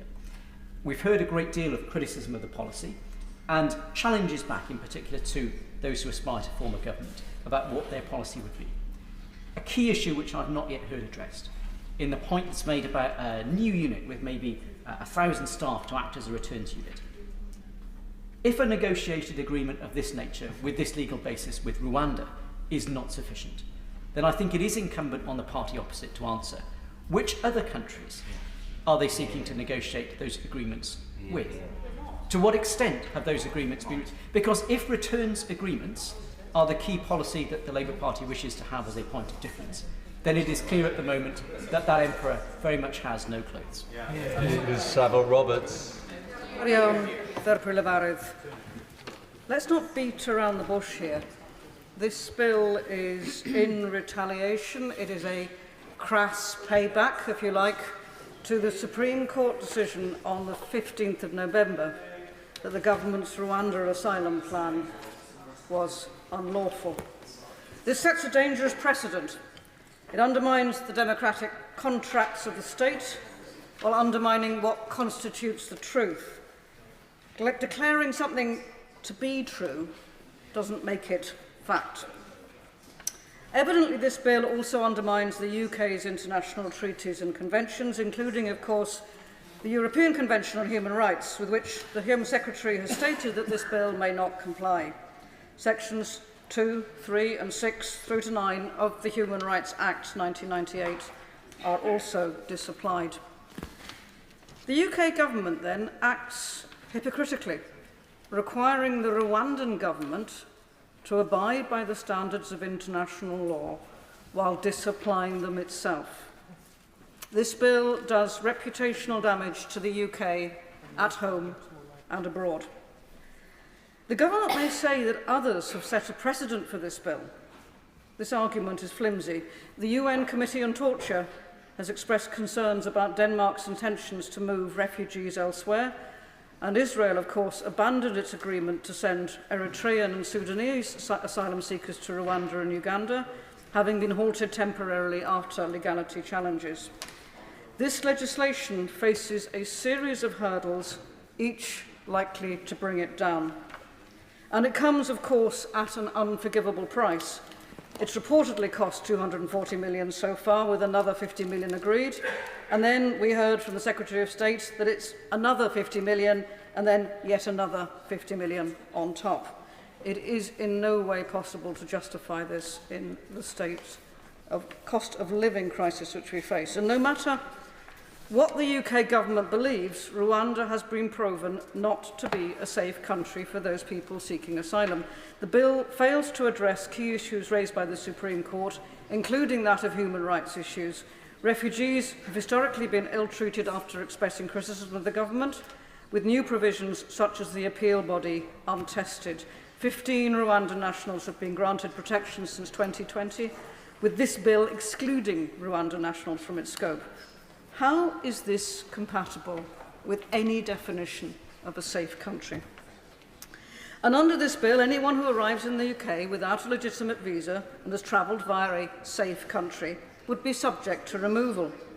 But what about those people fleeing conflict zones unable to access documents such as passports and visas as embassies close down? What about the many Afghan men and women who were a crucial resource to the UK government, left stranded and in peril? Where are the safe and legal routes? This bill, of course, is an affront to Plaid Cymru's values and Wales's aim of being a true nation of sanctuary. We are proud to be on the side of equality, wanting every single person to have the same opportunities and the same access to justice, resources and services. We want to end recourse to public funds conditions and allow all migrants and people seeking asylum access to the public services they require. How this is found to be contentious by the UK government is beyond belief. Instead, of course, of electioneering and distraction policies, the government should indeed be expanding safe routes to ensure that fewer people decide to take the tortuous journey across the Channel and at the mercy of smugglers. Now, to close, Deputy Speaker, I just wanted to refer to an example, a model Professor Emma Lewis of the Department of Law in Aberystwyth, what he uses when he is teaching public law in that university, in the way that he illustrates the legislative supremacy of the UK Parliament through an imaginary potential act. The name of this imaginary potential act? Its name is the location of Aberystwyth, open brackets, on the moon, close brackets, bill. If an MP were to sponsor this act and the government were to support it, it would become law, and no court in England or Wales could overturn it. But the reality of the location of Aberystwyth would remain utterly unchanged. When we are talking about the potential of this act to change the reality, I think we would do well to learn the lesson of Professor Emma Lewis. Well said. Matt Warman. Mr. Speaker, this bill tackles an issue that is vital to many of our constituents. We all know how important numbers of legal migration and amounts of illegal migration are. I know from my own constituency, a constituency that is generous and kind, but there are real tensions when 5 hotels are used for illegal migration in a town like Skegness. There is no justification for that position, and the residents being put in it are rightly angry. When we get issues such as this wrong, we strain the social fabric of our country, and the government has a duty not just to try and tackle it, but to strain every sinew to try and tackle it. So I welcome, perhaps surprisingly even to myself, I welcome how far this bill goes. I welcome the fact that it is doing something novel. But I am uncomfortable in that position, because what this bill does is to go up to the line of international law. And international law is important, Mr. Deputy Speaker, not because of some sentimental approach about what it means, or even the fact that Britain was involved in writing some of it. It's important for 2 reasons to me. One, because it is the foundation upon which we are able to do the deals with other countries, for instance, Albania, France, Italy, that allow us to tackle illegal migration. Because Rwanda cannot be the only thing that we do. Rwanda has to be, if it is to happen, a part of a meaningful package of measures. And if we go so far in one direction to try and ensure that flights to Rwanda take off, we will knock out other important parts of the deal that we need to do. So we need to be very careful about walking a tightrope, because when I say that I am uncomfortable on that tightrope, I think others are uncomfortable for a very different reason. But that is what successful compromise on all sides looks like. If we try and go further, the risk is not just that we undermine our whole approach to tackling this issue with a multi-pronged approach. It also risks simply undermining Britain's whole standing in the world. So we'll have a policy that won't work and a country that is less than where we started. No one in this House, I think, wants that. And there is, to use the phrase that's been around so much recently, the simple risk that we make the perfect the enemy of the good.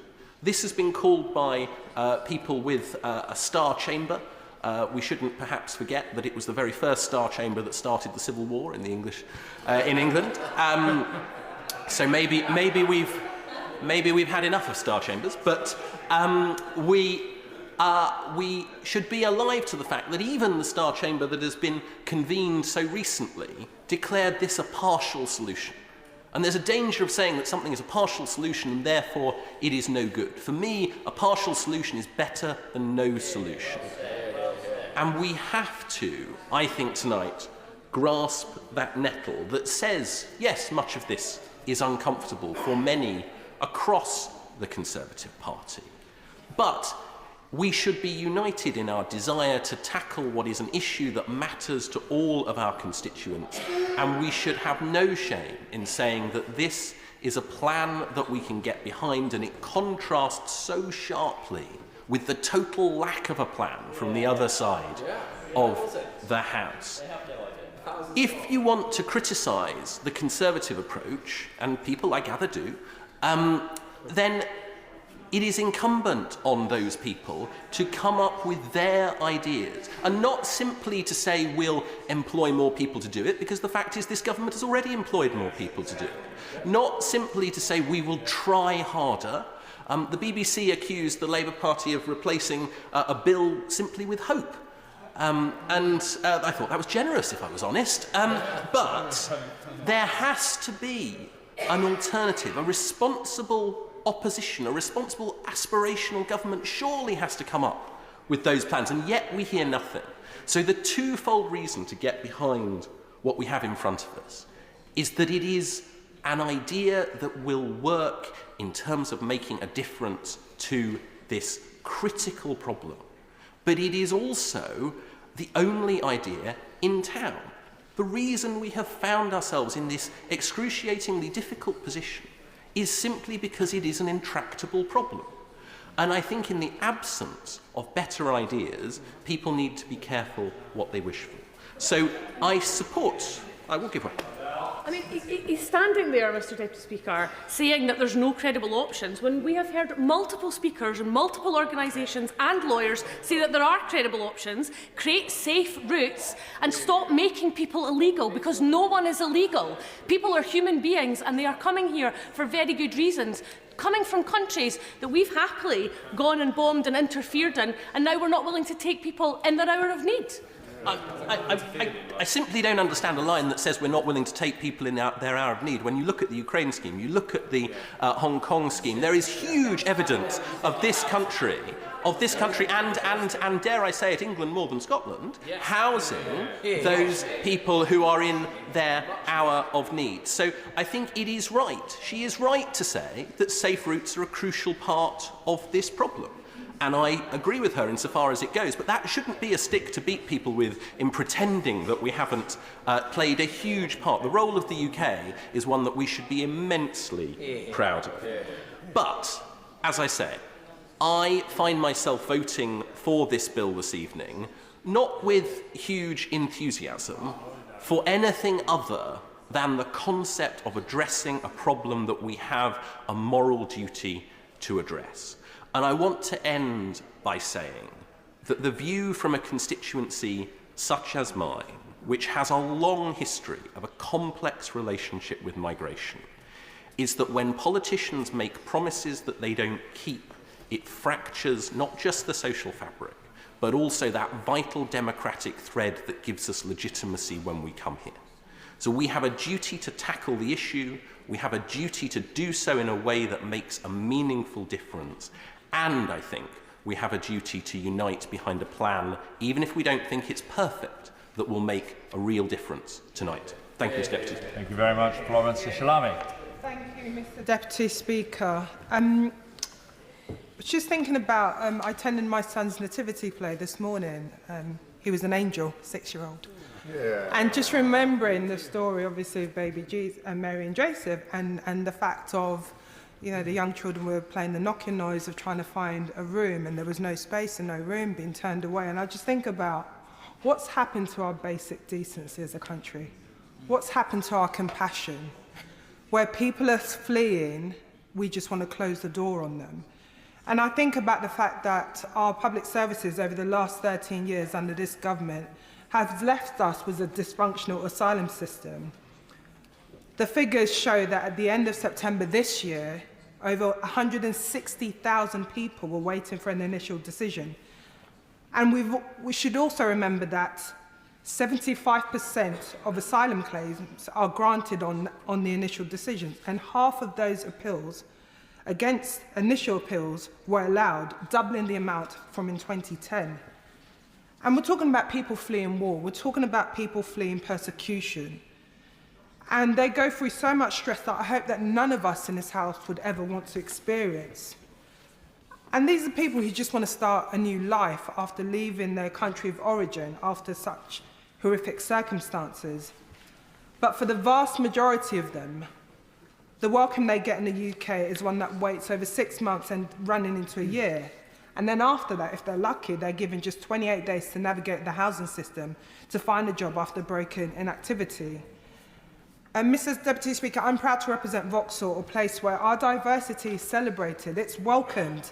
People are welcomed, people from all over the country, other communities making our community in Vauxhall stronger. And the current situation facing many people fleeing persecution is unacceptable and inhumane, and it gets worse.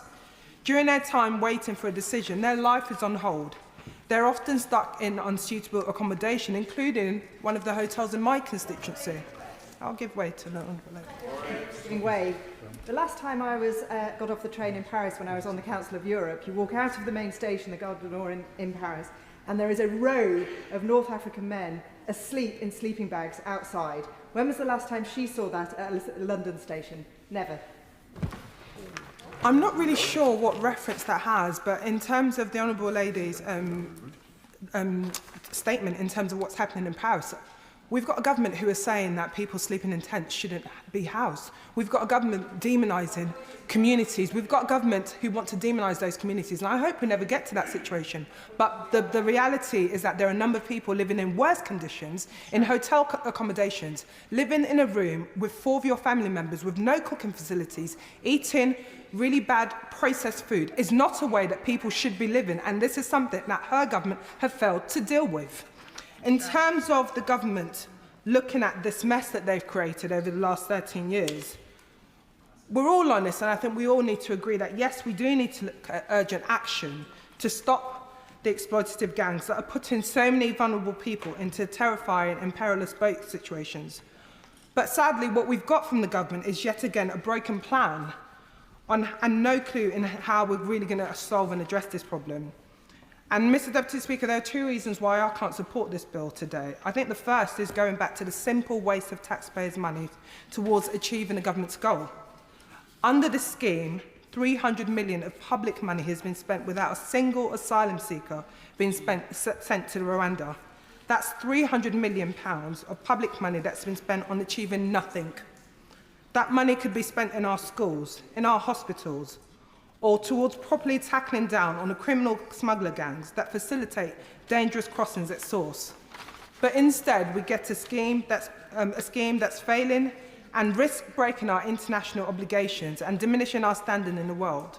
And I think that's why members should think hard about supporting this bill. Think about how much that money could do in all our respective constituencies. The UK government's own guidance on Rwanda says LGBT individuals can experience discrimination and abuse, including from local authorities. Now, Mr. Deputy Speaker, we must be aware of the number of refugees who flee their country of origin because of the persecution on the grounds of political repression and sexuality. My Vauxhall constituency is a proud LGBT-friendly place, and I'll always stand up to protect communities from the global persecution they face. Earlier this year at UK Black Pride, I met with African Rainbow Family, a charity that helps and supports LGBTQI people from African and BME backgrounds. And they spoke about the difficulties they've had and their members have had with navigating a Home Office system. They spoke about the long waits in terms of people waiting for their asylum claims. They spoke about the fact that they feel that continuously they're being persecuted, and that's coming from the top of this government. So we should be really worried and concerned that we are seeing a bill that wishes for us to not respect our international treaties and our obligations, but yet demonising and othering people. That should not be happening in 2023. And we see a bill that has no sign of being effective at its main aim to deter the channel crossings. This bill pleases no one and does nothing to help solve the problems in our asylum system. Instead, we should be looking at how we can work with our international partners in our community to address some of the humanitarian crises that are the key cause of people fleeing their homes in the first instance. We should look at how we can work with those communities so people don't need to flee their homes in the first instance. We should look at how we can spend money to tackle a serious plan to crack down on the criminal gangs and clear the massive backlog in our asylum system. We've all sat on those MP surgeries raising cases, and I see the right honourable member in the front. He was very helpful when he was immigration minister. Sitting down, raising those cases that have been there before I was elected 4 years ago, cases of people who are still waiting for an answer from the Home Office. That's what we should be doing. So I urge the government to withdraw this bill and look at other ways to help people. Nick Fletcher. Thank you, Mr Deputy Speaker. I've said it before and I'll say it again. Doncaster is full. Now, I often get challenged, I often get challenged as a Christian when I say Doncaster is full.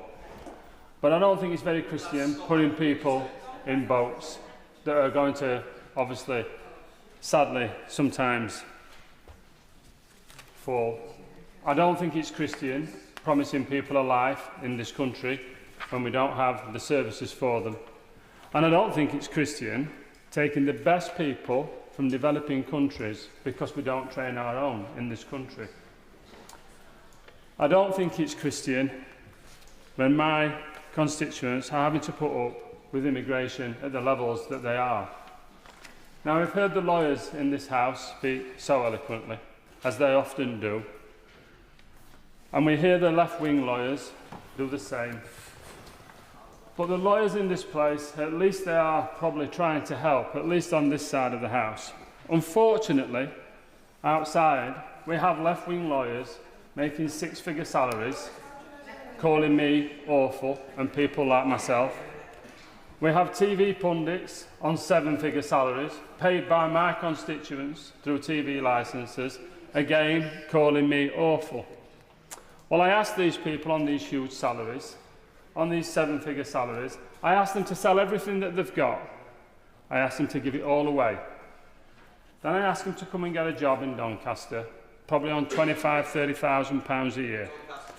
I asked them to find themselves a partner and then probably go and buy that dream house. Now, they buy that dream house, a three-bedroom semi and mid-terraced. They make the garden nice, the kids play in the garden. They've got a couple next door who've got kids themselves, and everything's rosy. Then all of a sudden, the neighbour decides to move on, he gets a job or he moves somewhere else. And that house turned into an HMO. And then we have 9 people who don't speak English anymore, bed hopping, which is what's happening, and it's no good saying it's not happening, it's happening. And it's happening. And if anyone wants to come and have a look, then please come and have a look. Because, I'm sorry, you're burying your head in your sands, trying to make yourselves look good in front of people to get votes. But this is happening, and it's happening in Doncaster, and it's happening in places throughout this country, and we are turning parts of our community into a ghetto. And this is what is happening. Now, all of a sudden, you're living next door to an HMO, and you've got comings and goings at 2 o'clock in the morning, 3 o'clock in the morning, people outside smoking. The grass doesn't get cut anymore, the windows don't get cleaned anymore, and unfortunately, you feel scared to let your child play out in the garden anymore.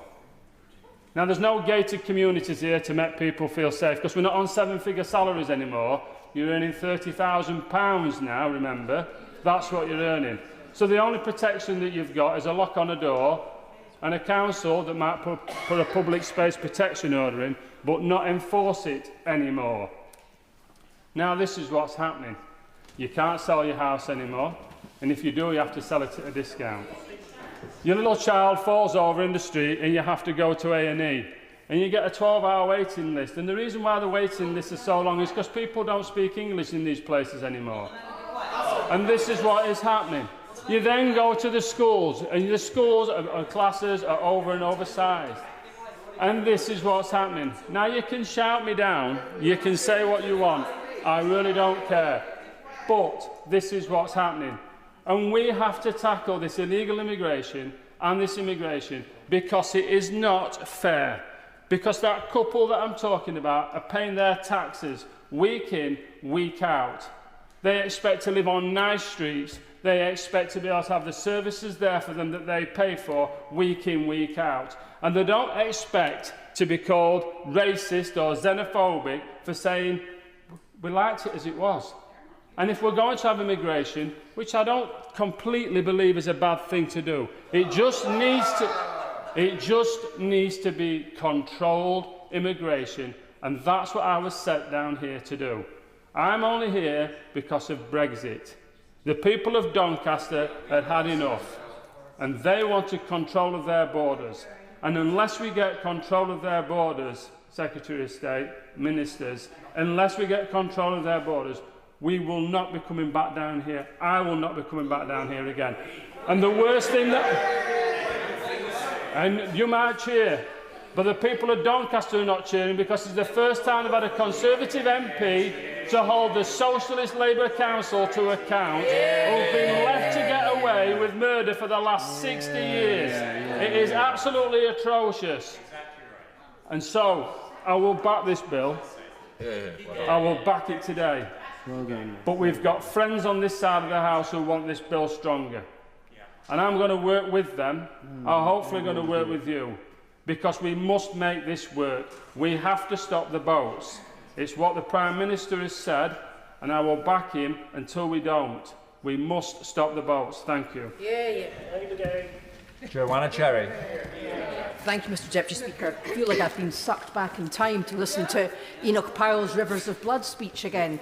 I represent a multicultural constituency in Edinburgh South West with many immigrants, many asylum seekers, many refugees. And I can tell you that my constituents don't support this bill. I was stopped in the street by all sorts of people at the weekend telling me that they hoped I would make a speech against this bill because they find it repugnant. And the member who's just spoken perhaps needs to inform his constituents that the reason they live in the sort of conditions he describes and the reason they have such low wages is not because of immigration, but because of more than 10 years of Tory government. But anyway, Mr Deputy Speaker, what I intend to focus upon is the law, not as a lefty lawyer, but as somebody who tries to look like lawyers are bound to do, look dispassionately at the law. And if you listen to the public debate, in the media anyway, about this bill, you could be forgiven for thinking that the debate about the legality of the bill was confined to the competing tribes within the Conservative Party. Fortunately, it's not. And there are sources of advice independent of the government and independent of their querulous backbenchers. A briefing based on the independent legal advice which has been given to the committee. That's independent legal advice to the committee for the benefit of all members of Parliament and peers, and that's why it's been published. I've also had occasion to consider the briefing published by the Bingham Centre for the Rule of Law. And they're both very important, Mr Deputy Speaker, because the government are trying to position themselves as having stopped short of breaching international law. But what these briefings make clear, what these independent briefings make clear, is that the government haven't stopped short of breaching international law. The bill undermines the principles of the rule of law and the separation of powers, which are supposedly central to the British Constitution, as well as undermining various of our international obligations. And I would commend to honourable members reading the independent legal advice that's been given to the Joint Committee on Human Rights. I'm just going to take a few highlights from it. Requiring the courts to conclude that Rwanda is safe, even though the evidence has been assessed by the UK's highest court to establish that it is not, is a remarkable thing for a piece of legislation to do. If the government were so confident that Rwanda is suddenly safe and has suddenly become safe in the last month, as I said earlier in my intervention, why pass this bill at all? Another point in the Joint Committee on Human Rights legal analysis. Disapplying the Human Rights Act is very significant. If human rights protections are disapplied when they cause problems for a policy goal, they lose their fundamental and universal quality that characterises them. And this is arguably particularly the case when they are disapplied in respect of a particular group, in this case migrants who've come to the UK without prior permission. And in my own aside, Mr Deputy Speaker, I'll just remind the House that history shows that withdrawing human rights from a particular group, when a country does that, it's on a particularly slippery slope. The Joint Committee on Human Rights, our independent legal advice, also makes it very clear that, crucially, no matter what the legislation says, it can affect only domestic law. And that was the point of my intervention in the Honourable Member for Stowe much earlier this afternoon. As the Supreme Court explained only a month ago, the United Kingdom is prohibited from allowing refoulement under the Refugee Convention and the ECHR, as well as under the UN Convention Against Torture and the International Covenant on Civil and Political Rights. All of these obligations are obligations to which we have signed up in international law. Passing this bill will not change the fact that we're signed up to those obligations in international law, and it won't change the fact that we are breaching our international legal obligations. So the members on the opposite benches, particularly the lawyers who've convinced themselves that it's okay to go through the lobbies and vote for the second reading of this bill tonight, are simply wrong. And if they look at the independent legal advice from the JCHR and indeed from the Bingham Centre on the rule of law, they will see that that is the case. Yes, I will give way. I thank my honourable friends for giving way. Isn't the fundamental part of the problem with this bill is that so many people see it as punishing the exploited and not the exploiter, and that if the government was serious about this issue, that's exactly what they would focus on? Well, indeed, and you know, it's been suggested by a number of speakers this afternoon that no alternatives have been suggested to this bill, but alternatives have been suggested. Yeah. A serious attempt to break the model of the people smugglers. Proper international cooperation. Unfortunately, because of Brexit and because of the government's attitude towards international law, the United Kingdom's opportunities for international cooperation are becoming few and far between, because people don't trust us any longer and we don't have the same avenues for international cooperation as we used to have. Creating safe and legal routes. That's the way to do it. That's what we used to have. People who are seeking asylum are not seeking asylum illegally, but they come across the channel because they've no other way to seek asylum unless they come to the country. So create legal routes. I will in a moment, but I want to say something about how this bill impinges on Scotland. And I want to make very clear that when members opposite talk about their mandate and their constituents wanting this bill, people in Scotland don't want this bill. It's not the approach that we want in Scotland.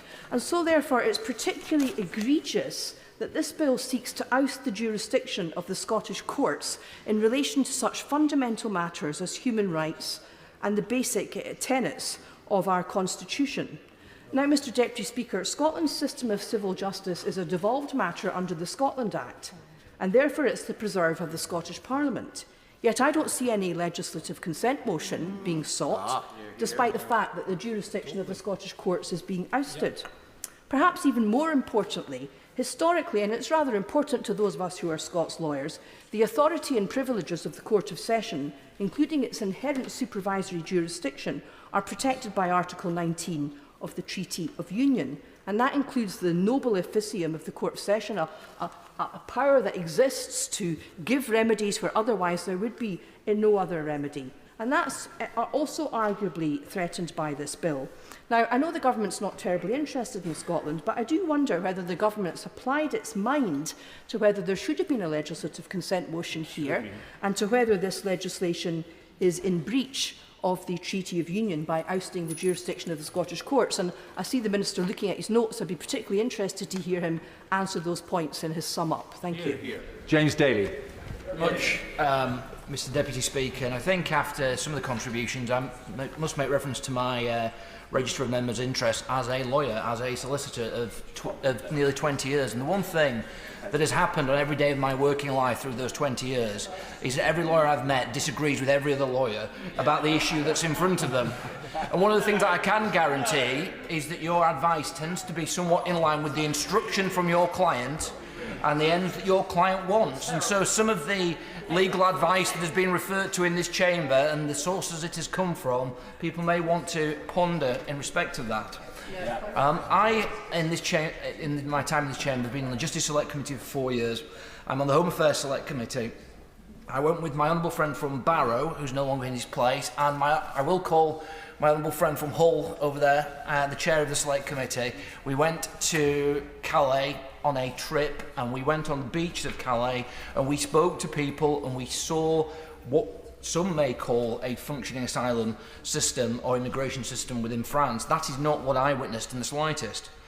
Calais is effectively a waiting room without any resources put into it, where people are directed as a waiting room to wait for a boat to come into the United Kingdom. myself, my honourable friend, we saw that essentially the immigrants who are there are housed in tents. They are treated in the most appalling manner by the French authorities, and when the French authorities get fed up with them, they literally burn the tents down, physically attack the people who are there, and throw them onto the next area or field. So the idea that we are some outlier in terms of how we treat immigrants, the immigrants that come into our country, is for the birds. Too often in this chamber, and I think it's a point very well made by a number of my friends, is that we ignore the concerns of our own constituents to pontificate about how moral and how, shall we say, how, our sort of liberal conscience. Of course, yeah. I thank him for giving way on that. Does he agree with me that that France is supposed to be a safe country, and people do have an option when they arrive in France or any other EU country that they can claim asylum in that first safe country? And when they actually make a decision to come over the channel, they make a decision to be illegal and get involved with criminal gangs. Nobody is forcing them to do that. I agree with my honourable friend in respect of that, and we've heard some statements here, blanket statements regarding immigration. But one of the curious things that I found when I was speaking to people with colleagues on the beaches was that all the people seeking immigration in this country were all males, were all single, were all of a certain age frame. There were virtually no females at all in any of the situations that we got taken to. And I think that we are escaping from both what our constituents want to do and the reality of what motivates people. People said to me when I was in those camps, we think, I'm paraphrasing here, but the basic point is we think and we are told that the United Kingdom streets are laced with gold, that this is something that you are going to come in here, you're going to be provided with a lot of financial support, whether it's through benefits and other things, and that is what is motivating a vast majority of these people to come into this country. Now, in terms of the comments made by the benches opposite, you would think that nobody in the world is motivated by that to come in here. Yeah. Everyone is fleeing because they are fleeing some type of persecution. Utter nonsense. Utter nonsense. Our constituents expect us as a government, as a parliament, to put in place a suite of measures that is going to address the problem that is happening in the Channel. Yeah. This, as my honourable friend, many honourable friends have said, is one of a number of measures this government is taking. This government should be congratulated for that. Yeah. And as my honourable friend from Barrow said, nobody seems to pick this point up. The French authorities said to us when we were there that a deterrent effect, a deterrent policy, the Rwanda policy, is absolutely necessary. And we saw, and the French authorities saw, when this policy was first announced, and it was thought that when people were going and were potentially coming over the Channel, they saw a drop in cases. The spike only came when it became clear that through various legal means that this policy was not going to go forward. So not only do the French authorities think that we need a deterrent, not only are countries such as Germany, the US, Italy, Austria all saying that we need some type of policy and following the United Kingdom's lead, this is what our constituents want. We cannot have a situation where we cannot house people, where people cannot get doctor's appointments, where people can't afford a house. We can't have a situation where we have, and this may be acceptable to honourable members opposite, where we have in our prison system 10,000 foreign national offenders in our prison system. We have to take measures which reflect the will of the people, not the will of middle-class liberal consciences, which are essentially, sometimes I feel like it is more important, I think, for some to moralise than to actually be concerned about what motivates the constituents and what we should be doing in this place.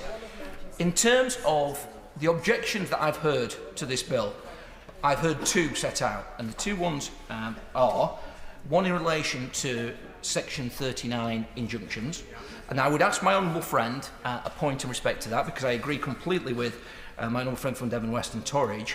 Can I ask him to comment on the government's own legal advice? Because technically, Part 39 injunctions, the government can ignore those. That is, what it states. Or my honourable friend may be able to tell me something different. But I think that's an important part of this bill, and if he could comment on that, I would be very grateful. The second part, and I'm not quite sure because I respect every single contribution that's been made on these benches, is I cannot think that anyone, and I've certainly not read any legal advice that thinks that we should exclude the right of appeal, or the right of, in extreme circumstances, the right to challenge whether you are being taken to a foreign country. And there must be circumstances. Even the Star Chamber advice say that there must be at least some form of allowance in respect to that. And so I think that the legal test that the government have been put in place, compelling evidence that somebody must show that there is compelling evidence they will suffer serious and immeasurable harm, is a strong test. I think it is going to address both legally and practically everything that our constituents want us to do. This is a good policy. It's a policy the government have worked hard to refine. It is within the bounds of international law. It is within the bounds of what this government has undertaken to the country, which is to tackle illegal migration and to stop boats crossing the Channel. Yeah. 5-minute limit now. Michael Shanks. Thank you, Mr Deputy Speaker. I'm grateful to a priest in my constituency who recently brought to my attention the film Man for All Seasons, which I confess I'd never seen. There's a quote in it which I think is very relevant. Some men think the earth is round, others think it flat. It's a matter capable of question, but if it is flat, will the king command make it round? And if it is round, will the king's command flatten it? The proposition we have today seeks us to accept the fact that government can simply define facts as facts, even if they are not so. The attempt to bend our entire legal system to fit the will of government is a high price to pay for some meagre political cover for a party that promised to deal with a genuine issue, and I think those across the House would agree with that it is a genuine issue, and has singularly failed to do so. Now we see, and we've seen it before us in the past 5.5 hours, the Prime Minister appeasing his right flank with promises of amendments later in order to bring some people on side, and others debating the fact that those very amendments would pull them away from supporting the bill. It's a complete mess playing out before us. And what a distance this Tory party has come. Their former leader, now brought back from the wilderness as Lord Cameron, said only a decade ago, "I believe that immigration has brought significant benefits to Britain. This is our island story, open, diverse and welcoming, and I'm immensely proud of it." And from that, we get to the repugnant rhetoric of the member from Don Valley, one of the most appalling speeches I've ever heard, and he's not in his place, but it was a shameful speech. The spectacle of an immigration minister resigning from his post, not in protest at the government's novel policy, but because it doesn't go far enough, and speech after speech on that side of members criticising the bill, but then saying they're going to support it. But perhaps more important than any of the legal challenges is the moral case for why this bill must be blocked. And I take issue with the idea that we shouldn't think of any of the morality of these issues. We talk of planes and boats and targets and backlogs and forget that these are human beings seeking shelter and a better life. Indeed, the Home Office's own statistics show that at least 6 out of 10 of those who made the dangerous Channel crossing will be recognised as refugees in the asylum process. And given that many are fleeing extreme situations to embark on one of the most extreme routes possible, how can this possibly stand as any kind of deterrent? Will my honourable friend give way on that? I will. Thank you. I'm very grateful to my honourable friend for giving way. Would he agree with me that those who support refugees in our country deserve our respect and should be commended by the House for their excellent work supporting refugees and local communities up and down this land? Well, I completely agree with my honourable friend, and of course immigrants across this country have contributed so much over decades to the country that we enjoy today, and we should give them immense thanks, not least in our public services. Mr Deputy Speaker, instead of thinking of other solutions to deal with the criminal gangs that are causing such misery and death as they smuggle people across the Channel, they've decided to hold firm to a course of action that's already cost us hundreds of millions of pounds and which we've heard throughout the debate tonight will cost us even more. Instead of challenging the criminal gangs at source and building better cooperation with our European neighbours to tackle it, with a government fixated on a plan that the Home Secretary himself doesn't even seem particularly convinced by. And for what? A law that's unlikely to even succeed at the aims that it's put forward. The assumption made in this bill is not that Rwanda is a safe country, but that all decision makers must treat it as such. In other words, they have to put aside any reality that they may know and accept for the purpose of decision making that Rwanda is a safe country. There will be no recourse to appeal on the basis that someone removed to Rwanda may be sent to another country, even if it could be demonstrated that that's a genuine possibility. No recourse